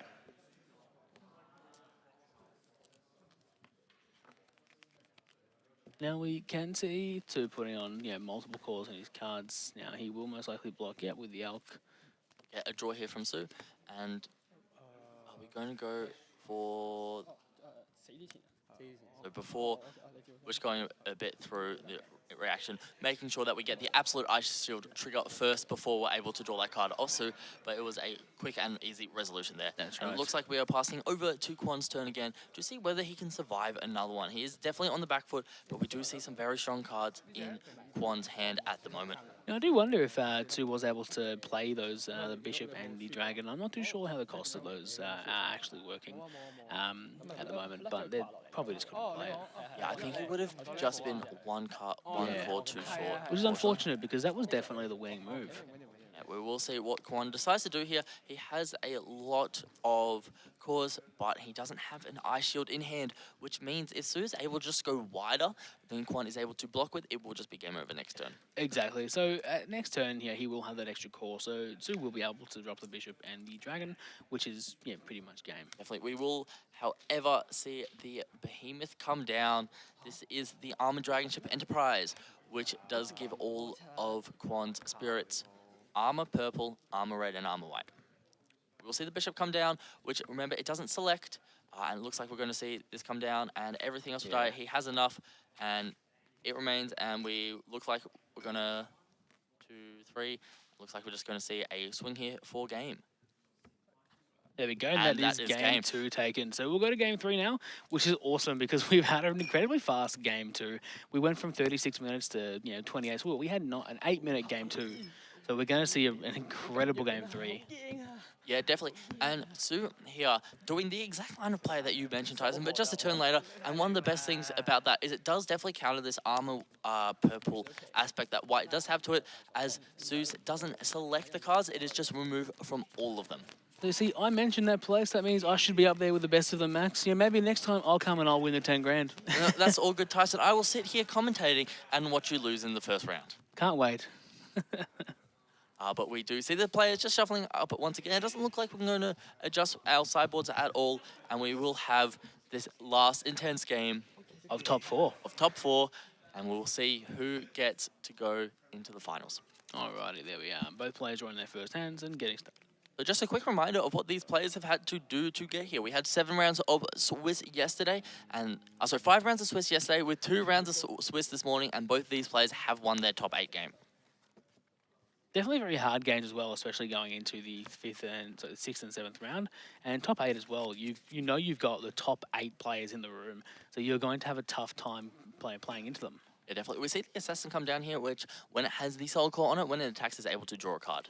And we will see the Mechanical Duck come down with the 4 cores on it. It doesn't get any, it gets to level 2, and I don't believe it is too strong at level 2, but it is just funny to see Mechanical Duck with 4 cores on it, isn't it, Tyson? That is exactly right. Now we are going to see, ditching a pet Camelot Knight. Not too sure why there, but obviously there's a reason for it. Yes, indeed. It's a bit of a... I think we have paid 1 for the Camelot Knight, and then we have removed it so it is cheaper to play by playing the core off That it. must be why. Okay, yeah. So that's why I said there's probably a reason for it. I'm just not saying it. Yeah, so it was a very heads-up play, and that's what's one of the really cool things that you do see with these one-cost cards, such as Camelot Knight, is you're able to play them and place a core on them for free, and then you can spend that core off them, but you still get the cost reduction before the end, before they leave the field. So it essentially means that you get 1 free core extra for the turn. That's right. And now we've seen in less than a minute, we've seen 3 turns pass. These players definitely know what they're doing. Sue definitely wanting to go a little bit more aggressive here, and we will probably see the attack come down. Now we're going to get drawn a card for the Assassin. Obviously not going to take Buffalo Bill's block. No, he is sort of calculating. He's going to block a Buffalo Bill and return the Assassin to hand. Yeah, which means we will not get the curse effect off, so Buffalo Bill will survive. And the other thing is, we didn't even mention, we just saw a deadly force from Quan destroying that Netherworld Death that was played almost instantaneously after. So yeah, we saw 3 turns happen in the space of less than a minute. Yep, and we do see this Armored Dragon Ship Enterprise come down as well as a burst effect, and we're going to see a pass. So this is the point where White's in a very commanding position if Sue does not find his 2 combo pieces. He does appear to have 2 of the A-cost trio queens in the field, which is going to be a handy play, and another one of the Assassins that he had bounced back to his hand. So he will be able to draw a new card and potentially go into the play that we had, the Bishop and the Dragon. Yeah, definitely. This is one of those situations which is kind of a damned if you do, damned if you don't. Because if we block here with Buffalo Bill, Buffalo Bill will go from curse. However, if we bounce it back, Sue just gets to draw an extra card on the next turn. And we do see that he does have the Bishop in his hand. So he just needs to draw into that Dragon, and that's it. And we will see the same play as last turn, but this just means Sue just gets a free draw every turn and doesn't have to worry about anything related to it. Exactly. Lucky there's no combos in this game, because combos would have been crazy. Definitely, indeed. But we will see one of the better cards come down here for Quan, which is the White Spirit, which is name I keep forgetting, the Head Ice Maid Fuller, which means your opponent cannot remove your cores of the spirits of this spirit and the spirit with the soul core on it. Yes, so now that combo of the Bishop and the Dragon isn't going to be as effective, as he will always have those 2 cards up to block with or attack with. Yes, and because that we have this Armored Dragon down, they kind of protect each other, because the Fuller protects the Armored Dragon from removal of cores, and the Armored Dragon gives Fuller the protection from purple. That's right. Now we are going to see a burst card placed down. I believe that was an absolute Ice Shield, but we do also have one from Kun. I believe that may also be an absolute Ice Shield, but I can be wrong. It could be the cannon. It could most definitely be the cannon. We do see the Purple Smoke Valley come down, and we will see this Assassin come down for the 3rd time now, and we'll probably see the attack, and it be bounced to hand, and Sue just get a free draw. And there we go. He knew what was happening. Yeah. Now, the good thing about actually returning it to hand is it means he's always forced to pay more cores. So he is getting a draw every turn, but the same thing would happen even if he didn't bounce it. So him forcing his opponent to replay it every single turn to spend more cores is a bit more of advantage to Kun. Yes, most definitely. We do see that Purple Smoke Valley on Sue's side just being another source of purple for that cost reduction. And additionally, it will allow Sue to draw cards if he's ever able to remove the... Never mind, we're not going to talk about that because it just got Burning Forced. Yep, exactly. Burning Force has been a really good card this specific game. And at this We'll just see another Purple Smoke Valley come down. So now I can talk about Purple Smoke Valley. So if Sue is ever able to reduce the number of counters, number of cores on one of Quan's spirits to then remove it from play, we will be able to see a draw from Sue's side. But looks like we're going to see the Assassin get played, the Assassin draw a card. And Quan is not going to block and is just going to take it, and we will see. We're going to see the return of the Nexus and then return of the Assassin to hand again for another turn in a row, and that was with Dream Bomb as the burst effect there. And we'll see another burst effect come down. I don't know if you saw what that was, Tyson. I did not. Okay, well, we will just have to wait and see, just like Sue will, to see what burst card that is. I believe that is another of the Nexus killing card in his hand at the back. I forget the card's name as usual. All right, so we're seeing Elk to come down here, and this is a very harsh position for Sue to be in. The only way for him to remove the Elk is for the combo, but that will only remove 2 of the 4 spirits in play.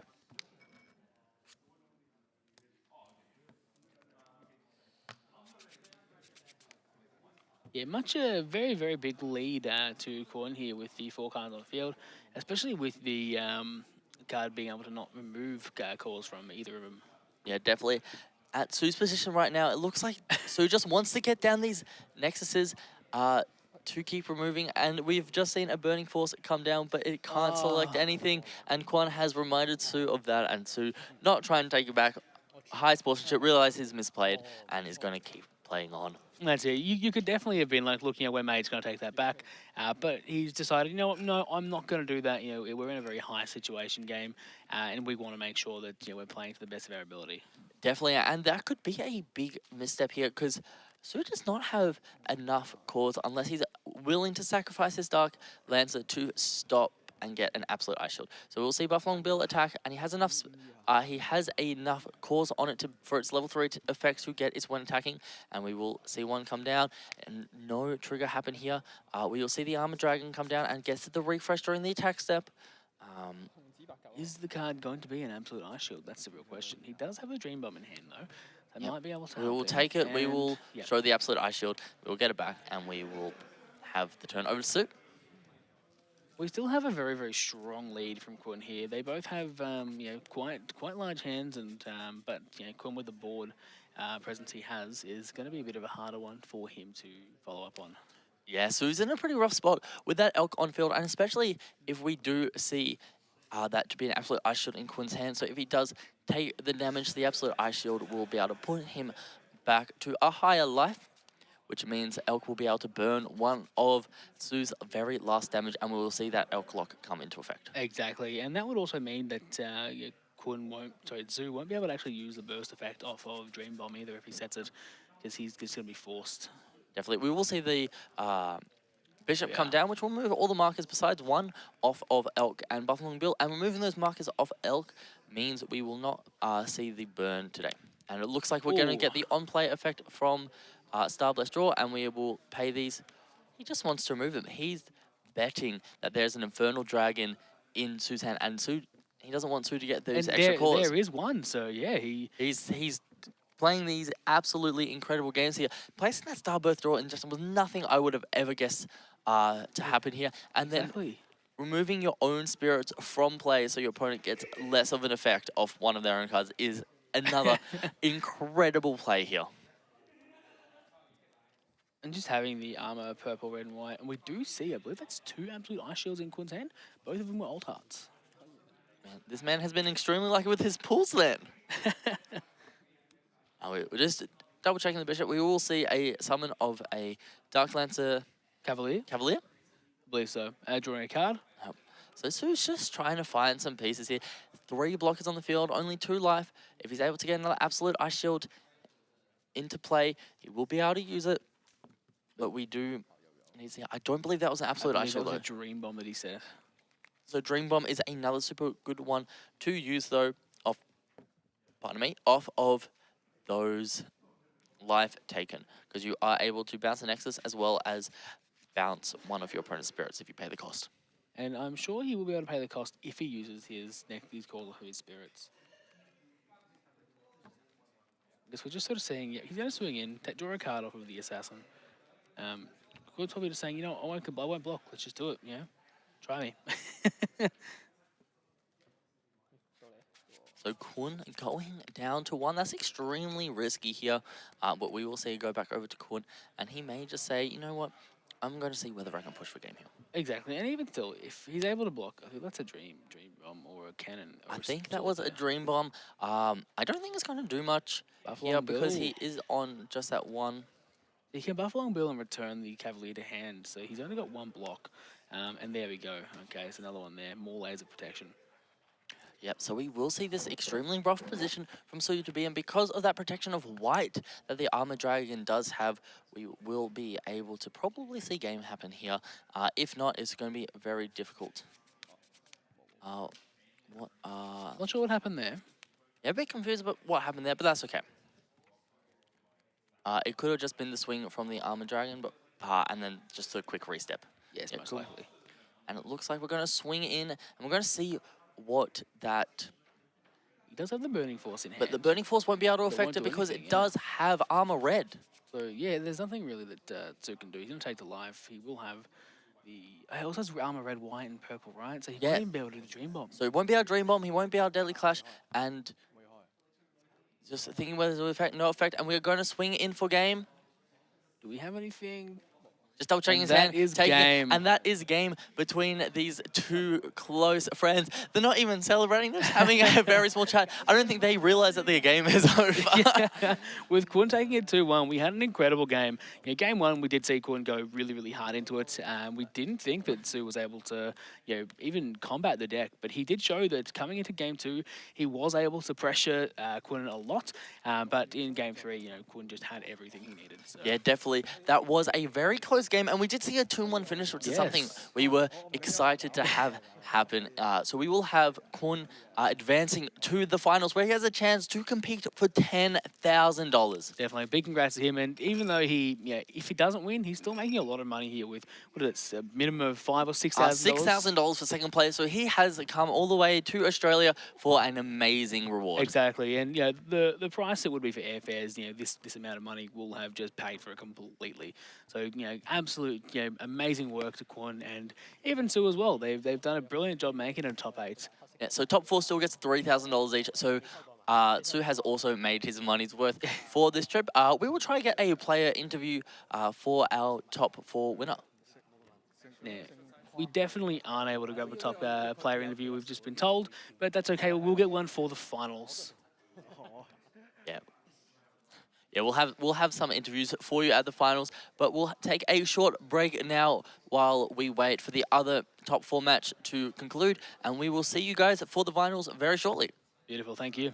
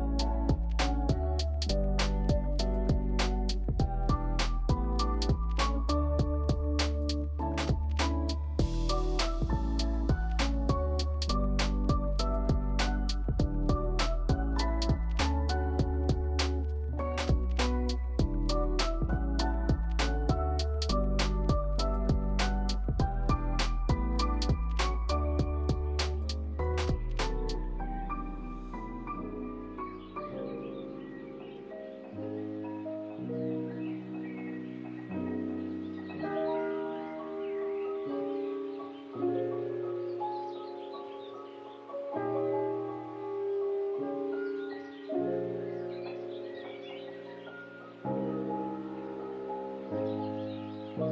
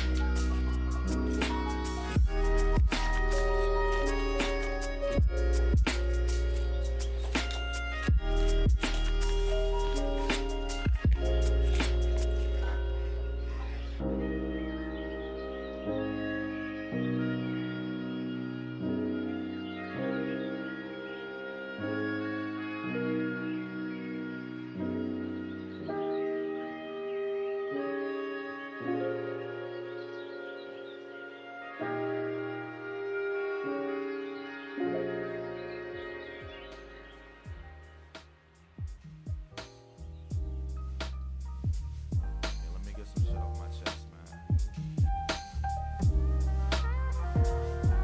Damn. So I'm really feeling. Yeah. Yeah. Slave to the rhythm of victims shackled in chains. These veins long for the pleasure and pain. This rain gives me. Came for the fix, left with a wrist covered in gold. Became a mold of a stereotypical rap nigga. Poison into my system. The system is like a prison. Lovely land of the free, but this dream is a contradiction. We listen to the media and all them lies they feeding us. Tried to silence us in the streets, so we threw graffiti up.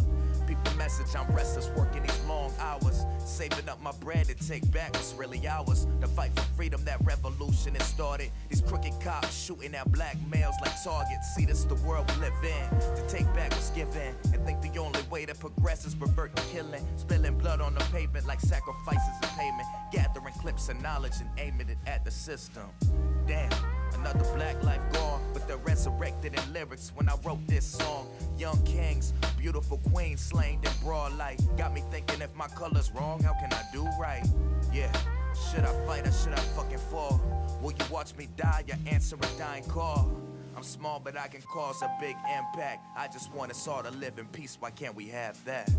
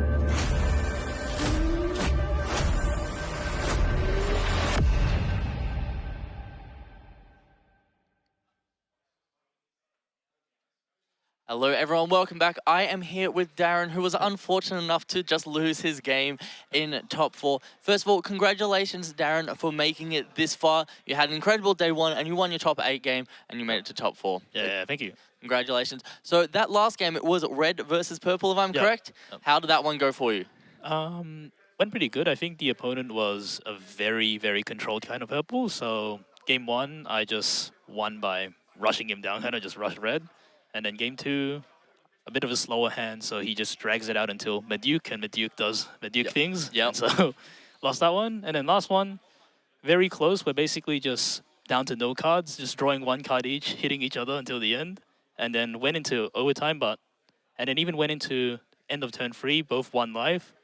And it's just who top decks the card to hit each other first. Oh, that's such a close game. Yeah. So why did you choose to play red in this massive field of purple and white decks? I think red is pretty consistent in terms of matchup variance, so no bad matchups, no great matchups. So I think it's just a good deck to take. Yeah, each game comes down to skill. Well, congratulations once again. You have earned yourself, I believe, $3,000 as well as all those top 4 prizing. So congratulations, and I hope you enjoyed the event. Yeah, thank you very much. Thank you very much, guys. We will get back very shortly to have your finals matchup.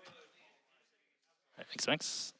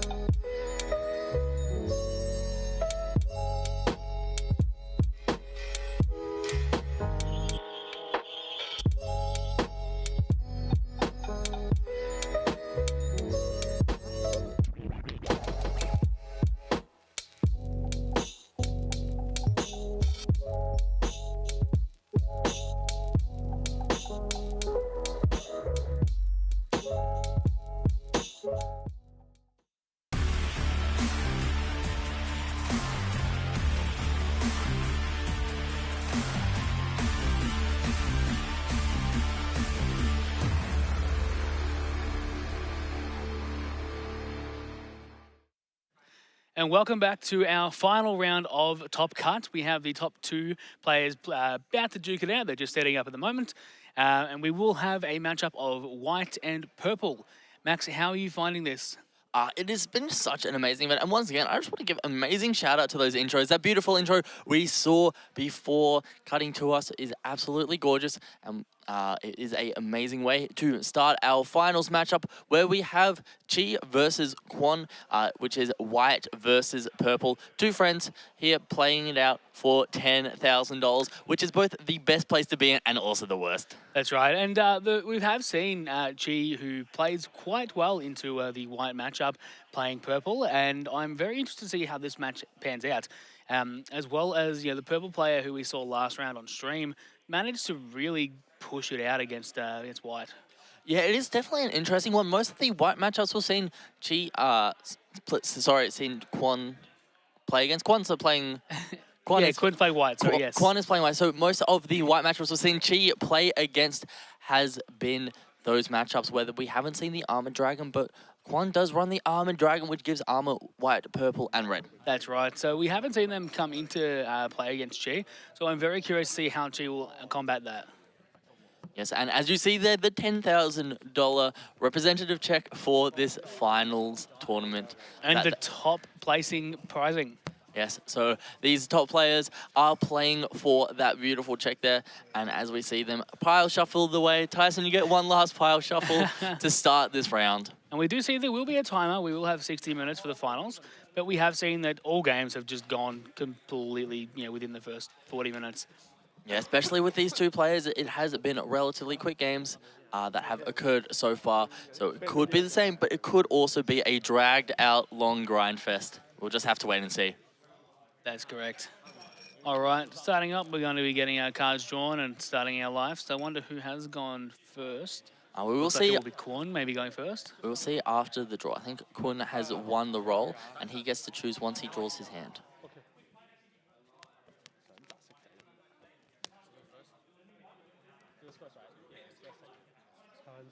All right, looks like we're good to go. They're just choosing their hands. They both drawn a card. All righty. And potentially it is... It is Chi going first. Okay. Alrighty. We'll see if he gets that pattern in turn 1 plays. He does. He gets one of the 3 cost purple Spirit Sound that gets to draw a card when destroyed if it has the red core on it. Beautiful. We're going to see the Mecha Duck win. Mecha Duck, yep. Come down here, and it has way too many cores and knows what to do with. I believe it's a 3,000 when it's level 2. I think it only gets to 2,000, but I will check that one.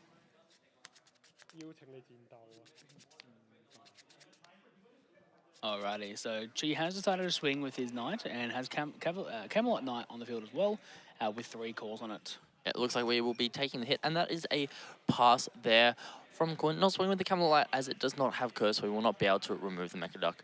We do just see the Netherworld depths coming down, so every time Chi attacks, Kwon is able to draw a card.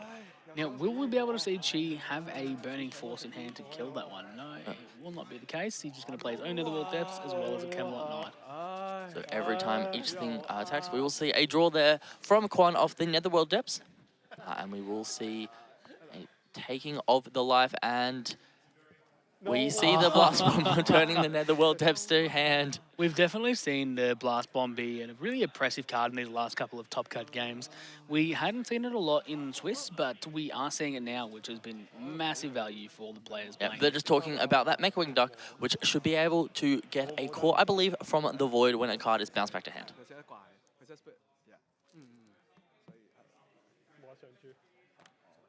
Alrighty, playing the white Nexus, most likely going to be trying to buy into the Elephant, which we do see a Buffalo Bill in. And we see the Elephant, and it is the Alt-Art Elephant, which looks beautiful. We finally got the Alt-Art Elephant, Max. Yeah, we finally... You know what? That is right. I think this is the first Alt-Art Elephant we've seen on stream, and it's definitely one of my favorite cards. And you've been asking for the Alt-Art Elephant for the entire weekend. I certainly have been. And we see the Netherworld Tap just come straight back down here for Chi. Now, I am curious to see, is that another Blast Bomb in his life or burst area? He might be, and he might just have to burst it. Nope. We're going to see the block from the Elephant, and it looks like Looks like only Chi's spirit will die and will draw. Quan, I think, hoping to have his own spirit die there, but it will not happen today. And we'll see another draw of these Netherworld Depths. Chi is definitely using his typical strategy against White to go wide as fast as can, push as many attacks through. However, Quan has that Netherworld Depths, which pretty much negates all these swings that she is doing with all the draws he's able to do and remain getting all the blockers down. The Kun on 2 life, with G staying on 5. He does have a slightly worse board than Kun, but we do have a lot of cards in Kun's hand after all those draws. He's drawn 3 cards from G, and G has drawn 2 of that. And here we go. We got the mech base fortress. So this Armored Dragon is definitely one of the strongest cards, and we see straight away that is 4 cores go down to it. So all of Quan's White Spirits are going to have armor purple, red, and white. So Chi will not really be able to affect them too easily. So this is where I really wanted to see Chi play, because Chi has shown he has been an amazing player when it comes to versing white, but we haven't seen him verse the Armored Dragon at all yet, so I'm curious to see how this pans out. Yeah, the Armored Dragon is definitely one of the best cards against purple, and purple is one of the best decks in the format, so having these extra outs to this matchup is extremely important. And we see the Spider Demon come down here from Chi. I believe Chi's the only person we've seen play Spider Demon, actually. Yeah, and I always forget what it does every time Chi plays it, and then I have to go look it up again. So it is the one where if this spirit has a soul core on it, select one opponent's spirits, remove a core from it, and place it into their reserve when they attack. Well, we're definitely not going to see that come through now, because we do have the Fortress on field. So it's not doing too much, but we do just get to see all these small attacks come down. And it looks like Chi just wants to go through every single one of these, and we're going to see the absolute Ice Shield come down, and it looks like we're just going to end turn there. There we are. Now we will most likely see Quinn put all those cores back on his Fortress, just so he's aware that he's able to have them on. Yes, indeed. We will see another burst card be set. We haven't seen what that one is. It's very difficult to see these players' hands. They're keeping it very conservative. We're going to go to 4. Going to 4 cores on both the Mecha Beast and the Armored Dragon, which means if he attacks with them, they will both refresh at the start of the turn. I want to see him drop the Burning Force there, but he's not playing it. We shall see what the players do here. I believe Quan is deciding whether to attack or not. He's just thinking whether it's worth attacking and letting Chi draw cards off those Netherworld Depths. Definitely an issue here. You know, Netherworld Depths for both players is tough, because Chi giving his opponent cards, well, Quan doing the same thing. It's a grind game. Do you really want to give your opponent cards? Yeah, definitely. It is a rough one indeed. And seeing the way Chi plays purple, it really does make me want to play purple as well. Exactly. I'm moving a marker from the Beast. Maybe he's trying to go into that card to kill the Nexus. Yeah, just doing some quick maths here. Thinking whether it is the top card of his hand. So he's definitely thinking about it. We have seen whenever players are thinking about it, they just do it. And there we go, it's being done. We'll do it. It is very interesting, though, seeing only 3 cores on that Armored Dragon. So those cores, I believe, should go back to Quan's reserve, and only seeing those 3 cores on the Armored Dragon does mean it will be able to be targeted. We do see the Burning Force come down from Chi, and it will just go straight back to Quan's turn. So Quan is not punished. Or maybe there is a 4th one there on the Armored Dragon. It's a bit hard to see. There is 4. Now, I believe Chi didn't want to swing the ace, so he wouldn't be able to kill his cards. Now, he could have put the Soul Core on the Camelot Knight, but he would have just blocked with the Elephant and taken drawn 3 cards and 3 cores. Definitely, we do see the Buffalong Bill come down here. That is Quan's signature card, which has come in so clutch for him throughout the day. Exactly. It looks like we have both player signature cards, being the Spider and the Buffalong Bill, but I'm a bit more of a fan of the Buffalong Bill, to be quite honest. I think you're just a fan of it because of the name, Tyson. As a kid, I loved the Buffalo Bill ice cream, let's be real. So Quan's definitely in an advantageous position here, with Chi having to find a way to remove these spirits. But once again, Chi does have the out of the Bishop into the Infernal Dark Dragon, as we do not see Quan here with the Ice Maid. Alrighty, he doesn't seem to have the amount of cores though, but don't believe. I think he'd be okay if he just got rid of his cards and played Dragon. He has 10 cores available, maybe 11 cores. I think that's 3 cores on the Smiter. I would agree with you there. Definitely both players have their hands in their pocket having a bit of a think here. It's great to see how casual this game's being played. We do see the bishop at the front. He most likely is thinking about it, just probably taking his time. He may be able to think, I might be able to survive another turn. Maybe I'll just do this. Definitely is a tough position to be in.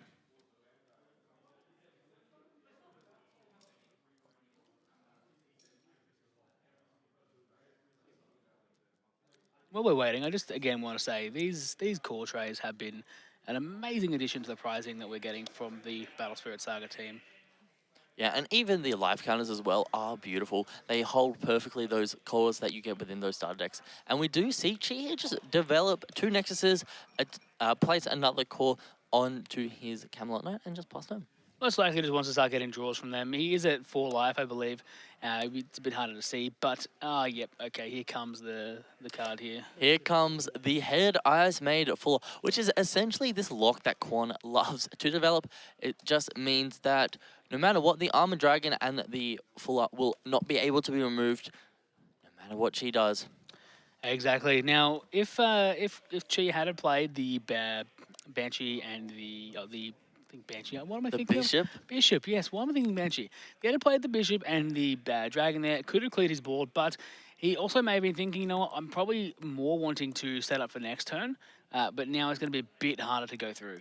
Yeah, I think we do see Quan essentially go for the setup every game, which is kind of this checkmate position we've seen White go in for different situations where you have the Buffalo Bill, which allows the Armored Dragon to attack and refresh itself in the attack step, as well as just getting this lock on where Purple can't remove the Armored Dragon or the Fuller.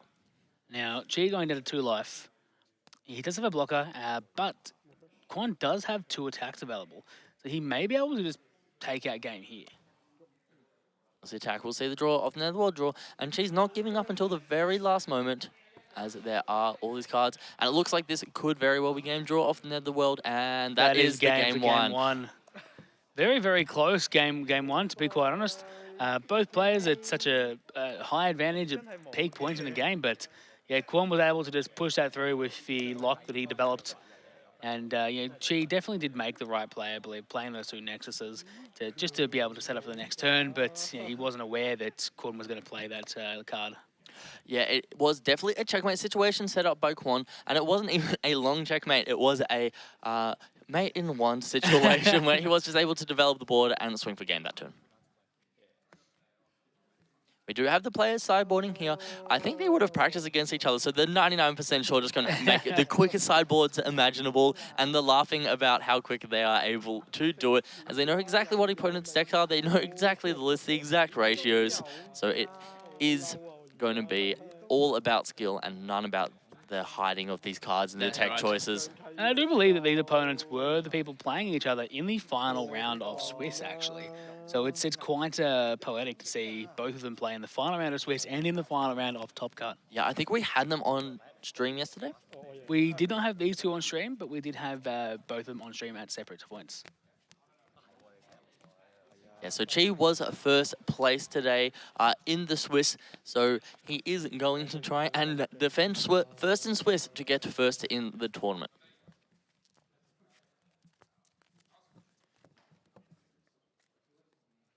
This stream will be posted to the YouTube channel, Keeper Digital, so you will be able to review this one once it has been uploaded. And this will also be uploaded as well.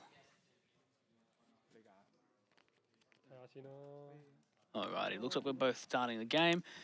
Chi most likely going first here. Being purple, you sort of want to just start going first against white and developing that board. And we do see the Assassin come down. The Assassin is one of the better cards in purple, as it is able to draw a card on attack. And one of the things we have seen from pretty much all of Chi's list is Chi just wants to be able to draw as many cards as possible and as many cards that replace themselves on play. Exactly, and we do have Quan playing that, what is it, the Nexus? I forget it is. It is the Ice Forest, I believe. Forest, Ice, Steel. It is those words in some order. It is the Forest of Steel Leaves, There we go. We were close enough. which it does have two really cool effects. The first one is a burst card to set. Your white Nexus cannot be destroyed by the effects of your opponent's red spirits or magic. However, she's probably going to be trying to destroy the purple Nexus Netherworld Depths if it comes down. But the second effect is when one of your spirits is destroyed, select one of your opponent's Nexuses and return it to the hand. Right, now we will see the Buffalo Bill lock here where he will continue to return to hand that assassin. Which we did see last game when Quan just keeps returning the assassin back to hand, so Chi will have to keep playing it each turn if he wants that advantage. Okay, both players just thinking here. Chi having a rough time as we've seen him on stream a couple of times now doing that. His signature pose, oh, I'm going to lose, and then he just brings it back. Definitely, indeed. And we do see that both of the spirits that... Oh, we see the Core Thief come down, being able to remove that Buffalo Bill from Well, play. he's able to block as well. Most definitely. So we are able to see Quan not able to set up that ball. And this is one of the cards that we didn't see last match from the purple player, is we did not see the Core Thief. That's right. Core Thief can be a massive thing. Yeah, you are removing your own cards from hand, but as I said earlier, Chi plays so many cards that like to draw that his hand is always so full being able to play these cards. That's exactly right. There we go, removing the second card from hand there, killing the Buffalo Bill and essentially confirming himself 2 damage. But we were in this similar situation the last game where Kun was at 2 life and Chi was still at 5, but he managed to bring it back quite fast. And here we go, here comes the Mammoth coming out, looking like the same sort of situation. So we do see this situation, though, that Chi has found himself against a lot of white players. It's where he pushes them down early and then pretty much just says, cool, I am now going to swing at you with my incredibly wide board. That's exactly right. Now, I wouldn't be surprised if Quan does have that absolute ice shield. No, it's not. Okay, he did draw one, but he doesn't have the cores available to pay it. Only has 3 cores, it looks like, on that. So we will have to see a taking of the life and then block and then absolute ice shield. That has to be the case. But if Chi has a way to be able to remove those 3 cores, then there's nothing that he'll be able to do. We'll go for the Camelot Knights. We have a 3rd attack, and we will see the first attack. If this spirit is destroyed, it will die. And it looks like we will see the block and just the thing here. Oh, Absolute Ice Shield is only going to cost 3, so we can essentially remove this elephant from play. But he will not get the effect. He will not get the effect to draw 3 cards. And it looks like Chi will not get his on-destroyed effect either, so Quan is essentially going to have to set up a Insane Boston State here, or a second Absolute Ice Shield. I believe he does have the Armored Dragon in his hand, though, so the big ship. He may be able to play that, or that's an elk. There's his dragon ship, yep. Dragon ship come down. He only has the 1 card. He does have another card. I believe it might be another Absolute Ice Shield. When I was quickly looking through his hand, I did see another card that looked like an alternate art. It could be an Absolute Ice Shield. It looks like we're just counting the cores to make sure there was enough. And there was accidentally an extra core on that Forest. It still leaves that we did have to pay to get the Armored Dragon out. That is all good. All right, Chi with a really impressive board right now, having 4 cards up. If he's able to play and swing into things, okay. We have just played the purple Smoke Valley, and we are going to start attacking. Camelot Knight with Curse isn't really going to do much here, is it? Just Absolute Ice Shield to remain on the same amount of life, and we are going to see the pass. Is that another Absolute Ice Shield? There was no way there was one in hand there. Did he draw one for turn? I'm not sure. It could be a little bit of a bluff here, because he does not have too much to do, and bluffing may be his only way to victory. That's exactly right. But we do recall that if you do have a card that isn't a burst effect in your burst area, you will lose the game. That is true. So this could be I know I've lost the game, let's have a little fun here. Which we did see yesterday on stream. And it could have been from Quan as well.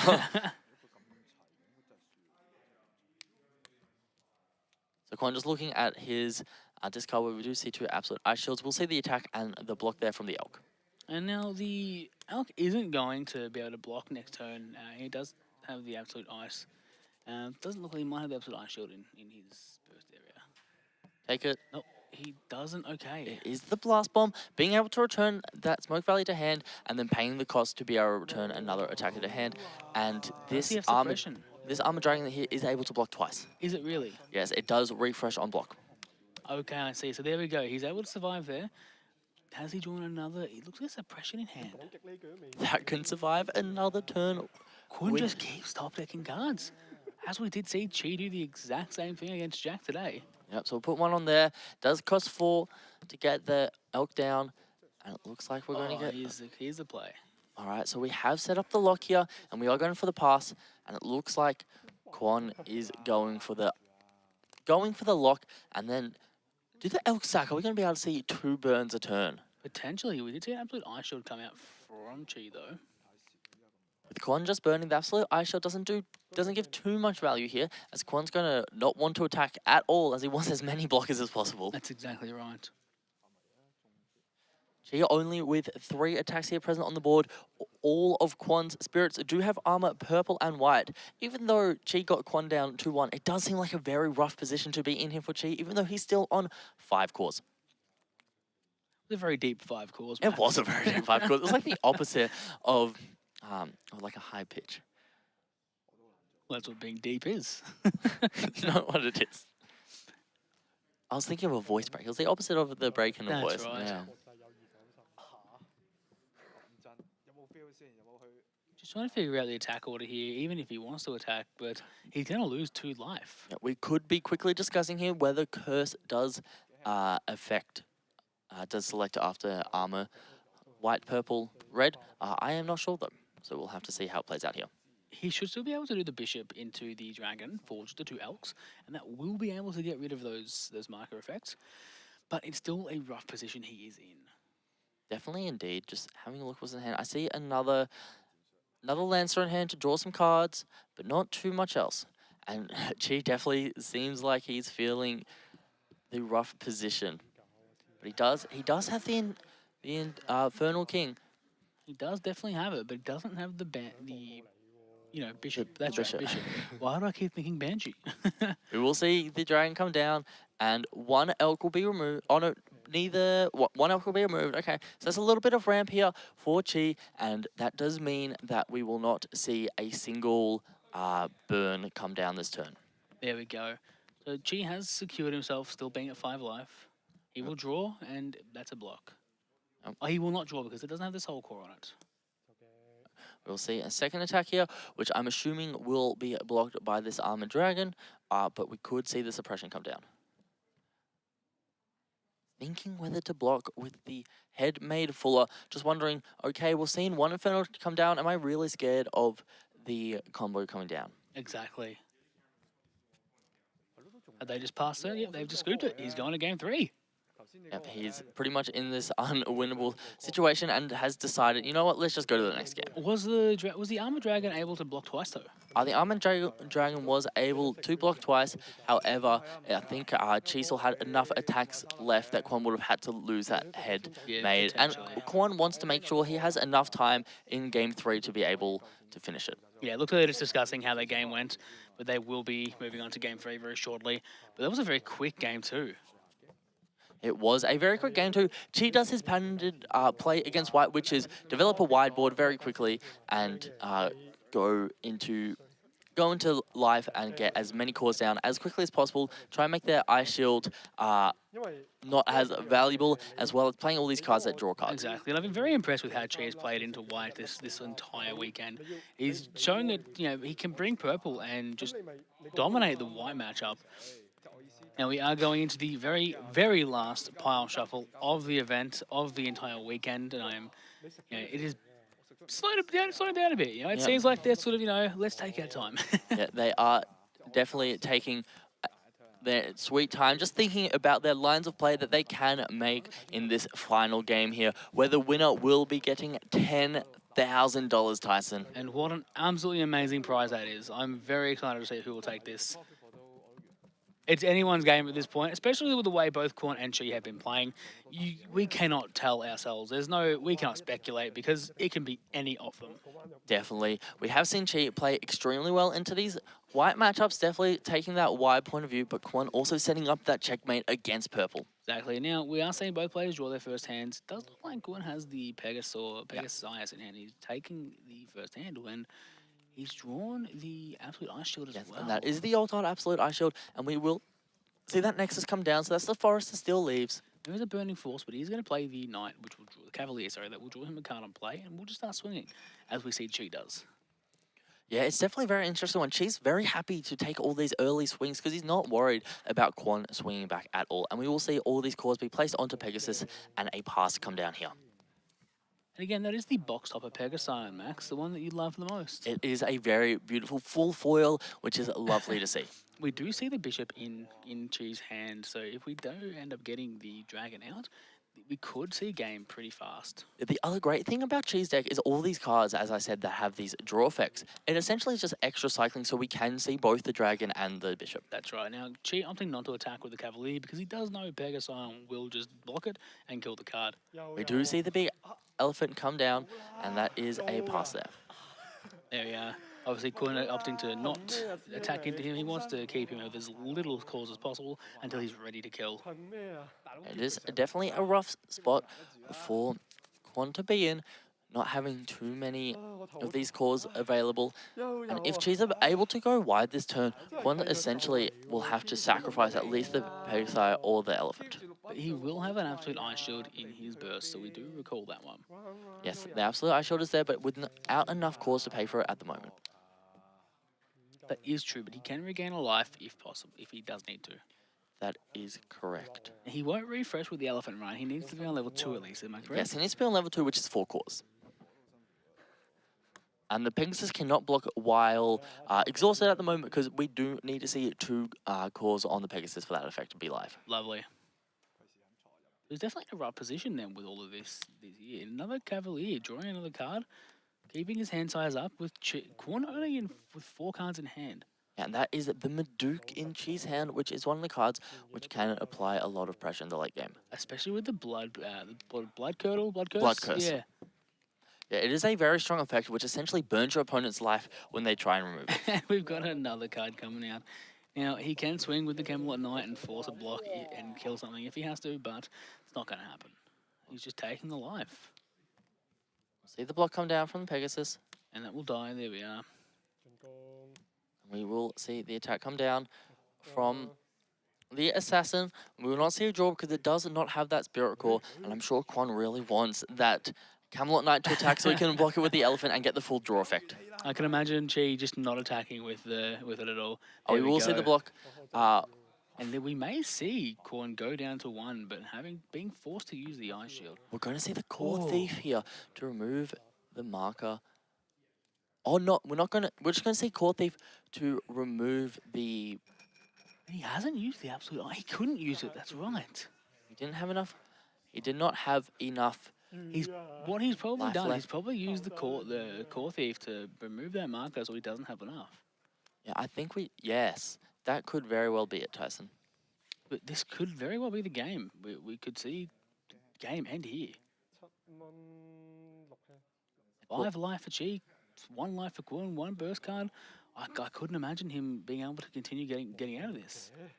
Yeah, Quan's going to have to set up a wide board or a suppression, or he can block and then use Ice Shield from hand. So there still are ways around this for Quan to survive a couple more turns. And if he gets a couple turns of survival, he is able to set up that lock. There definitely is, but if Chi has another Core Thief in hand, or just a card to remove a marker, he's essentially won the game. It is definitely a rough spot for Quan to be in, and we will see how he decides to play this out. Just thinking where to redistribute his cores, so I keep going to say Don.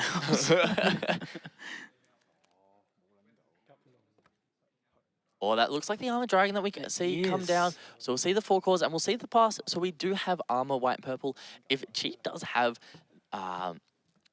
I think all Chi needs at this point in time is the Dragon plus the Bishop. That's right. We see the Bishop in the hand. And it looks like the Bishop's going to come down. We're going to remove that. And then... Nothing has armor right now? Nothing. Yes, nothing has armor. That is very true. So we'll see. We've got 4 attacks at the moment. Does he have the Dragon? No, he doesn't. He's just we're going to swing in. Here, we're going to see a block.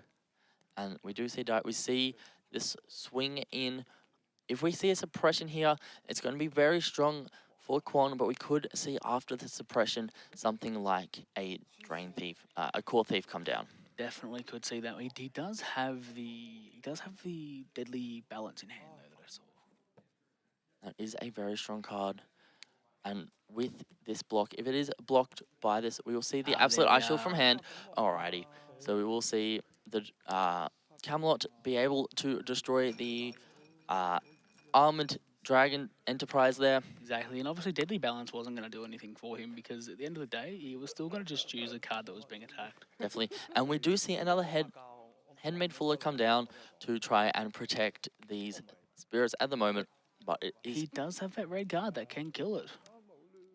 That is true. And we see the Paracyclone come down. And if we don't put enough cores on these, that Burning Force will be able to kill both of them. But I think we just have enough of these cores being placed down on these spirits to protect it from Burning Force. The Pegacyclone is at 4,000 power at the moment with, I believe, 4 cores on it, if I am correct there, Tyson? That has 2 on it. Now it has 1.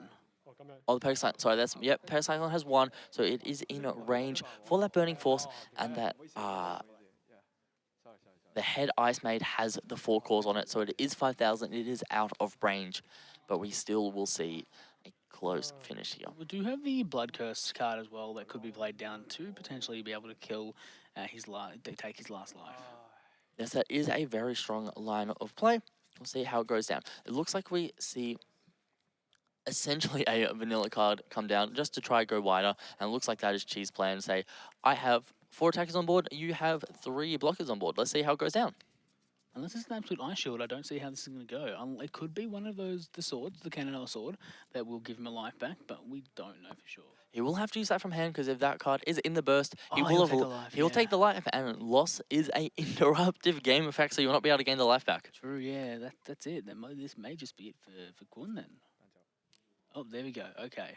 So we'll see the Dream Bomb from hand, being able to return something back to hand. So now, Kun with only 1 card in hand though. I wonder how this is going to play out. We do have enough blocks to survive this turn. He does have the Burning Force, but it's going to cost him 4 or 5, I believe. So he isn't going to Burning Force will cost 5. We will just see the pass. And Quan just has 4 cores that aren't already attached. Only 2 cards in hand. They're all going on the Pegacyclone. And we'll probably see a couple attacks here into at least 1 attack. Oh, no, we're just going to see the pass. All right. Quan definitely wants to keep limiting Chi's cores. I believe he's just going to try and defend as much as he can, but if Chi can get multiple cards out on field, if he does not have an Ice Bear shield in hand, it's close. It could be it. Yeah, every single turn, Chi here is able to keep developing cards, which allows more draws to occur and for Quan to lose cards in hand, which at the end of the game is how this game could end. Okay, and Chi's just passing here with 4 cards up. Wow. Probably just waiting to see what he can do. Another pass, I believe, from Quan. Nothing he can play. I'd love to be able to see Quan's hand. Yeah, I would love to as well. He's definitely hiding it from us. He doesn't want the stream to know what's in his hand. He either has the best cards in the world or the worst cards in the world in his hand. Doesn't want us shouting them. That's probably what it is. We do see Chi attack here with the under 7 world, and it looks like both Spirits will be, no, just Chi's Spirit, and we will see the draw from the Netherworld Depths from the block with the Fuller there. I'm curious to see what Quan does have in hand. He may have something to be able to play, but we'll just have to wait and see. We'll see another attack from Chi here, and if Quan blocks, Chi does get another draw, and it looks like that's they're just getting games. Chi's taking the game. Chi wins the first Battle Spirits event in the world because we are in the first time zone. So big round of applause here for Chi, who won the Swiss rounds and is able to take out the entire event as well. Some massive props to Chi. As we've said this entire weekend, Chi has shown that he can completely dominate the white matchup. Being purple, it's a really rough matchup as well. I've experienced it, and I didn't think it was winnable, but Chi has proven that he is an insane player and has so much matchup knowledge that he can just take it out with whatever. Definitely, and all those draw cards we see in Chi's decks, just being able to cycle through to find those pieces he needs to win the matchup. He's able to do an incredible job, and he's won all the games he's played on stream. He's won the event. He has won the launch event for Battle Spirit Saga here in Australia. I believe this is one of the first times we've actually seen someone go undefeated in Swiss and then undefeated in Top Cut as well.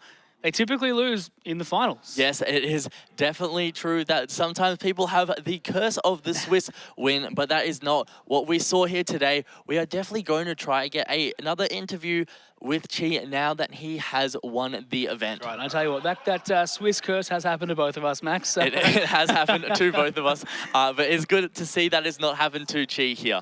Big props to Chi. Very proud of his achievement here. I'm sure he's absolutely ecstatic to be able to win $10,000 again, converting to roughly that 14,500 Australian dollars, which is huge in my eyes. That'd pay off my car. Yeah, we will have an interview with Kwon first, the player who ended up coming second, still winning $6,000 and having an amazing event.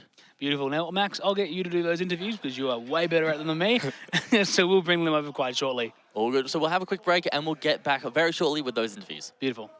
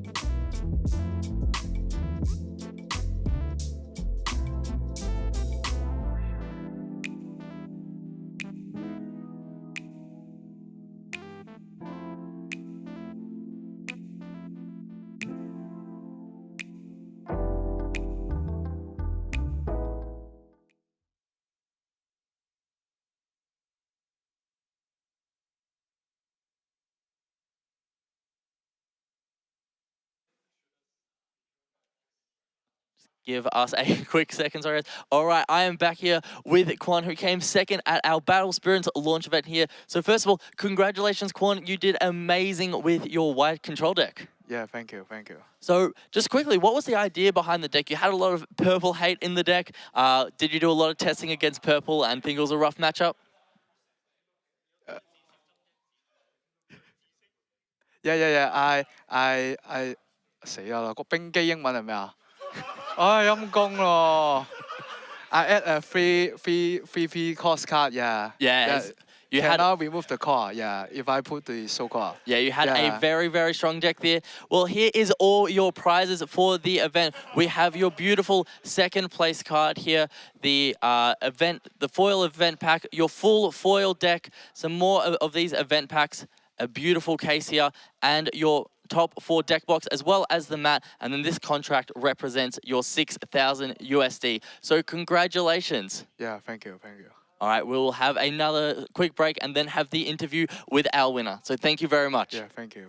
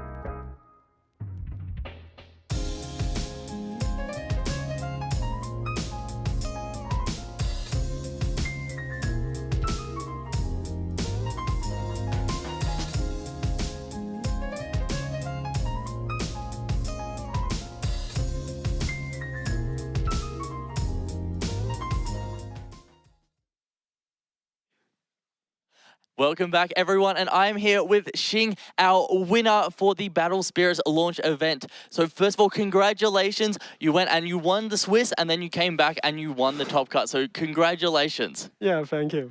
We've already talked about your deck a fair bit amount on the stream, so let's just go over the amazing prizes that you get today. So first of all, you get all of these event packs that you see at the very front. We have our top 4 deck box. We've got this very, very beautiful top 2 card that both Xing and Quan got. We have the full foil deck. We've got the top 32 event pack foils. We have the 2 core cases here. We have one of my favorites, which is the full metal soul core, which you can't fully appreciate on stream, but it is absolutely beautiful in person. We have this amazing first place playmat and your top 16 playmat.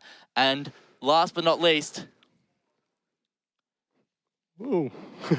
we have the $10,000 that you won. So congratulations. You must be very excited. Yeah. Yeah, it's feel good to win, yeah.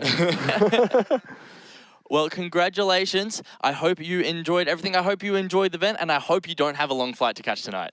Yeah, I actually fly back to Hong Kong tomorrow, so it's fine with me. Well, that is perfect. Well, congratulations. Was there anything else you'd like to say to stream? Yeah, thanks for everyone supporting me in Hong Kong. Thanks for the mates come with me. And thanks for you guys hosting the amazing event, yeah. Thank you very much. Well, I hope you enjoyed it. We definitely enjoyed it. I know Tyson and myself love being able to watch all of your games and your amazing lines of play and the amazing deck you have built for this weekend. So once again, congratulations and thanks for coming down and playing. Yeah, thanks for hosting the game, yeah.